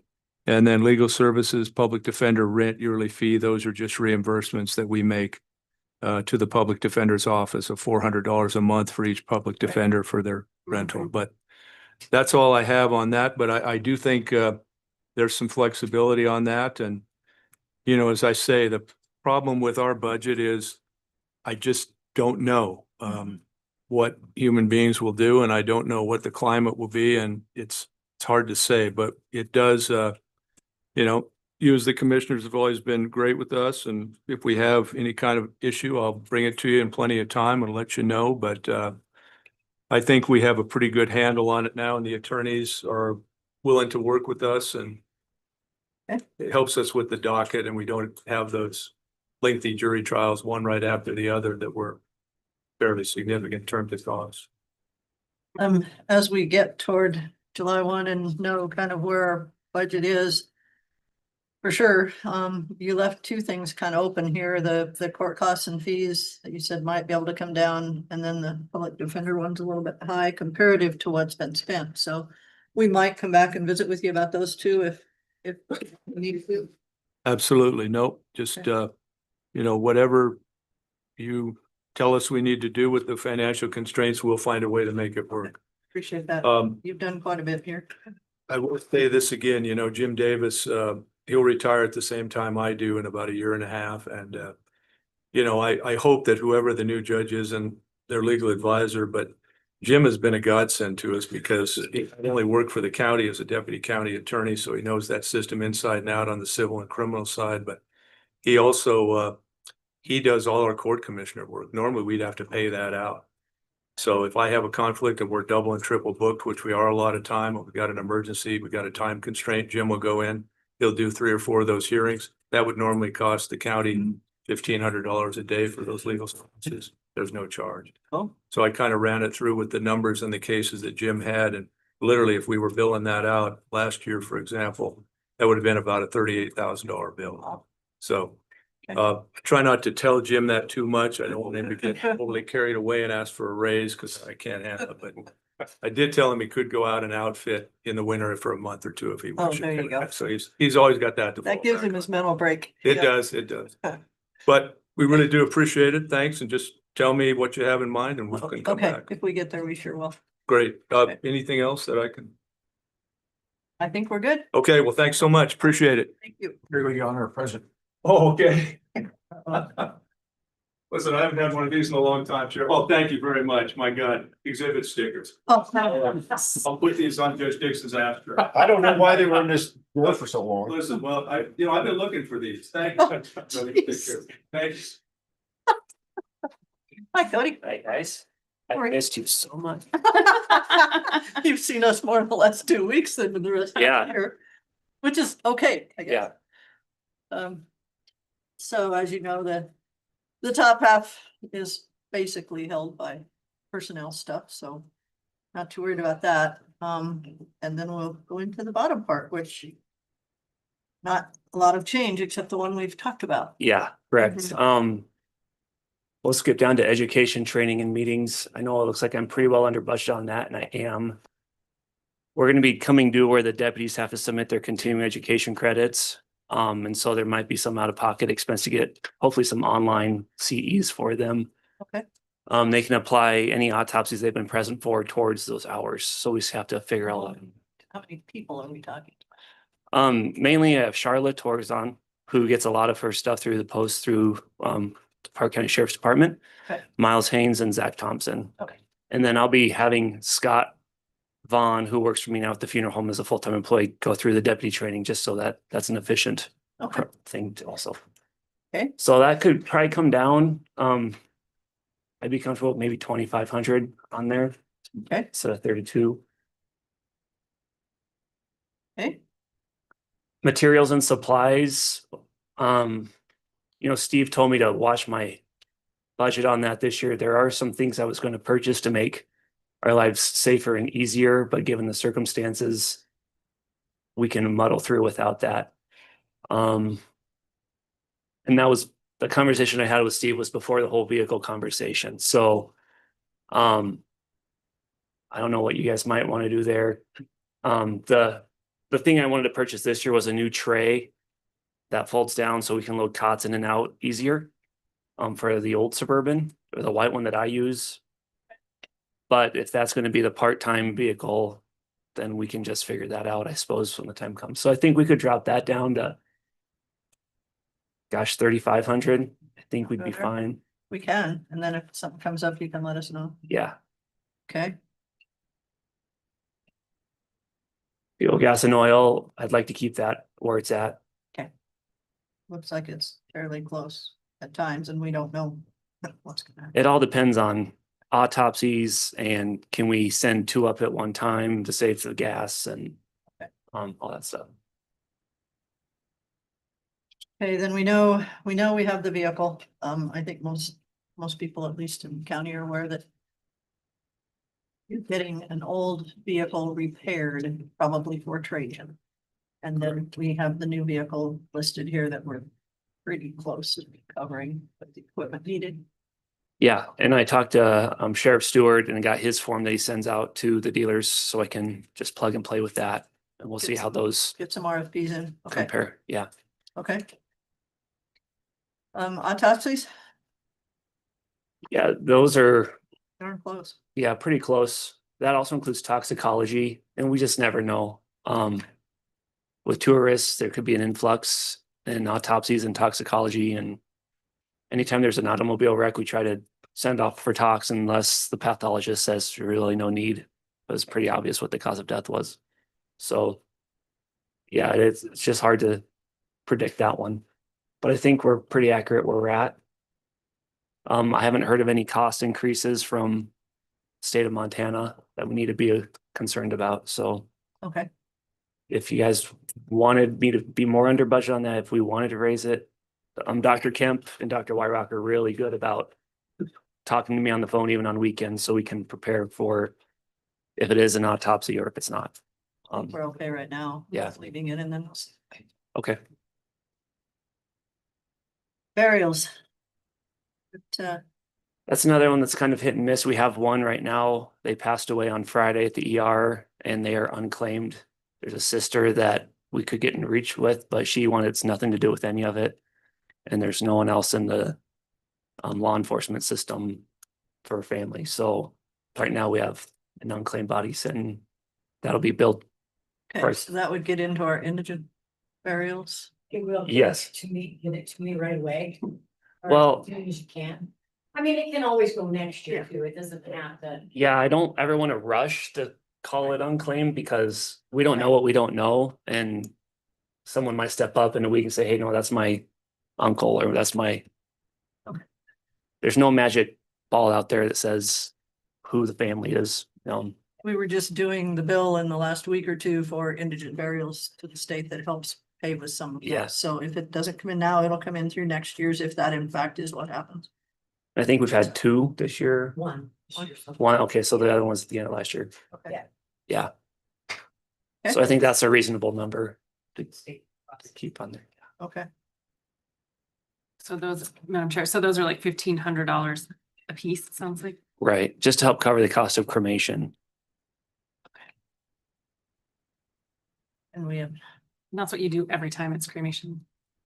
That's what the statute allows me to do. The coroner can sign cremation authorization. I really don't love doing it because it's so irreversible, but Riverside Cemetery requires an outer dome to go over top of any sort of burial container. So we can't cover the cost of that with the $1,500. So given the statute protects us, that's what we do. Okay. And then at least the urn can go into our cabinet at the funeral home, and 20 years from now, if someone comes forward and says, hey, I think my uncle died well, 20 years ago, at least we can hand them an urn, At least hand them somebody. hand them something. You know, the old saying is, well, they can always go exhume a body at the cemetery, but I think times are changing where cremation's more acceptable for stuff like that. for sure. Yeah. Anything else on coroner? What did you find out on the other vehicle? It's getting repaired. What is wrong with it? It had some, it wasn't transmission or engine related. It was in the brakes and struts and stuff like that. So, it should be operational.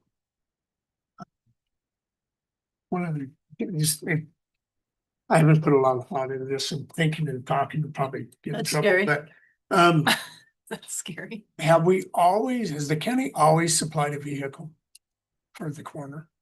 Yes. As long as I've been Or there. as long as you've been there? Would you as a coroner consider using your own vehicle and being paid a mileage rate? Well, is this the time to talk about that?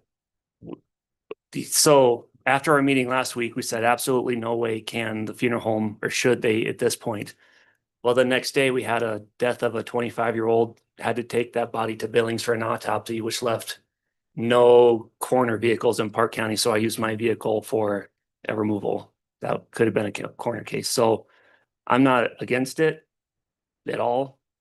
We just have to figure out the liabilities And that is. through insurance. Yeah. And we discussed that a little bit the other day. Did we ever find out anything on that? Well, this isn't probably the right time. We have all this on the agenda tomorrow, actually. We do? Yeah. Well, then we can talk about that now. John. Yeah, there's an MOU on the agenda tomorrow to cover this type of, or temporarily. And yeah, the way it is right now, it's a Well, temporary thing. Long term, and just. Go ahead. If we have time. Okay. Madam Chairman. So, yeah, for your agenda tomorrow, you have an MOU on the docket that will cover the coroner loaning essentially his vehicle to Park County. And our insurance will cover him, but we have to put his vehicle on our insurance. We have to actually claim it. We have to send them information about VIN number, year, date, all that stuff, and how long we're going to cover it for. They indicated to me that that's not necessarily typical for counties to do. But they will cover it as long as the county has an MOU in place for that deal. The liability side, local government liability pool, stated to me that in like that the coroner would be covered if he harmed someone else in his official capacity, that liability would then come in and defend him. They do not, liability doesn't do anything to cover the vehicle. The vehicle's under warm, and then LGLP, it would defend him as in his official capacity And his deputies? and his deputies. And I'm good with this as a part-time solution. I'm just thinking abstractly, what happens if there's a homicide in Meeteetse in a blizzard? And I'm driving back and I get in a wreck, and then the evidence, which is that body, is mangled in some way, and it's in my own Yeah. funeral. Like, who's covering what? Of course, the evidence is going to be tampered with. So it's probably good to have that. Madam Chairman, we don't make the sheriff go to calls in his own vehicle. No. Just as a related type situation, he's going to calls in his official capacity as the county coroner. Right. So. Okay. All right. Yeah, we'll help as best we can. Discussion tomorrow. It's a pickle, but Okay. yeah. Thank you. And are you coming in tomorrow?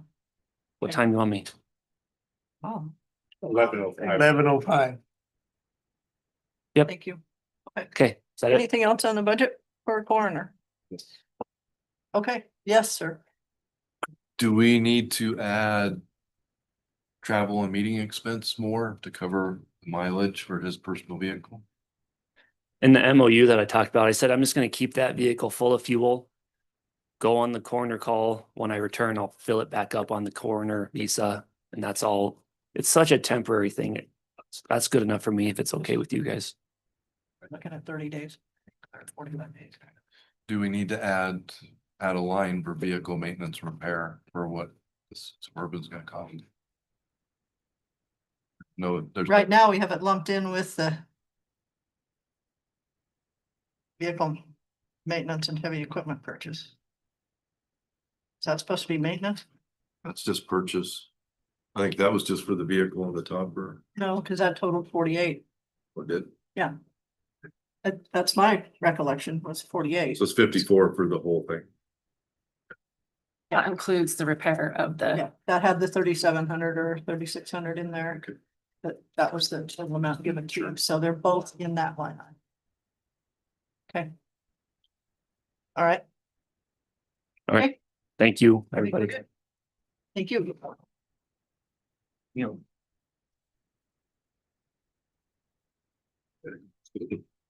Come on up, Barb. The next one that we're doing is the county treasurer. Big missing that out of all. Hello. Hi. How are you guys? Good. And I know you've heard what I've said all. Huh? Yeah. But I know you've heard what I've said, so Okay. it's pretty much set. The only difference in my top part is, last Thursday, my second deputy resigned, and so that position is open. And I'd appreciate if I could just leave it open until I can figure my world out. So, that is in the budget already. Also, the provisionals, I've utilized those, you guys, a lot this year. I've had two out on FMLA, and so those provisionals really came in handy this year. So I'd like to leave those in. Where are those? That's my temporary, Oh, I think is what it's okay. called. That was humongous this year. And then with one of my FMLAs resigning early, I was able to use some of those funds too. So up on top, Okay. that's the difference. Okay. Down below. Sorry. Down below, there's not a lot of changes. Supplies are still really high. We've got another half a year of the new plate series, and that's postage, the envelopes, the tape, everything there. So Steve and I adjusted the postage down on the revenue side, right? Isn't that what we did? Yeah, on the general halfway through the year, because then we won't be receiving that back. You got 0 in here. Yeah, so in the general side, I adjusted that. So everything's about the same, or we'll see how the new change in the paperwork's this year. So that may change, and we might not be our advertising as much with tax sale coming up. We have quite a few taxes going right now delinquent.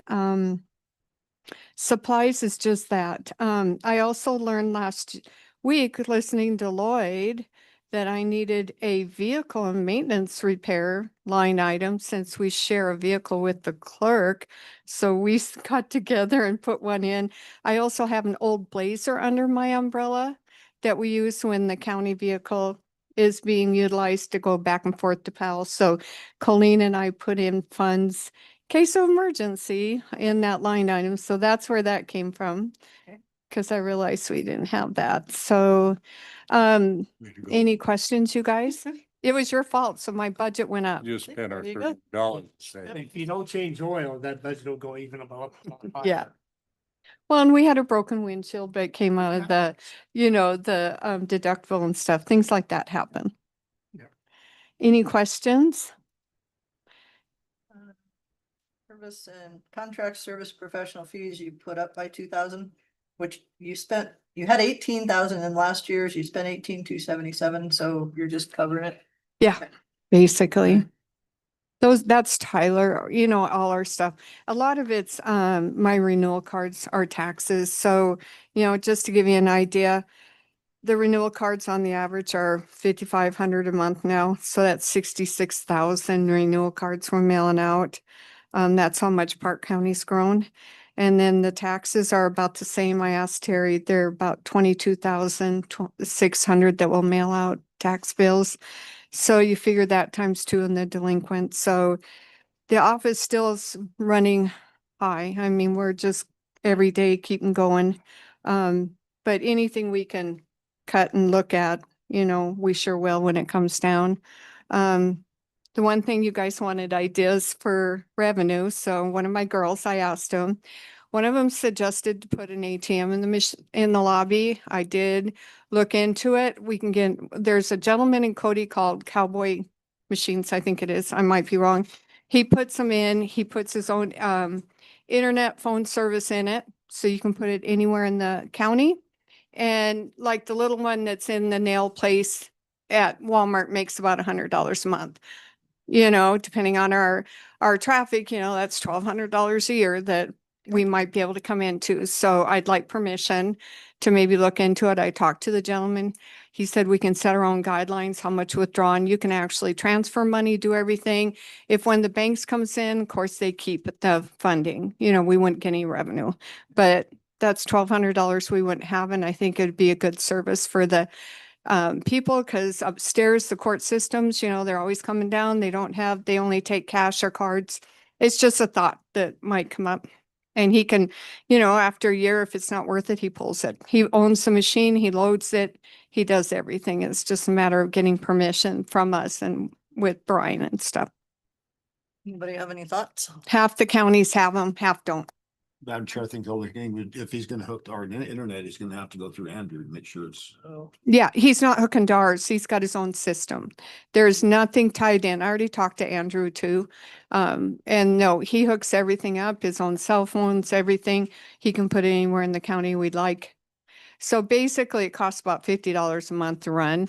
So the first 50 revenue would cover the expense, and then anything after that, we can negotiate how much of it belongs to us or not. It's just a thought, you guys, something new. And I'd probably have my plates today if I would have brought my checkbook in, but I wasn't gonna pay the extra fee To mail them? no, to use my credit card, maybe, but. Understood. I'm not going there with you. No. Madam Chair, no, I like the thought sounds good, but do you know what he would, I'm trying to see how this could fit into our procurement policy, if you will, is he would be somewhat of a vendor using our stuff. Do you know how much he would revenue? No, I do not. And I guess my question is if we don't really have an issue with this, but I mean, you let one person do it, and then another person says, well, why didn't you let me do it? We'd have to look. But I'm just, so I guess if it falls under the 10,000 that he would make, which I would think it would, but I don't know. You know, that would be after trial and run. I mean, like he said, the little, in Walmart, the little nail salon there has their own, and revenue for the county would be like $100 a month, if that's all the traffic. Yeah. He may make out of it. I wouldn't know probably either. So, you know, but he's supplying all of it. Yeah. Someone else in the public said, well, Mhm. why come I didn't get the chance? And I can call around and ask the banks, and you know, they'd be about the only ones, or do something, but I just want, if you guys even would. Well, I do believe. Consider it. Think on it, but if it does fall under the minimum requirement that we need to get quotes, because it's reverse of basically. Yeah. A vendor. Does anybody have any objection whether doing more research on it? Thinking about it? Okay. One thought that just came up that I'll say out loud is, what, can the county just purchase their own and not have? We could, but I'd have to service it and stuff. So I think we'd lose, you know, for what little we use, Kelly. I thought about that, but then the bank charges for change orders. So, you know, if you go and buy 20s and 100s and stuff, you know, we'd have, and then the security end of it, servicing it. I don't know if I'd want to go that direction to make it worthwhile.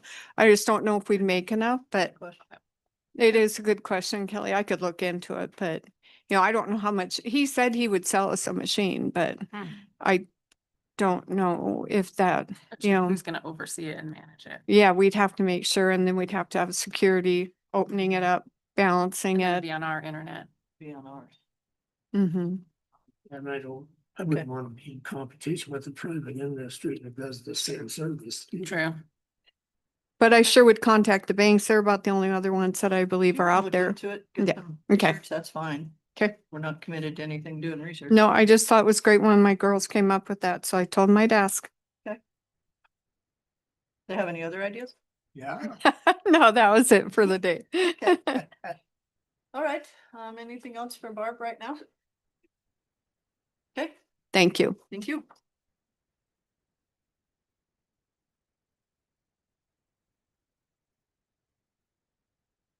County clerk.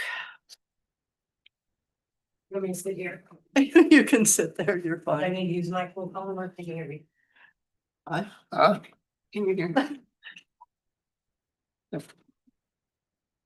All right, we, like Barb said, added gas, oil and fuel, tire repairs line item, star budget also. Since we share that vehicle 50/50.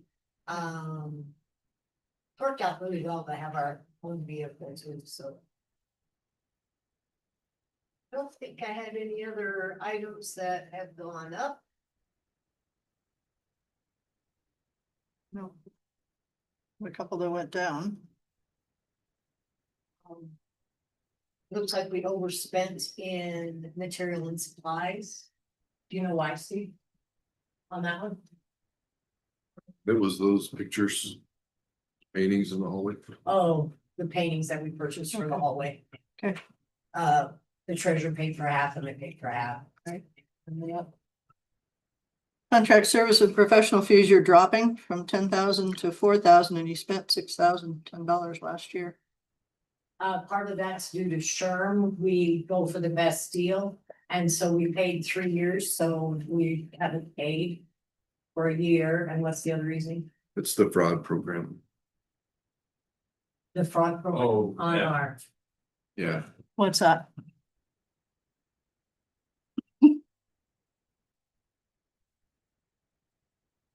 Madam Chairman, that's the program that we incorporated with Tyler Technologies that outside individuals can sign up for, that gives them an alert if anything is recorded in their name. So the upfront cost of that was $6,500, I think it was, with installation and then the software. And then our annual fee for that is it's pretty minimal. It's like a couple $100. And Andrew's actually incorporated that into his fee line item in with his software fees. Software. Right. Okay. Okay. Thank you. Any other thoughts for the clerk? It's pretty straightforward.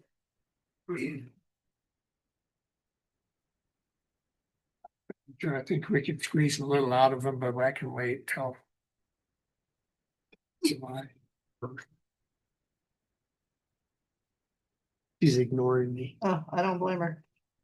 What'd you say? Said he's trying to find a place to squeeze. I said, some out of you. I know we can squeeze some out of her, but we can wait. We already got 6,000 on that line, Adam. Yeah, I know. She gave up 6. It was so easy. So, but dues, the subscriptions and bonds, I mean, those aren't those pretty much.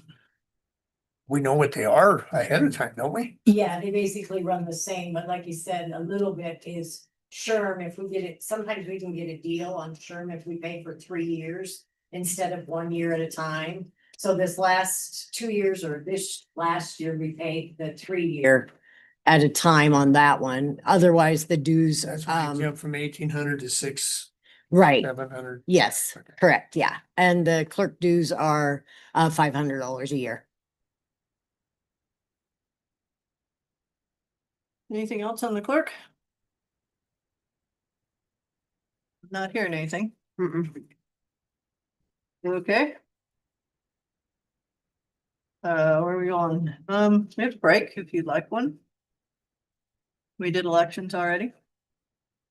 So if you want to take a break for a few minutes and we can come back and finish on some of these outliers and the county commissioners. You gotta beat the hell out of the commissioners. General, there's no. You can try. It might not be a one. I don't know.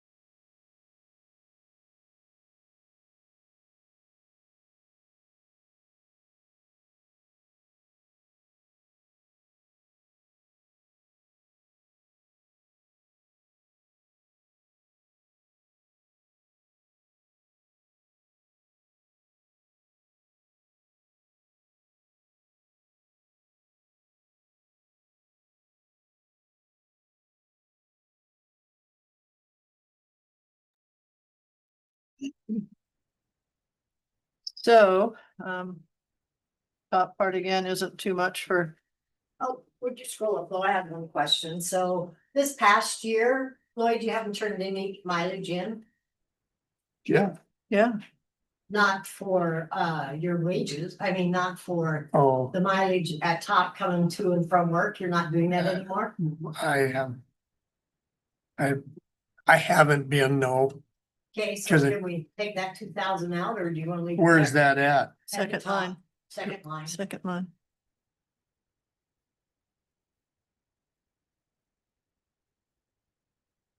I guess we can. Scott? I don't, You've never done it? no, Nobody does it. You made me feel bad the last time I did it, so I was like, I'm just asking. Donate your $300. Okay, we can save 2,000 here right off the bat. there you go. do it. That's my donation, so I don't have to buy. Do I still owe you $15 for the paper? Well, that's debatable. You can. No, I mean, cause that's the thing, though, if you're not gonna charge us, there's no. No reason to have No it in reason there. to have that. I there. understand. Mileage when Understand. you travel somewhere else with your vehicle, as you know. Well, so That's maybe. down below. So maybe, Right, yeah, that's yeah, down below. that's down. But if you're wanting mileage to and from work, then it has to come out because we have to take taxes on out of it. Right. Right. Yeah, I'll just say instead of coming here, I'll just say I went and looked at the road. You'll get it one way or another. You can take Okay. it off. We can take it off. Okay, so that 2,000 is gonna go away. I have to do that on my wage sheets. Oh, that's true. Okay. Anything else in the top part that anybody's questioning? We know the health insurance situation. Sorry, speaking of which. That one should go down, right? The health insurance one should go. It won't be it'll be bigger this year, won't it? What's that? It actually, Like the health insurance piece, because I don't take health insurance. what? So that should go down. You decline the health insurance? Mhm. Oh, okay, then it'll go down. Okay. And that will all be brought in when we bring our wage sheet in. Because mine will be on this fiscal year because it was budgeted different last fiscal year. Right. Right, so there's more. There's my contribution. So you get a paper copy too. Okay, we're moving on. For $15. You don't even pay 50 if you say. You know, that may be already reflected, Kelly, in there. Did you ever take health insurance? So it's already reflected in there. But it'll be big, will it be, so it's accounted for the total amount. for the- $433 less than last year, and Molly was on a single, so. It has to be. Oh, wow, okay, accounted for. I see. Mhm. Because Lee was on a single. He was on single, right? Yeah. Okay. You're on family or single? Single. Lee was family though. Yeah, Lee was family. Okay. So that's where the difference Well- would. He was employee children. Yeah, okay.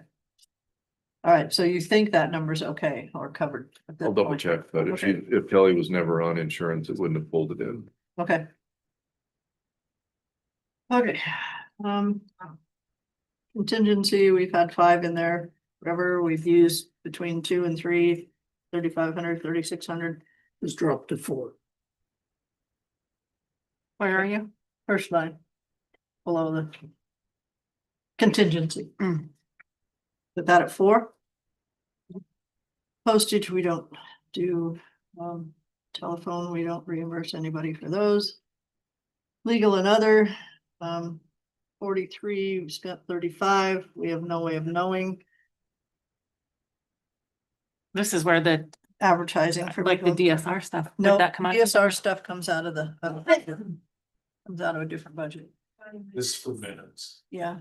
Hmm. Minutes or special meetings, that kind of thing, we do have to, if we, not the special meetings for DSR, but special meetings other than DSR would be done through here. Next year, Madam Chair, next year we'll get a better picture of that since we're now a chosen only one newspaper. So we'll get a better picture of where we're gonna sit. You could probably drop it to 40,000 I hope we save more than 3,000 by putting minutes only in one paper, but that's a possibility. I mean, it could be more than. Well, they also said theirs had to go up a little bit if Yeah, we're just doing yeah, one. So yeah. do you want to put it at 40?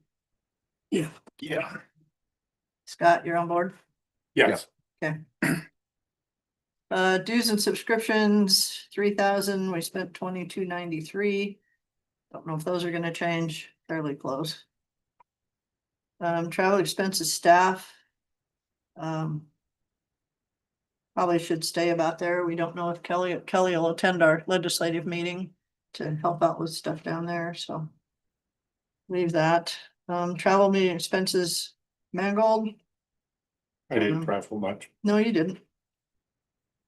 We've got that yours at 20, we have 4 of the commissioners at 2,500. We have Lloyd a little bit higher just because of the proximity to where he lives as far as mileage to places. So that's been the differential that I've seen over the years with us. Does anybody think that any of that needs to change? Madam Chair, the other thing you need to recall is, are any of you on a board that's gonna require you to travel to different counties, like, I don't know, any boards, any? Not out of the county. Okay. Not that I'm aware. Well, what about your legislative committees? And you're, like, he's on. WCA will reimburse some of that too if we need them to. But we aren't using our total mileage here Okay. anyway. So what are you saying? What was your concern? Well, so like sometimes I know you go to Thermopolis for a meeting. Right. And that. Well, Scott would with Basin Authority. He'd go to either Yeah, Thermop or but to. that just comes they- out of this mileage here. No, they reimburse me. They pay me directly. Okay, so some of them. Yeah, so if you were going out of the county for a committee meeting or somebody you were a liaison for. And charging the mileage, do we have to change anything here? Oh, I watch it as throughout as we go, and to be honest with you, when I get close, I quit charging. Okay. That's why mine's within $32. I had more than that, but Anybody see any other reason that we would want to change any of those, the 2,500s or the 3,000? Okay. Education, training and meetings. We haven't used much out of there. There's 500 in there. Years ago, it was a 721. I'm not even sure what that was, what training we had. Tend to avoid education, so I Yeah, think we. yeah, we don't want to be cut that educated. one. So. Materials and supplies. There's only $300 in there. We used 272. Don't let Kelly go to Walmart. Okay, next one, zeros, legal fees. 3,000, didn't use any last year, the last 2 years. it's 3 years. Yeah, Why? there will be some this year. Yes, sir. The latest. Yeah, that's where legal fees have to come out of. When does that happen? Whenever the attorney is done with the process. No. I didn't know the process started. Yep. Contracts, services and professional fees. This is again, not DSR. This is just some outside stuff. If we were to contract with anybody, there's $5,000 in there. We haven't used it for 2 years. I'm not even sure what this stuff was in 23 and 24. Yeah, not that high. That was. I don't know. Do you remember, Steve? That was the ARPA for the NACO. Oh, okay. We had to put it somewhere. In order to, when WCCA negotiated or NACO negotiated for counties for ARPA dollars, they asked for a portion of everybody's ARPA dollars to be rolled back to them for the costs associated with what they were doing. And so it was a percentage or a portion. So that was put in that line item. That won't happen again. So I don't know if the 5,000, if we just don't know. That's contract services. We don't know.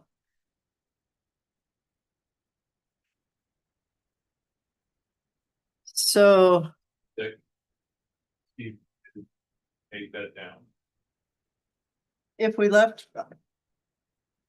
Well, we moved contingency down to 4.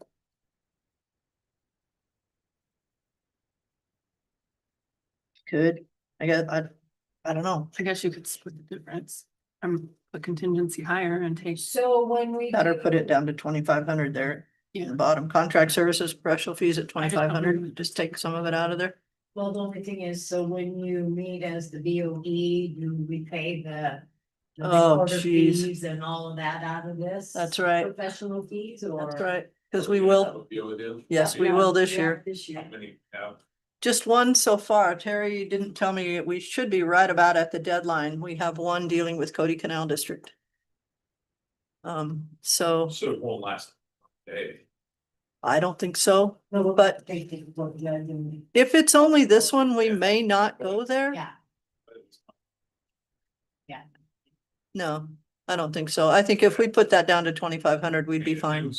it was over $2,000, I'd seriously look for a different Yeah. hearing officer. Yeah, and we may not, if it's this single one, the county attorney has advised me that we may not need one. So, because of the issue. Okay, so do you want to go to 2,500 on that instead of 5? Yes. Okay. Along with our budget, we have the land and environment issues. And in there is the DSR. And we're coming down, there are 3, what? It's 1932. It's on the screen now. We have about 125 left on the contract to finish out the process that we're in with DSR 2. That's about it on 1932. And that is a signed contracted amount that we're tracking there. So that is what's left on the contract. Okay. Is there any possibilities of any change orders? You never know. Not that I know of at this time. I think when that happened on the land use plan, where it looked like that might happen, we ended up bringing some of that work in-house instead of doing a change order. So that's certainly a possibility with the DSR. So nothing on land environment issues? Where else are we going? Youth services. How much? Oh, I thought he was coming in, but. Oh, I had it here a minute ago. Youth services, 1,350. That is one employee at this time. Down from 2 a few years ago. And he turned in a budget. Nothing changed on the top except the health insurance situation. And he's not here to ask a question about travel and, well, his travel and meeting expenses, he does have mileage every month. And that has to do with the fact that he covers both Cody and Powell. And he can end up going to Powell twice in a day, depending on how the youth meetings are set up. This is Dawn. Dawn, yeah. So that's probably, he's raised that a little bit. Well, he had 4,500 last year. He's got 4,800 this year. He's used 3,700. So if fuel changes much, or it's pretty iffy there. So I don't think that's a huge change. That's a problem. And the others, he went from 750 on test cost and supply. There he is. Come on up. We're just doing yours. Just going on? Yeah. It's at 3:00. Well, we said be early. I'm early. We said by 10 minutes, so you're close. We're just getting started, Don, and we were talking about the top half of the budget's all personnel stuff, and we haven't done anything with that today with anyone, except for noting that the health insurance has changed. Okay. And then on the bottom half, we were talking, looked at your travel and meeting expenses, understanding on the mileage situation that, you know, you're sometimes making a couple trips to Powell or whatever. Well, it's usually 2 times a week. Okay. Is the way I do it. I have mandatory meetings in Powell on Thursdays. And on Tuesdays is generally court days where I have to be in court with the juveniles. Okay. Sometimes it's 3 times, sometimes it's 2. If I don't need to be there, I'm not going. Okay. Okay. But I understand a little bit of a change in mileage there because you're pretty close and we don't know what fuel costs are gonna do. And then materials and supplies. You left the same, which is fine. You I didn't did. use any, but don't know. I didn't. And then testing cost and supplies. I think those are down a little bit, I think I put in there. You Because I did. have some that are left over from last time, so I don't think to refurbish it will be that extensive this time. Okay, you went from 750 down to 400. Yep, So. And other than that, there's not much change. there's not. No, which is cool. I think we're doing well. I saved you a little bit of money on the budget, I think, this year, so I think $50. But you know, that's good, because you guys got me pretty slim anyway, Yes. so Yes, that's what I'm gonna do. I do have a little packet I put together for you guys to have to demonstrate what my job duties are and the changes that I want to make, and to also indicate to you that I think I do know the budget's a little tight given what the decrease of property taxes has done for us, and I appreciate that. I would also like to point out that I'm asking for a raise up to $30 an hour, up from $20 an hour. And the reason I do that, and I've given you supporting documentation, is that the average in the state for my position is $52,000 a year, and you guys are paying me 40 grand a year. I took over 2 spots, converted it into 1. In essence, I'm really saving you guys about 77 grand over the last average of the last 5 to 6 years. And so I would ask for you guys to consider that when you finalize your budget. And I just want to give you guys each one of these packets. Okay. Does that sound good? Yeah. Is that We it won't for me? Do any, yeah, we won't do any finalization stuff till about July 1. We're still waiting on some information. I get it. Okay. No worries. Okay, anything else for me? That was pretty easy. I think so. You didn't say anything. Okay. No? I was thinking it. All right. He was Thank you, thinking guys. it. Thank you. Thanks, Lon. You bet. Colleen, we didn't have health officer on the list, but there's. Oh, that's a public health. He was, I thought. It's a straight contract. It's Contract, okay, so that one's not going anywhere. Okay, Sorry about that. no, that's all right, it's in the group here, so I thought I better, So there it is. It shows it's 20,200, same as last year, and that's what we get back. okay. I do 1 voucher a month to him, so unless there's any conversations. And that's other- paid through the state. That's the grant we just signed in the last meetings, right? The health officer. Yeah, It's a grant. it's a grant. Department of Health. Okay. We have a couple others in here too. I'm just gonna touch on extremely briefly. Opioid funds. Those are court funds that are coming in from court settlements nationwide. We have quite a bit of funding in those funds, but they can only be used for drug issues. We have a committee that's been working together, the sheriff's office, the Cody Powell PDs, myself, drug court, Healthy Park County. Those kinds of people come together and kind of look at what the requests are for some of these funds. And to date, for this year, we're looking at providing funding to drug court for its Eat More position, same as we did last year. That helps them help a few more people. I think it comes to about $68,000 out of the funding for another year. We are going to meet with one other group here in the next couple of weeks that's requested some funds that deals with kind of rehab and getting people back to normal on the street. Maybe a little bit of rent help, a little bit of supply help or food help type of thing. It's that type of program. So we're going to listen to them and see maybe what they have to offer and what those costs might be. But otherwise, those opioid funds will be sitting.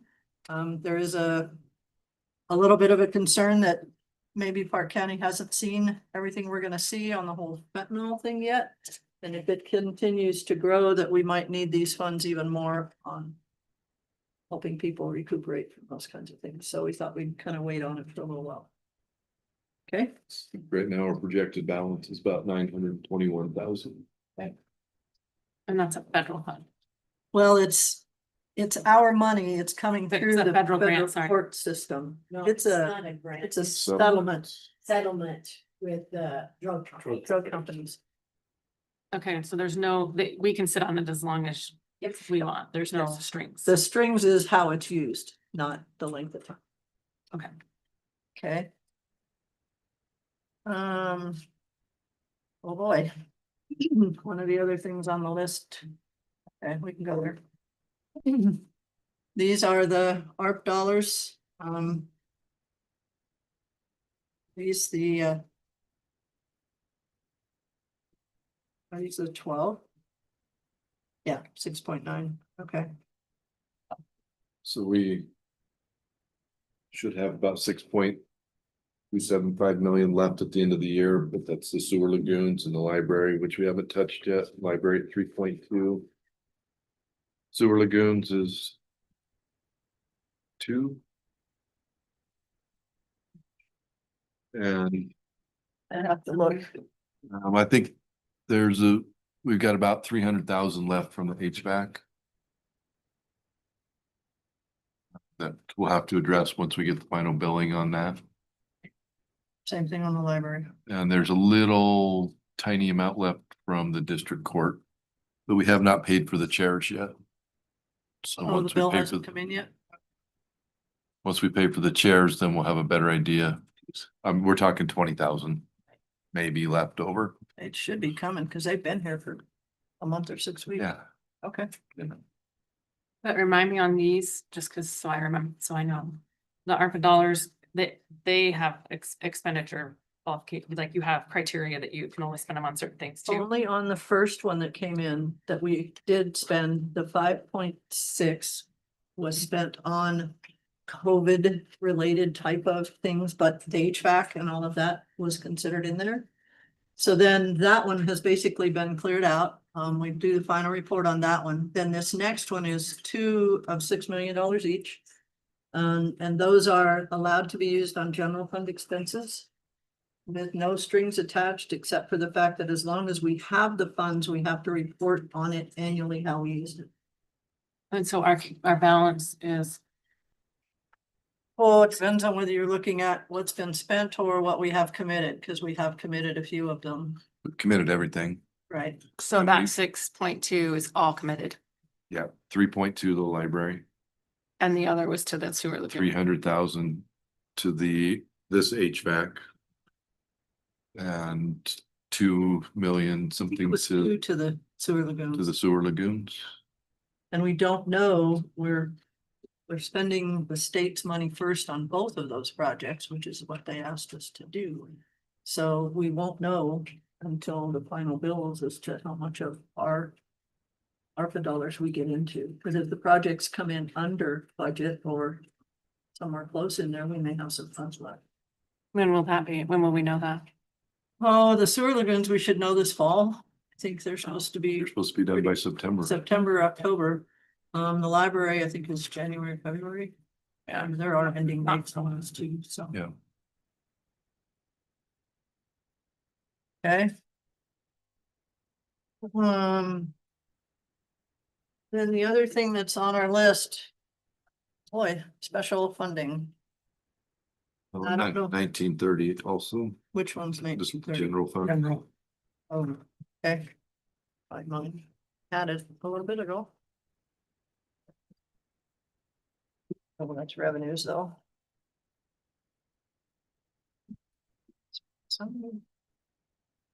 General accounts, okay, 1930.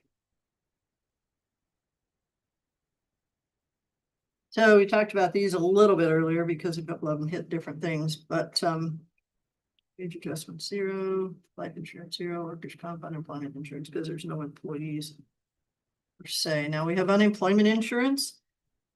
That's kind of a shot in the dark, isn't it?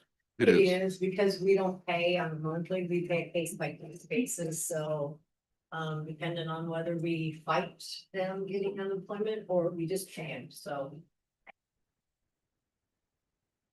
So in 21-22, we paid out 26,000. We've been budgeting 25,000 all the way across. 2 years ago, it was 10,000. This year it was 10,000. Do you want to leave it at, you've got it 24,894. I dropped 106 to satisfy Lloyd. Is what? To satisfy you, they cut out $106. Add another 0. Add another 0.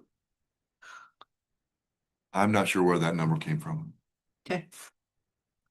Do you think 25 is where we need to be? It all depends on who quits and why they quit. Yeah. And where they were, what they were paid. I What they were And paid? what they were paid and how long they've been here. mean, you might be able to go down to 20. We could probably go down to 20. I mean, this year we didn't have a lot of turnover, so. I mean, if we don't have a lot of turnover, we're pretty good, so. Let's try 20, see if we can make it work. For sure. Okay. Property taxes.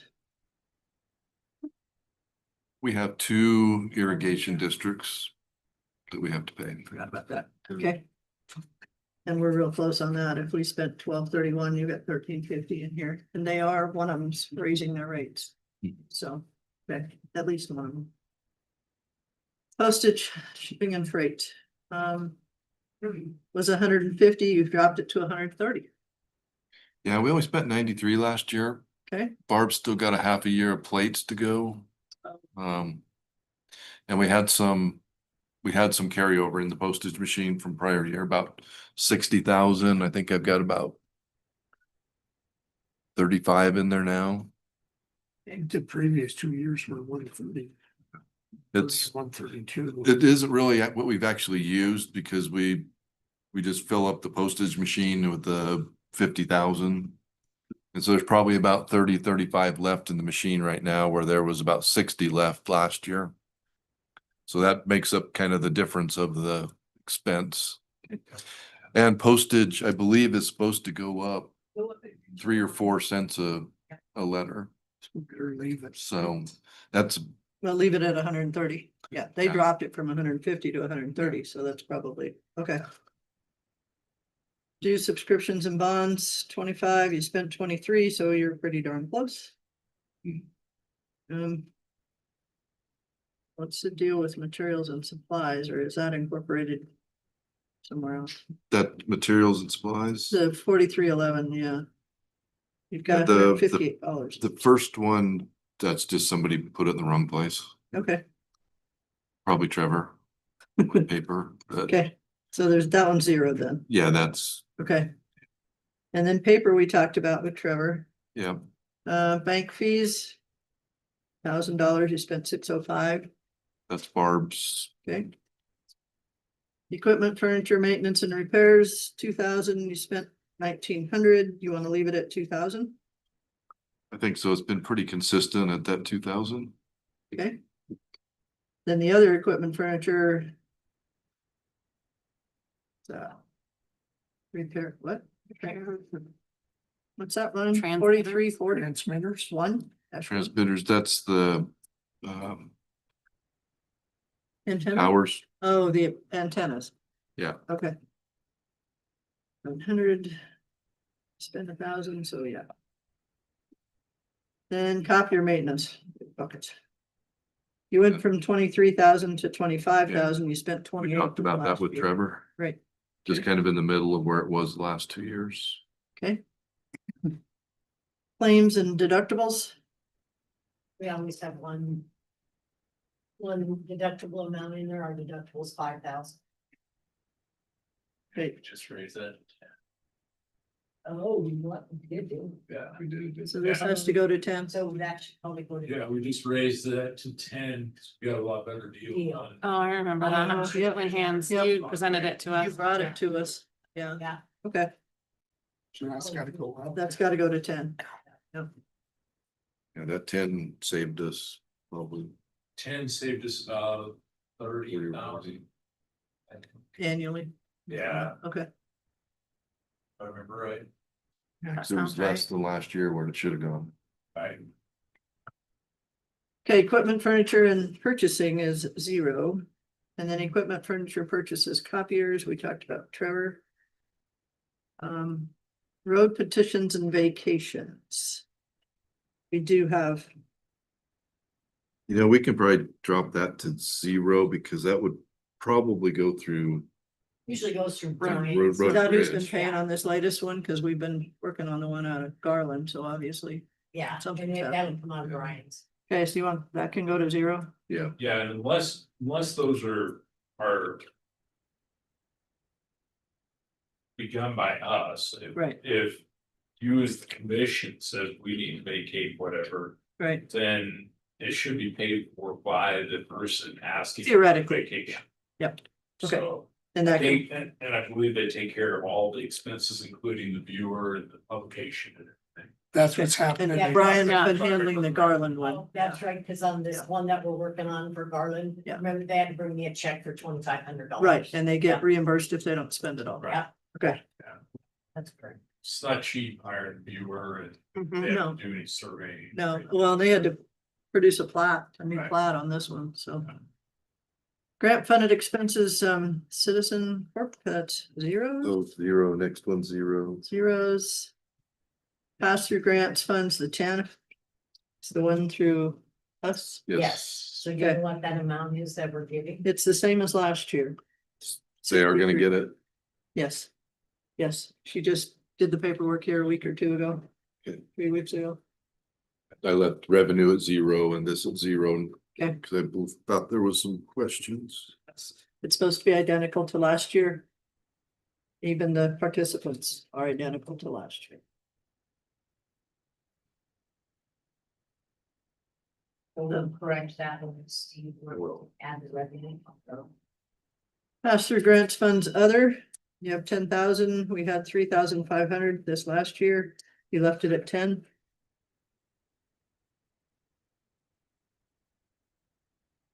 I think there's some bills that have not, and we had trouble with the BLM. I think that's the BLM transmitter fees. Something goes through that. I don't know why. Okay. I'll check on that one. Okay. And see what's actually going through there. Pass through grants and funds prevention, that's the Healthy Park Yeah. County. Actually, I have notes. It's the Cedar Mountain, McCullough Peaks. Oh, the one above that, okay. It's with that, and I know we had trouble and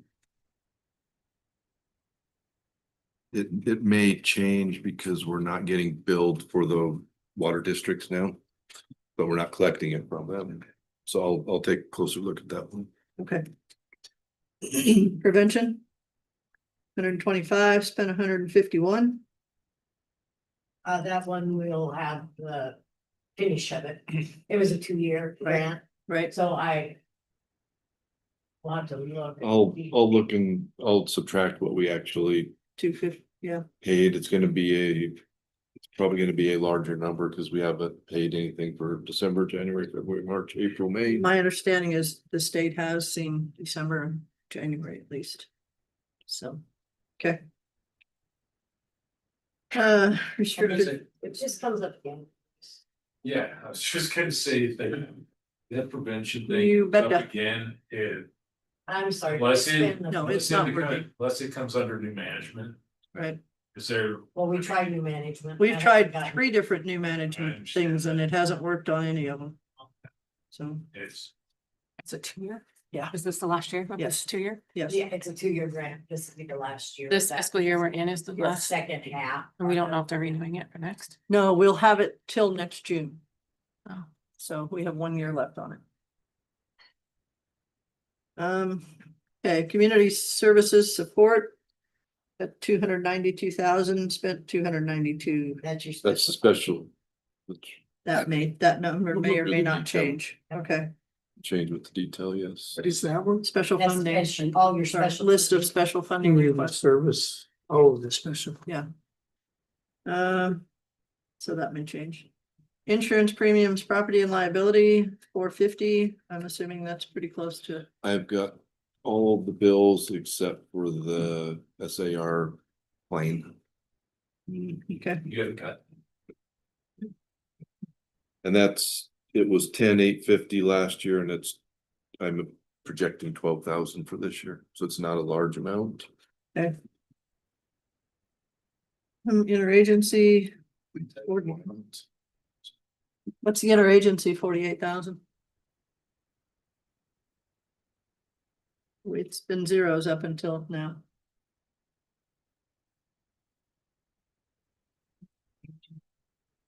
I don't know. Well, it looks like you have YRA. Is that Is that the line? It is. It's YRA. Yeah, 'cause they ran out of their money and they're coming back with the 48,000. They're not on the special funding request? They're, Oh, 'cause they're you at the get it. bottom, but it falls into a different line. Okay. Contract services and professional fees, Audit. okay, and that's 60,000 is pretty close to what you know things are gonna be, okay. Then we have zeros. So we have one or two you're gonna check on, Yes. okay? One, you're gonna add the revenue to match with Yeah, the. I'll update the TANF, then I'll update the prevention for what it Okay. will actually be. Don't have it. Just the thanks. That's what it is. Open up. Two went eights. Nice. I had 10,850 last year. What? I had 10,850 last year. 800. 10, 8. 10,850. So it went down. Hey, we'll take it down. No. Yeah. Okay, pull out your special funding, Maureen.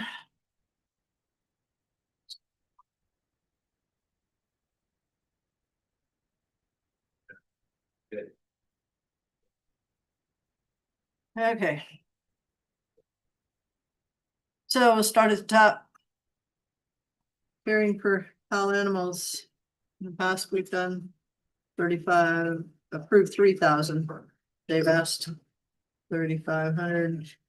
You have approved 3,000, or you've already filled in this column? I just put in what we did last year. Oh, okay. So you put 3,000 in there. So that plus or minus is not, well, it's a plus or minus of what they asked for and what we were giving them, not necessarily because we're giving them the same as last year if it's listed, Yeah, if we yeah, agree to this. disregard the plus or minus for now. Okay, But I just had to, it flows into that line from here, so I had to populate that to get a estimate. okay, caring for pal animals, any input? Madam Chair, I think a lot of this is a waste of time for me till we even see what the budget looks like. I agree. I agree, because I was gonna ask too, like, we haven't even had we have had a conversation about salaries too. And what we're gonna do. I mean, I know what we've been saying. But Well, the bottom line comes through. I'd like to see what we're gonna do for our employees. If we can, before we even start this conversation. Everybody on board with that?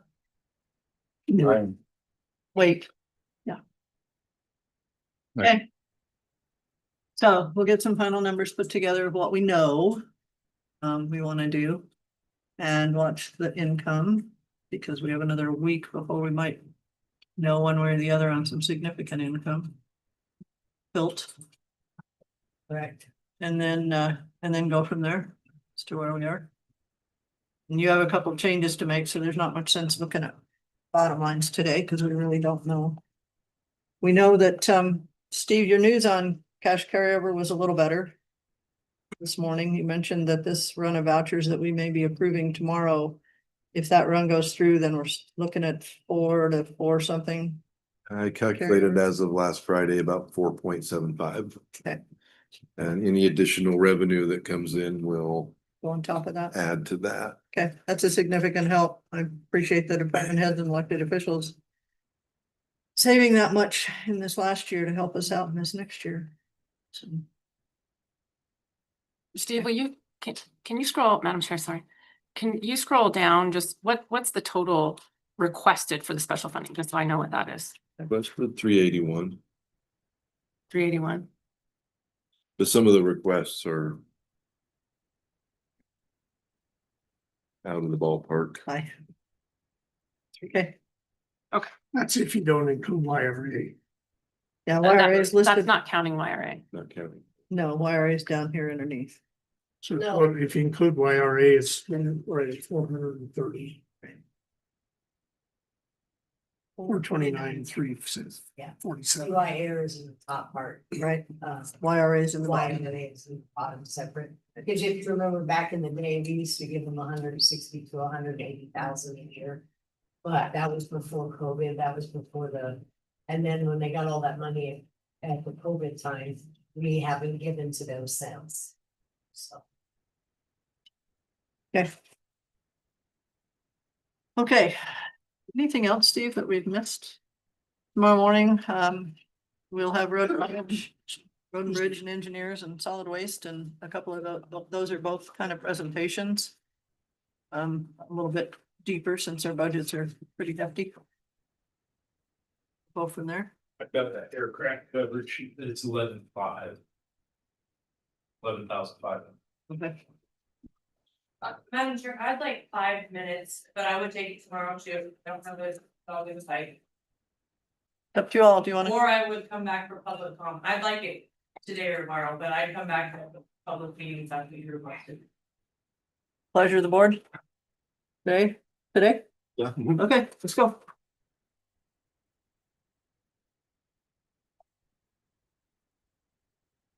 I'll grab your present. Don't get too excited. It's nothing. You already have it, but you know, you can have a second copy, Kelly. This is what you need to start a fire or something. Okay. You want me to sit right here so I can be heard? That's great. By the viewing public? Sure. I don't think there's many viewers, but. So I have 2 items. One, as a taxpayer in Park County. This will probably not be the message you receive from most taxpayers, but this is the message that I'm going to give you. Since my property taxes have been reduced by 25%, I expect to see a reduction in services. So whatever that means, whether you chip seal less, whether you, I don't know what you do less. I mean, the landfill is a bad example because it's an enterprise fund, but as a taxpayer, if I'm paying less, I feel like I should receive less services. So that's point 1. For those of you who don't know, I served on Cody City Council for 4 years and the YRA board for 6 years. So have worked with the streets department at the city and the YRA staff for a long time. So what you have in front of you, the top page, and full disclosure, my husband is employed by Park County Road and Bridge. I'm picking on Road and Bridge because I have familiarity with the city and YRA, not because my husband is employed. We saved $750 in property tax, and if he received a step increase, it would be $500. So if this was about the Rasmussen family finances, I would have stayed home today and billed some clients. So the first sheet is fiscal year 25, and it just goes through, and I picked on Road and Bridge again, but it goes through comparing Park County to the city of Cody to Yellowstone Regional Airport. The top 2, I would argue, are very good comparisons. Heavy equipment operator 1 to a heavy equipment operator 1. If you just look at that, the county has a 30-step program. Your step and grades, in case you don't have those, are attached at the back of the packet that I handed out. So if I hire on today as a heavy equipment operator 1, I make $18.35 an hour. And if I hire on at the city, I make $21.36. So the city's beating you by $3 an hour. I picked the middle of the road. So my assumption is a mid-level operator. So that's a heavy equipment operator 2 on the 4th year with the entity. And that's what I've used for my examples. I've taken both the annualized cost to the entity, whether that be Park County or the city, and then the take-home pay for the employee. So about a third of the way down the page, you can see that a mid-grade operator costs the county about $33.91 an hour, and the employee gets $21 an hour. And as we all know, a lot of that is in benefits. The city, it costs them $37 an hour for that same mid-level operator in their 4th year. And that employee is taking home $22.88 an hour. So about $1.50 more. The second page is fiscal year 26. The city has implemented a 2.5% COLA, and because their steps are a 14-step program and you have a 30-step program, their steps are a 2.5% increase per step, and your steps are not quite 1.2%. So the take-home pay for a county employee Next year with no increase, no step, no COLA, will be the same $21.34, same cost. It will not be the same cost because I did not put in the health insurance, so that is not in there. That's why it looks like $33.91. But the City of Cody operator is now, he's gone up a step, which is a bigger step than yours, and he's now taking home $24 an hour. And you could, I picked on the things that I was familiar with. You could run this analysis for the clerk's department compared to the girls that are running the front desk at the city hall. You could, I mean, I just picked on this department because this is the department I have the most familiarity with. I was the liaison to the streets department when I was at the City of Cody, and I spent a lot of time working on salaries and wages when I was at the YRA board. So I'm picking on them not because my husband is employed there. My point is that if you don't do something with wages, even one step, you have problems. You've already lost one road and bridge employee because the message that was received, I'm not saying it was the message that was sent, but the message that was received was there wouldn't be a step this year. And he found other employment. That's going to happen. And 30 steps, the time it takes a guy to hire on here in year one, he has to work 30 years before he gets to the same position he could get at the city in 14 years. And actually he would be better off because he would start higher and he would end higher at the city. So I'm off my soapbox. Okay, Thank you. Yeah. And point it out if I'm wrong, please. You mentioned that you expect as a taxpayer, your services to drop by 25%. Based on the revenue, Yeah. right? So what is the, if you increase the steps in the employees' wages, and I'm not saying it wouldn't be great. My point is, are they gonna be doing 25% less work and getting a raise to do it? Well, you mean you have to keep them fully. I'm using road and bridge, just like you said. Sure, so they're doing 25% less work. Well, I don't think they're doing 20% less services, and we're paying them more. Well, I don't think they're doing 25% less work. One department, first of all. But you have to cut services. In my household, if I take a pay cut, I have to cut services. Well, I how have do you to cut services in road and bridge without cutting services? well, you do things that don't require as many materials. You have to pay the guys straight time, like your labor is set. But you have, at least in the budget that I have seen, $1.3 million in chipping oil. Oil alone. No chips, no labor, just oil. So chip 5 miles less, chip 10 miles less, and save that on oil. And have them out grading something or doing some sort of maintenance that doesn't require an expense or a material project. And I don't know, I haven't run a road and bridge department. I mean, and unfortunately, I'm sitting on city council. I know. There I'm is parks. I'm just It's throwing that out there so PD. that we're all faced with city as well. Yeah, it's PD. There aren't many things in the general fund, but taxpayers are going to have to understand that if they want to pay less, they get less. I don't want to pay less, Lloyd. I would give you my $750 right now and keep the exact same service. But if I'm outnumbered, then we have to understand as a society that if we pay less, we get less. Madam Chair. Yes. As far as the STEP program, I know as with the city of Howell, we could actually give someone a raise on 2 steps. And we have that opportunity here. So if the head of our road and bridge wants to give somebody a 2-step raise, they can do that. So that wouldn't take like 30 years to go through all 30 steps. They could get a bonus. That is a fair point. Also in I think it's on page 4. It is page 4 of your packet is the wage increases that Park County has done since 1997. And to your point, you can get 2 steps some years. And in the last several years, because I'm sure of inflation and other things, there have been several years of 2 steps. I think there's 4 there, but there were also 4 years of no steps. So I think it's a give and take. Well, and there's 2 things to mix too, because there's the opportunity for COLA versus steps. And we've done the combination of both in the past, and we've done one or the other, or we've done handed the department head this many funds, and you can either, give it 2 steps to somebody and 1 to somebody else, but this is the total amount of money change you're gonna get. Yeah, type of thing. So there's lots of combinations we can look at. We just need to determine what's available, if there is.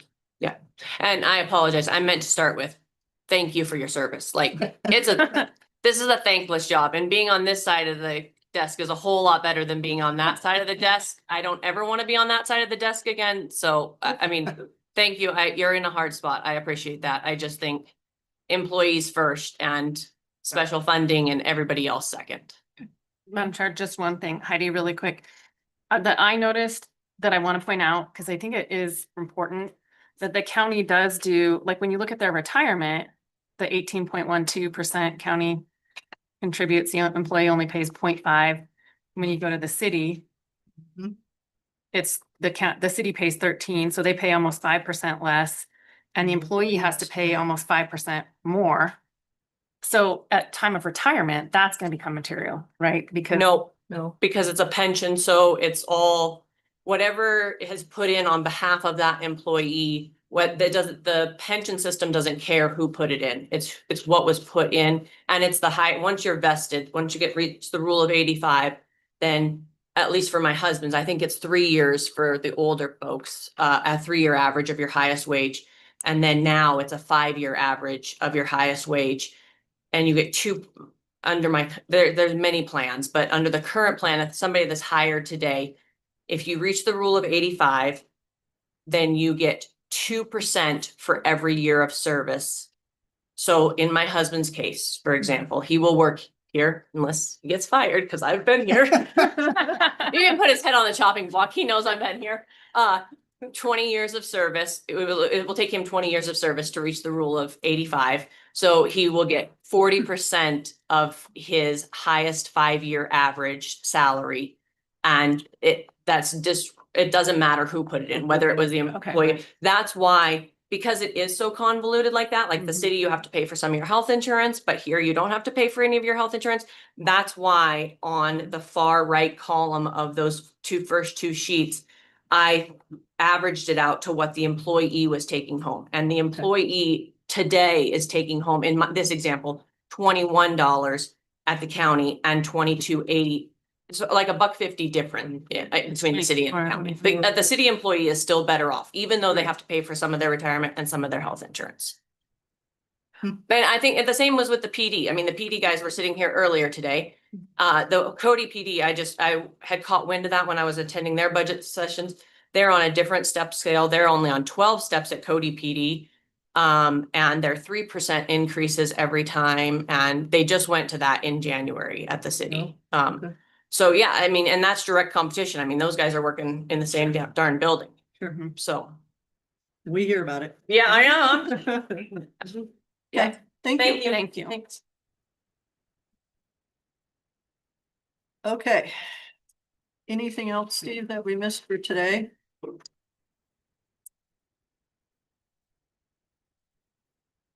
think we covered everything. Okay. Besides what will be done tomorrow. Tomorrow morning, okay? So road and bridge and solid waste. What works, engineer? Just one that we didn't look at, which is irrelevant now, is the Homeland Security grants, and it's just 0. We don't think there'll even be one, so.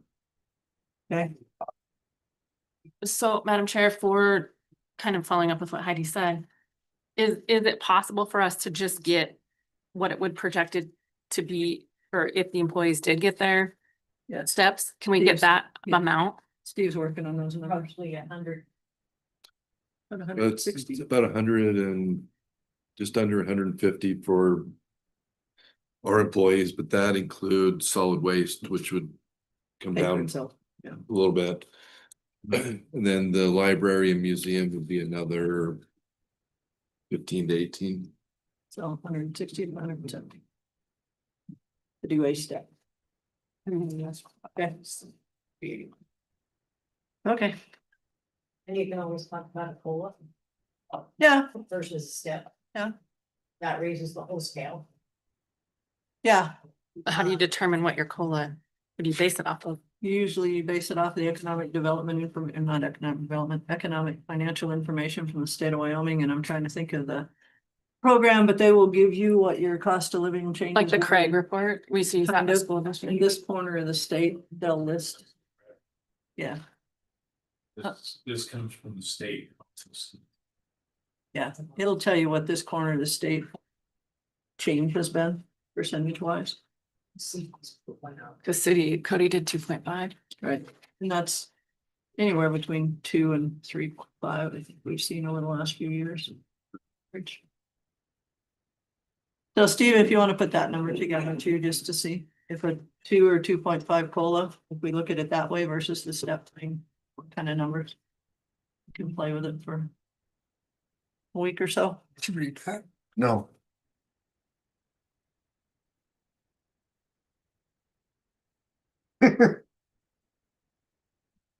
And we know that we're down the 2.18. That has to do with the property tax situation. But we don't know about PILT yet. So 4.6% is the statewide inflation. statewide, what about this corner? Northwest quarter. Northwest 4.5. Oh, Northeast 4.8, Central 5.6, Southwest 4.2, Southeast 4.1.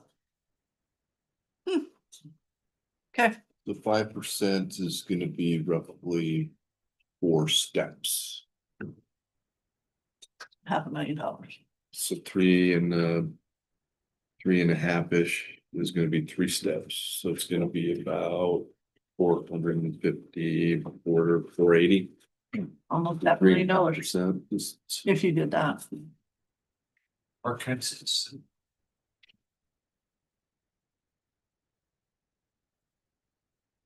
They're interesting. They break it out into housing and food and everything. Yeah, It's kind of- I remember when they used to do it for school Yeah, we used to districts. go there.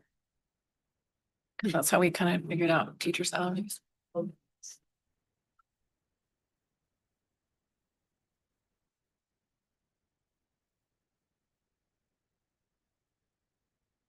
It doesn't have it, right? Let's use it. Well, we've got a week or two to look at things and Yeah, remember we have approximately 1 million to bring in from mineral reserves. yes, and we hadn't put that in there Oh. either yet. Do you look about this, what Philip asked us?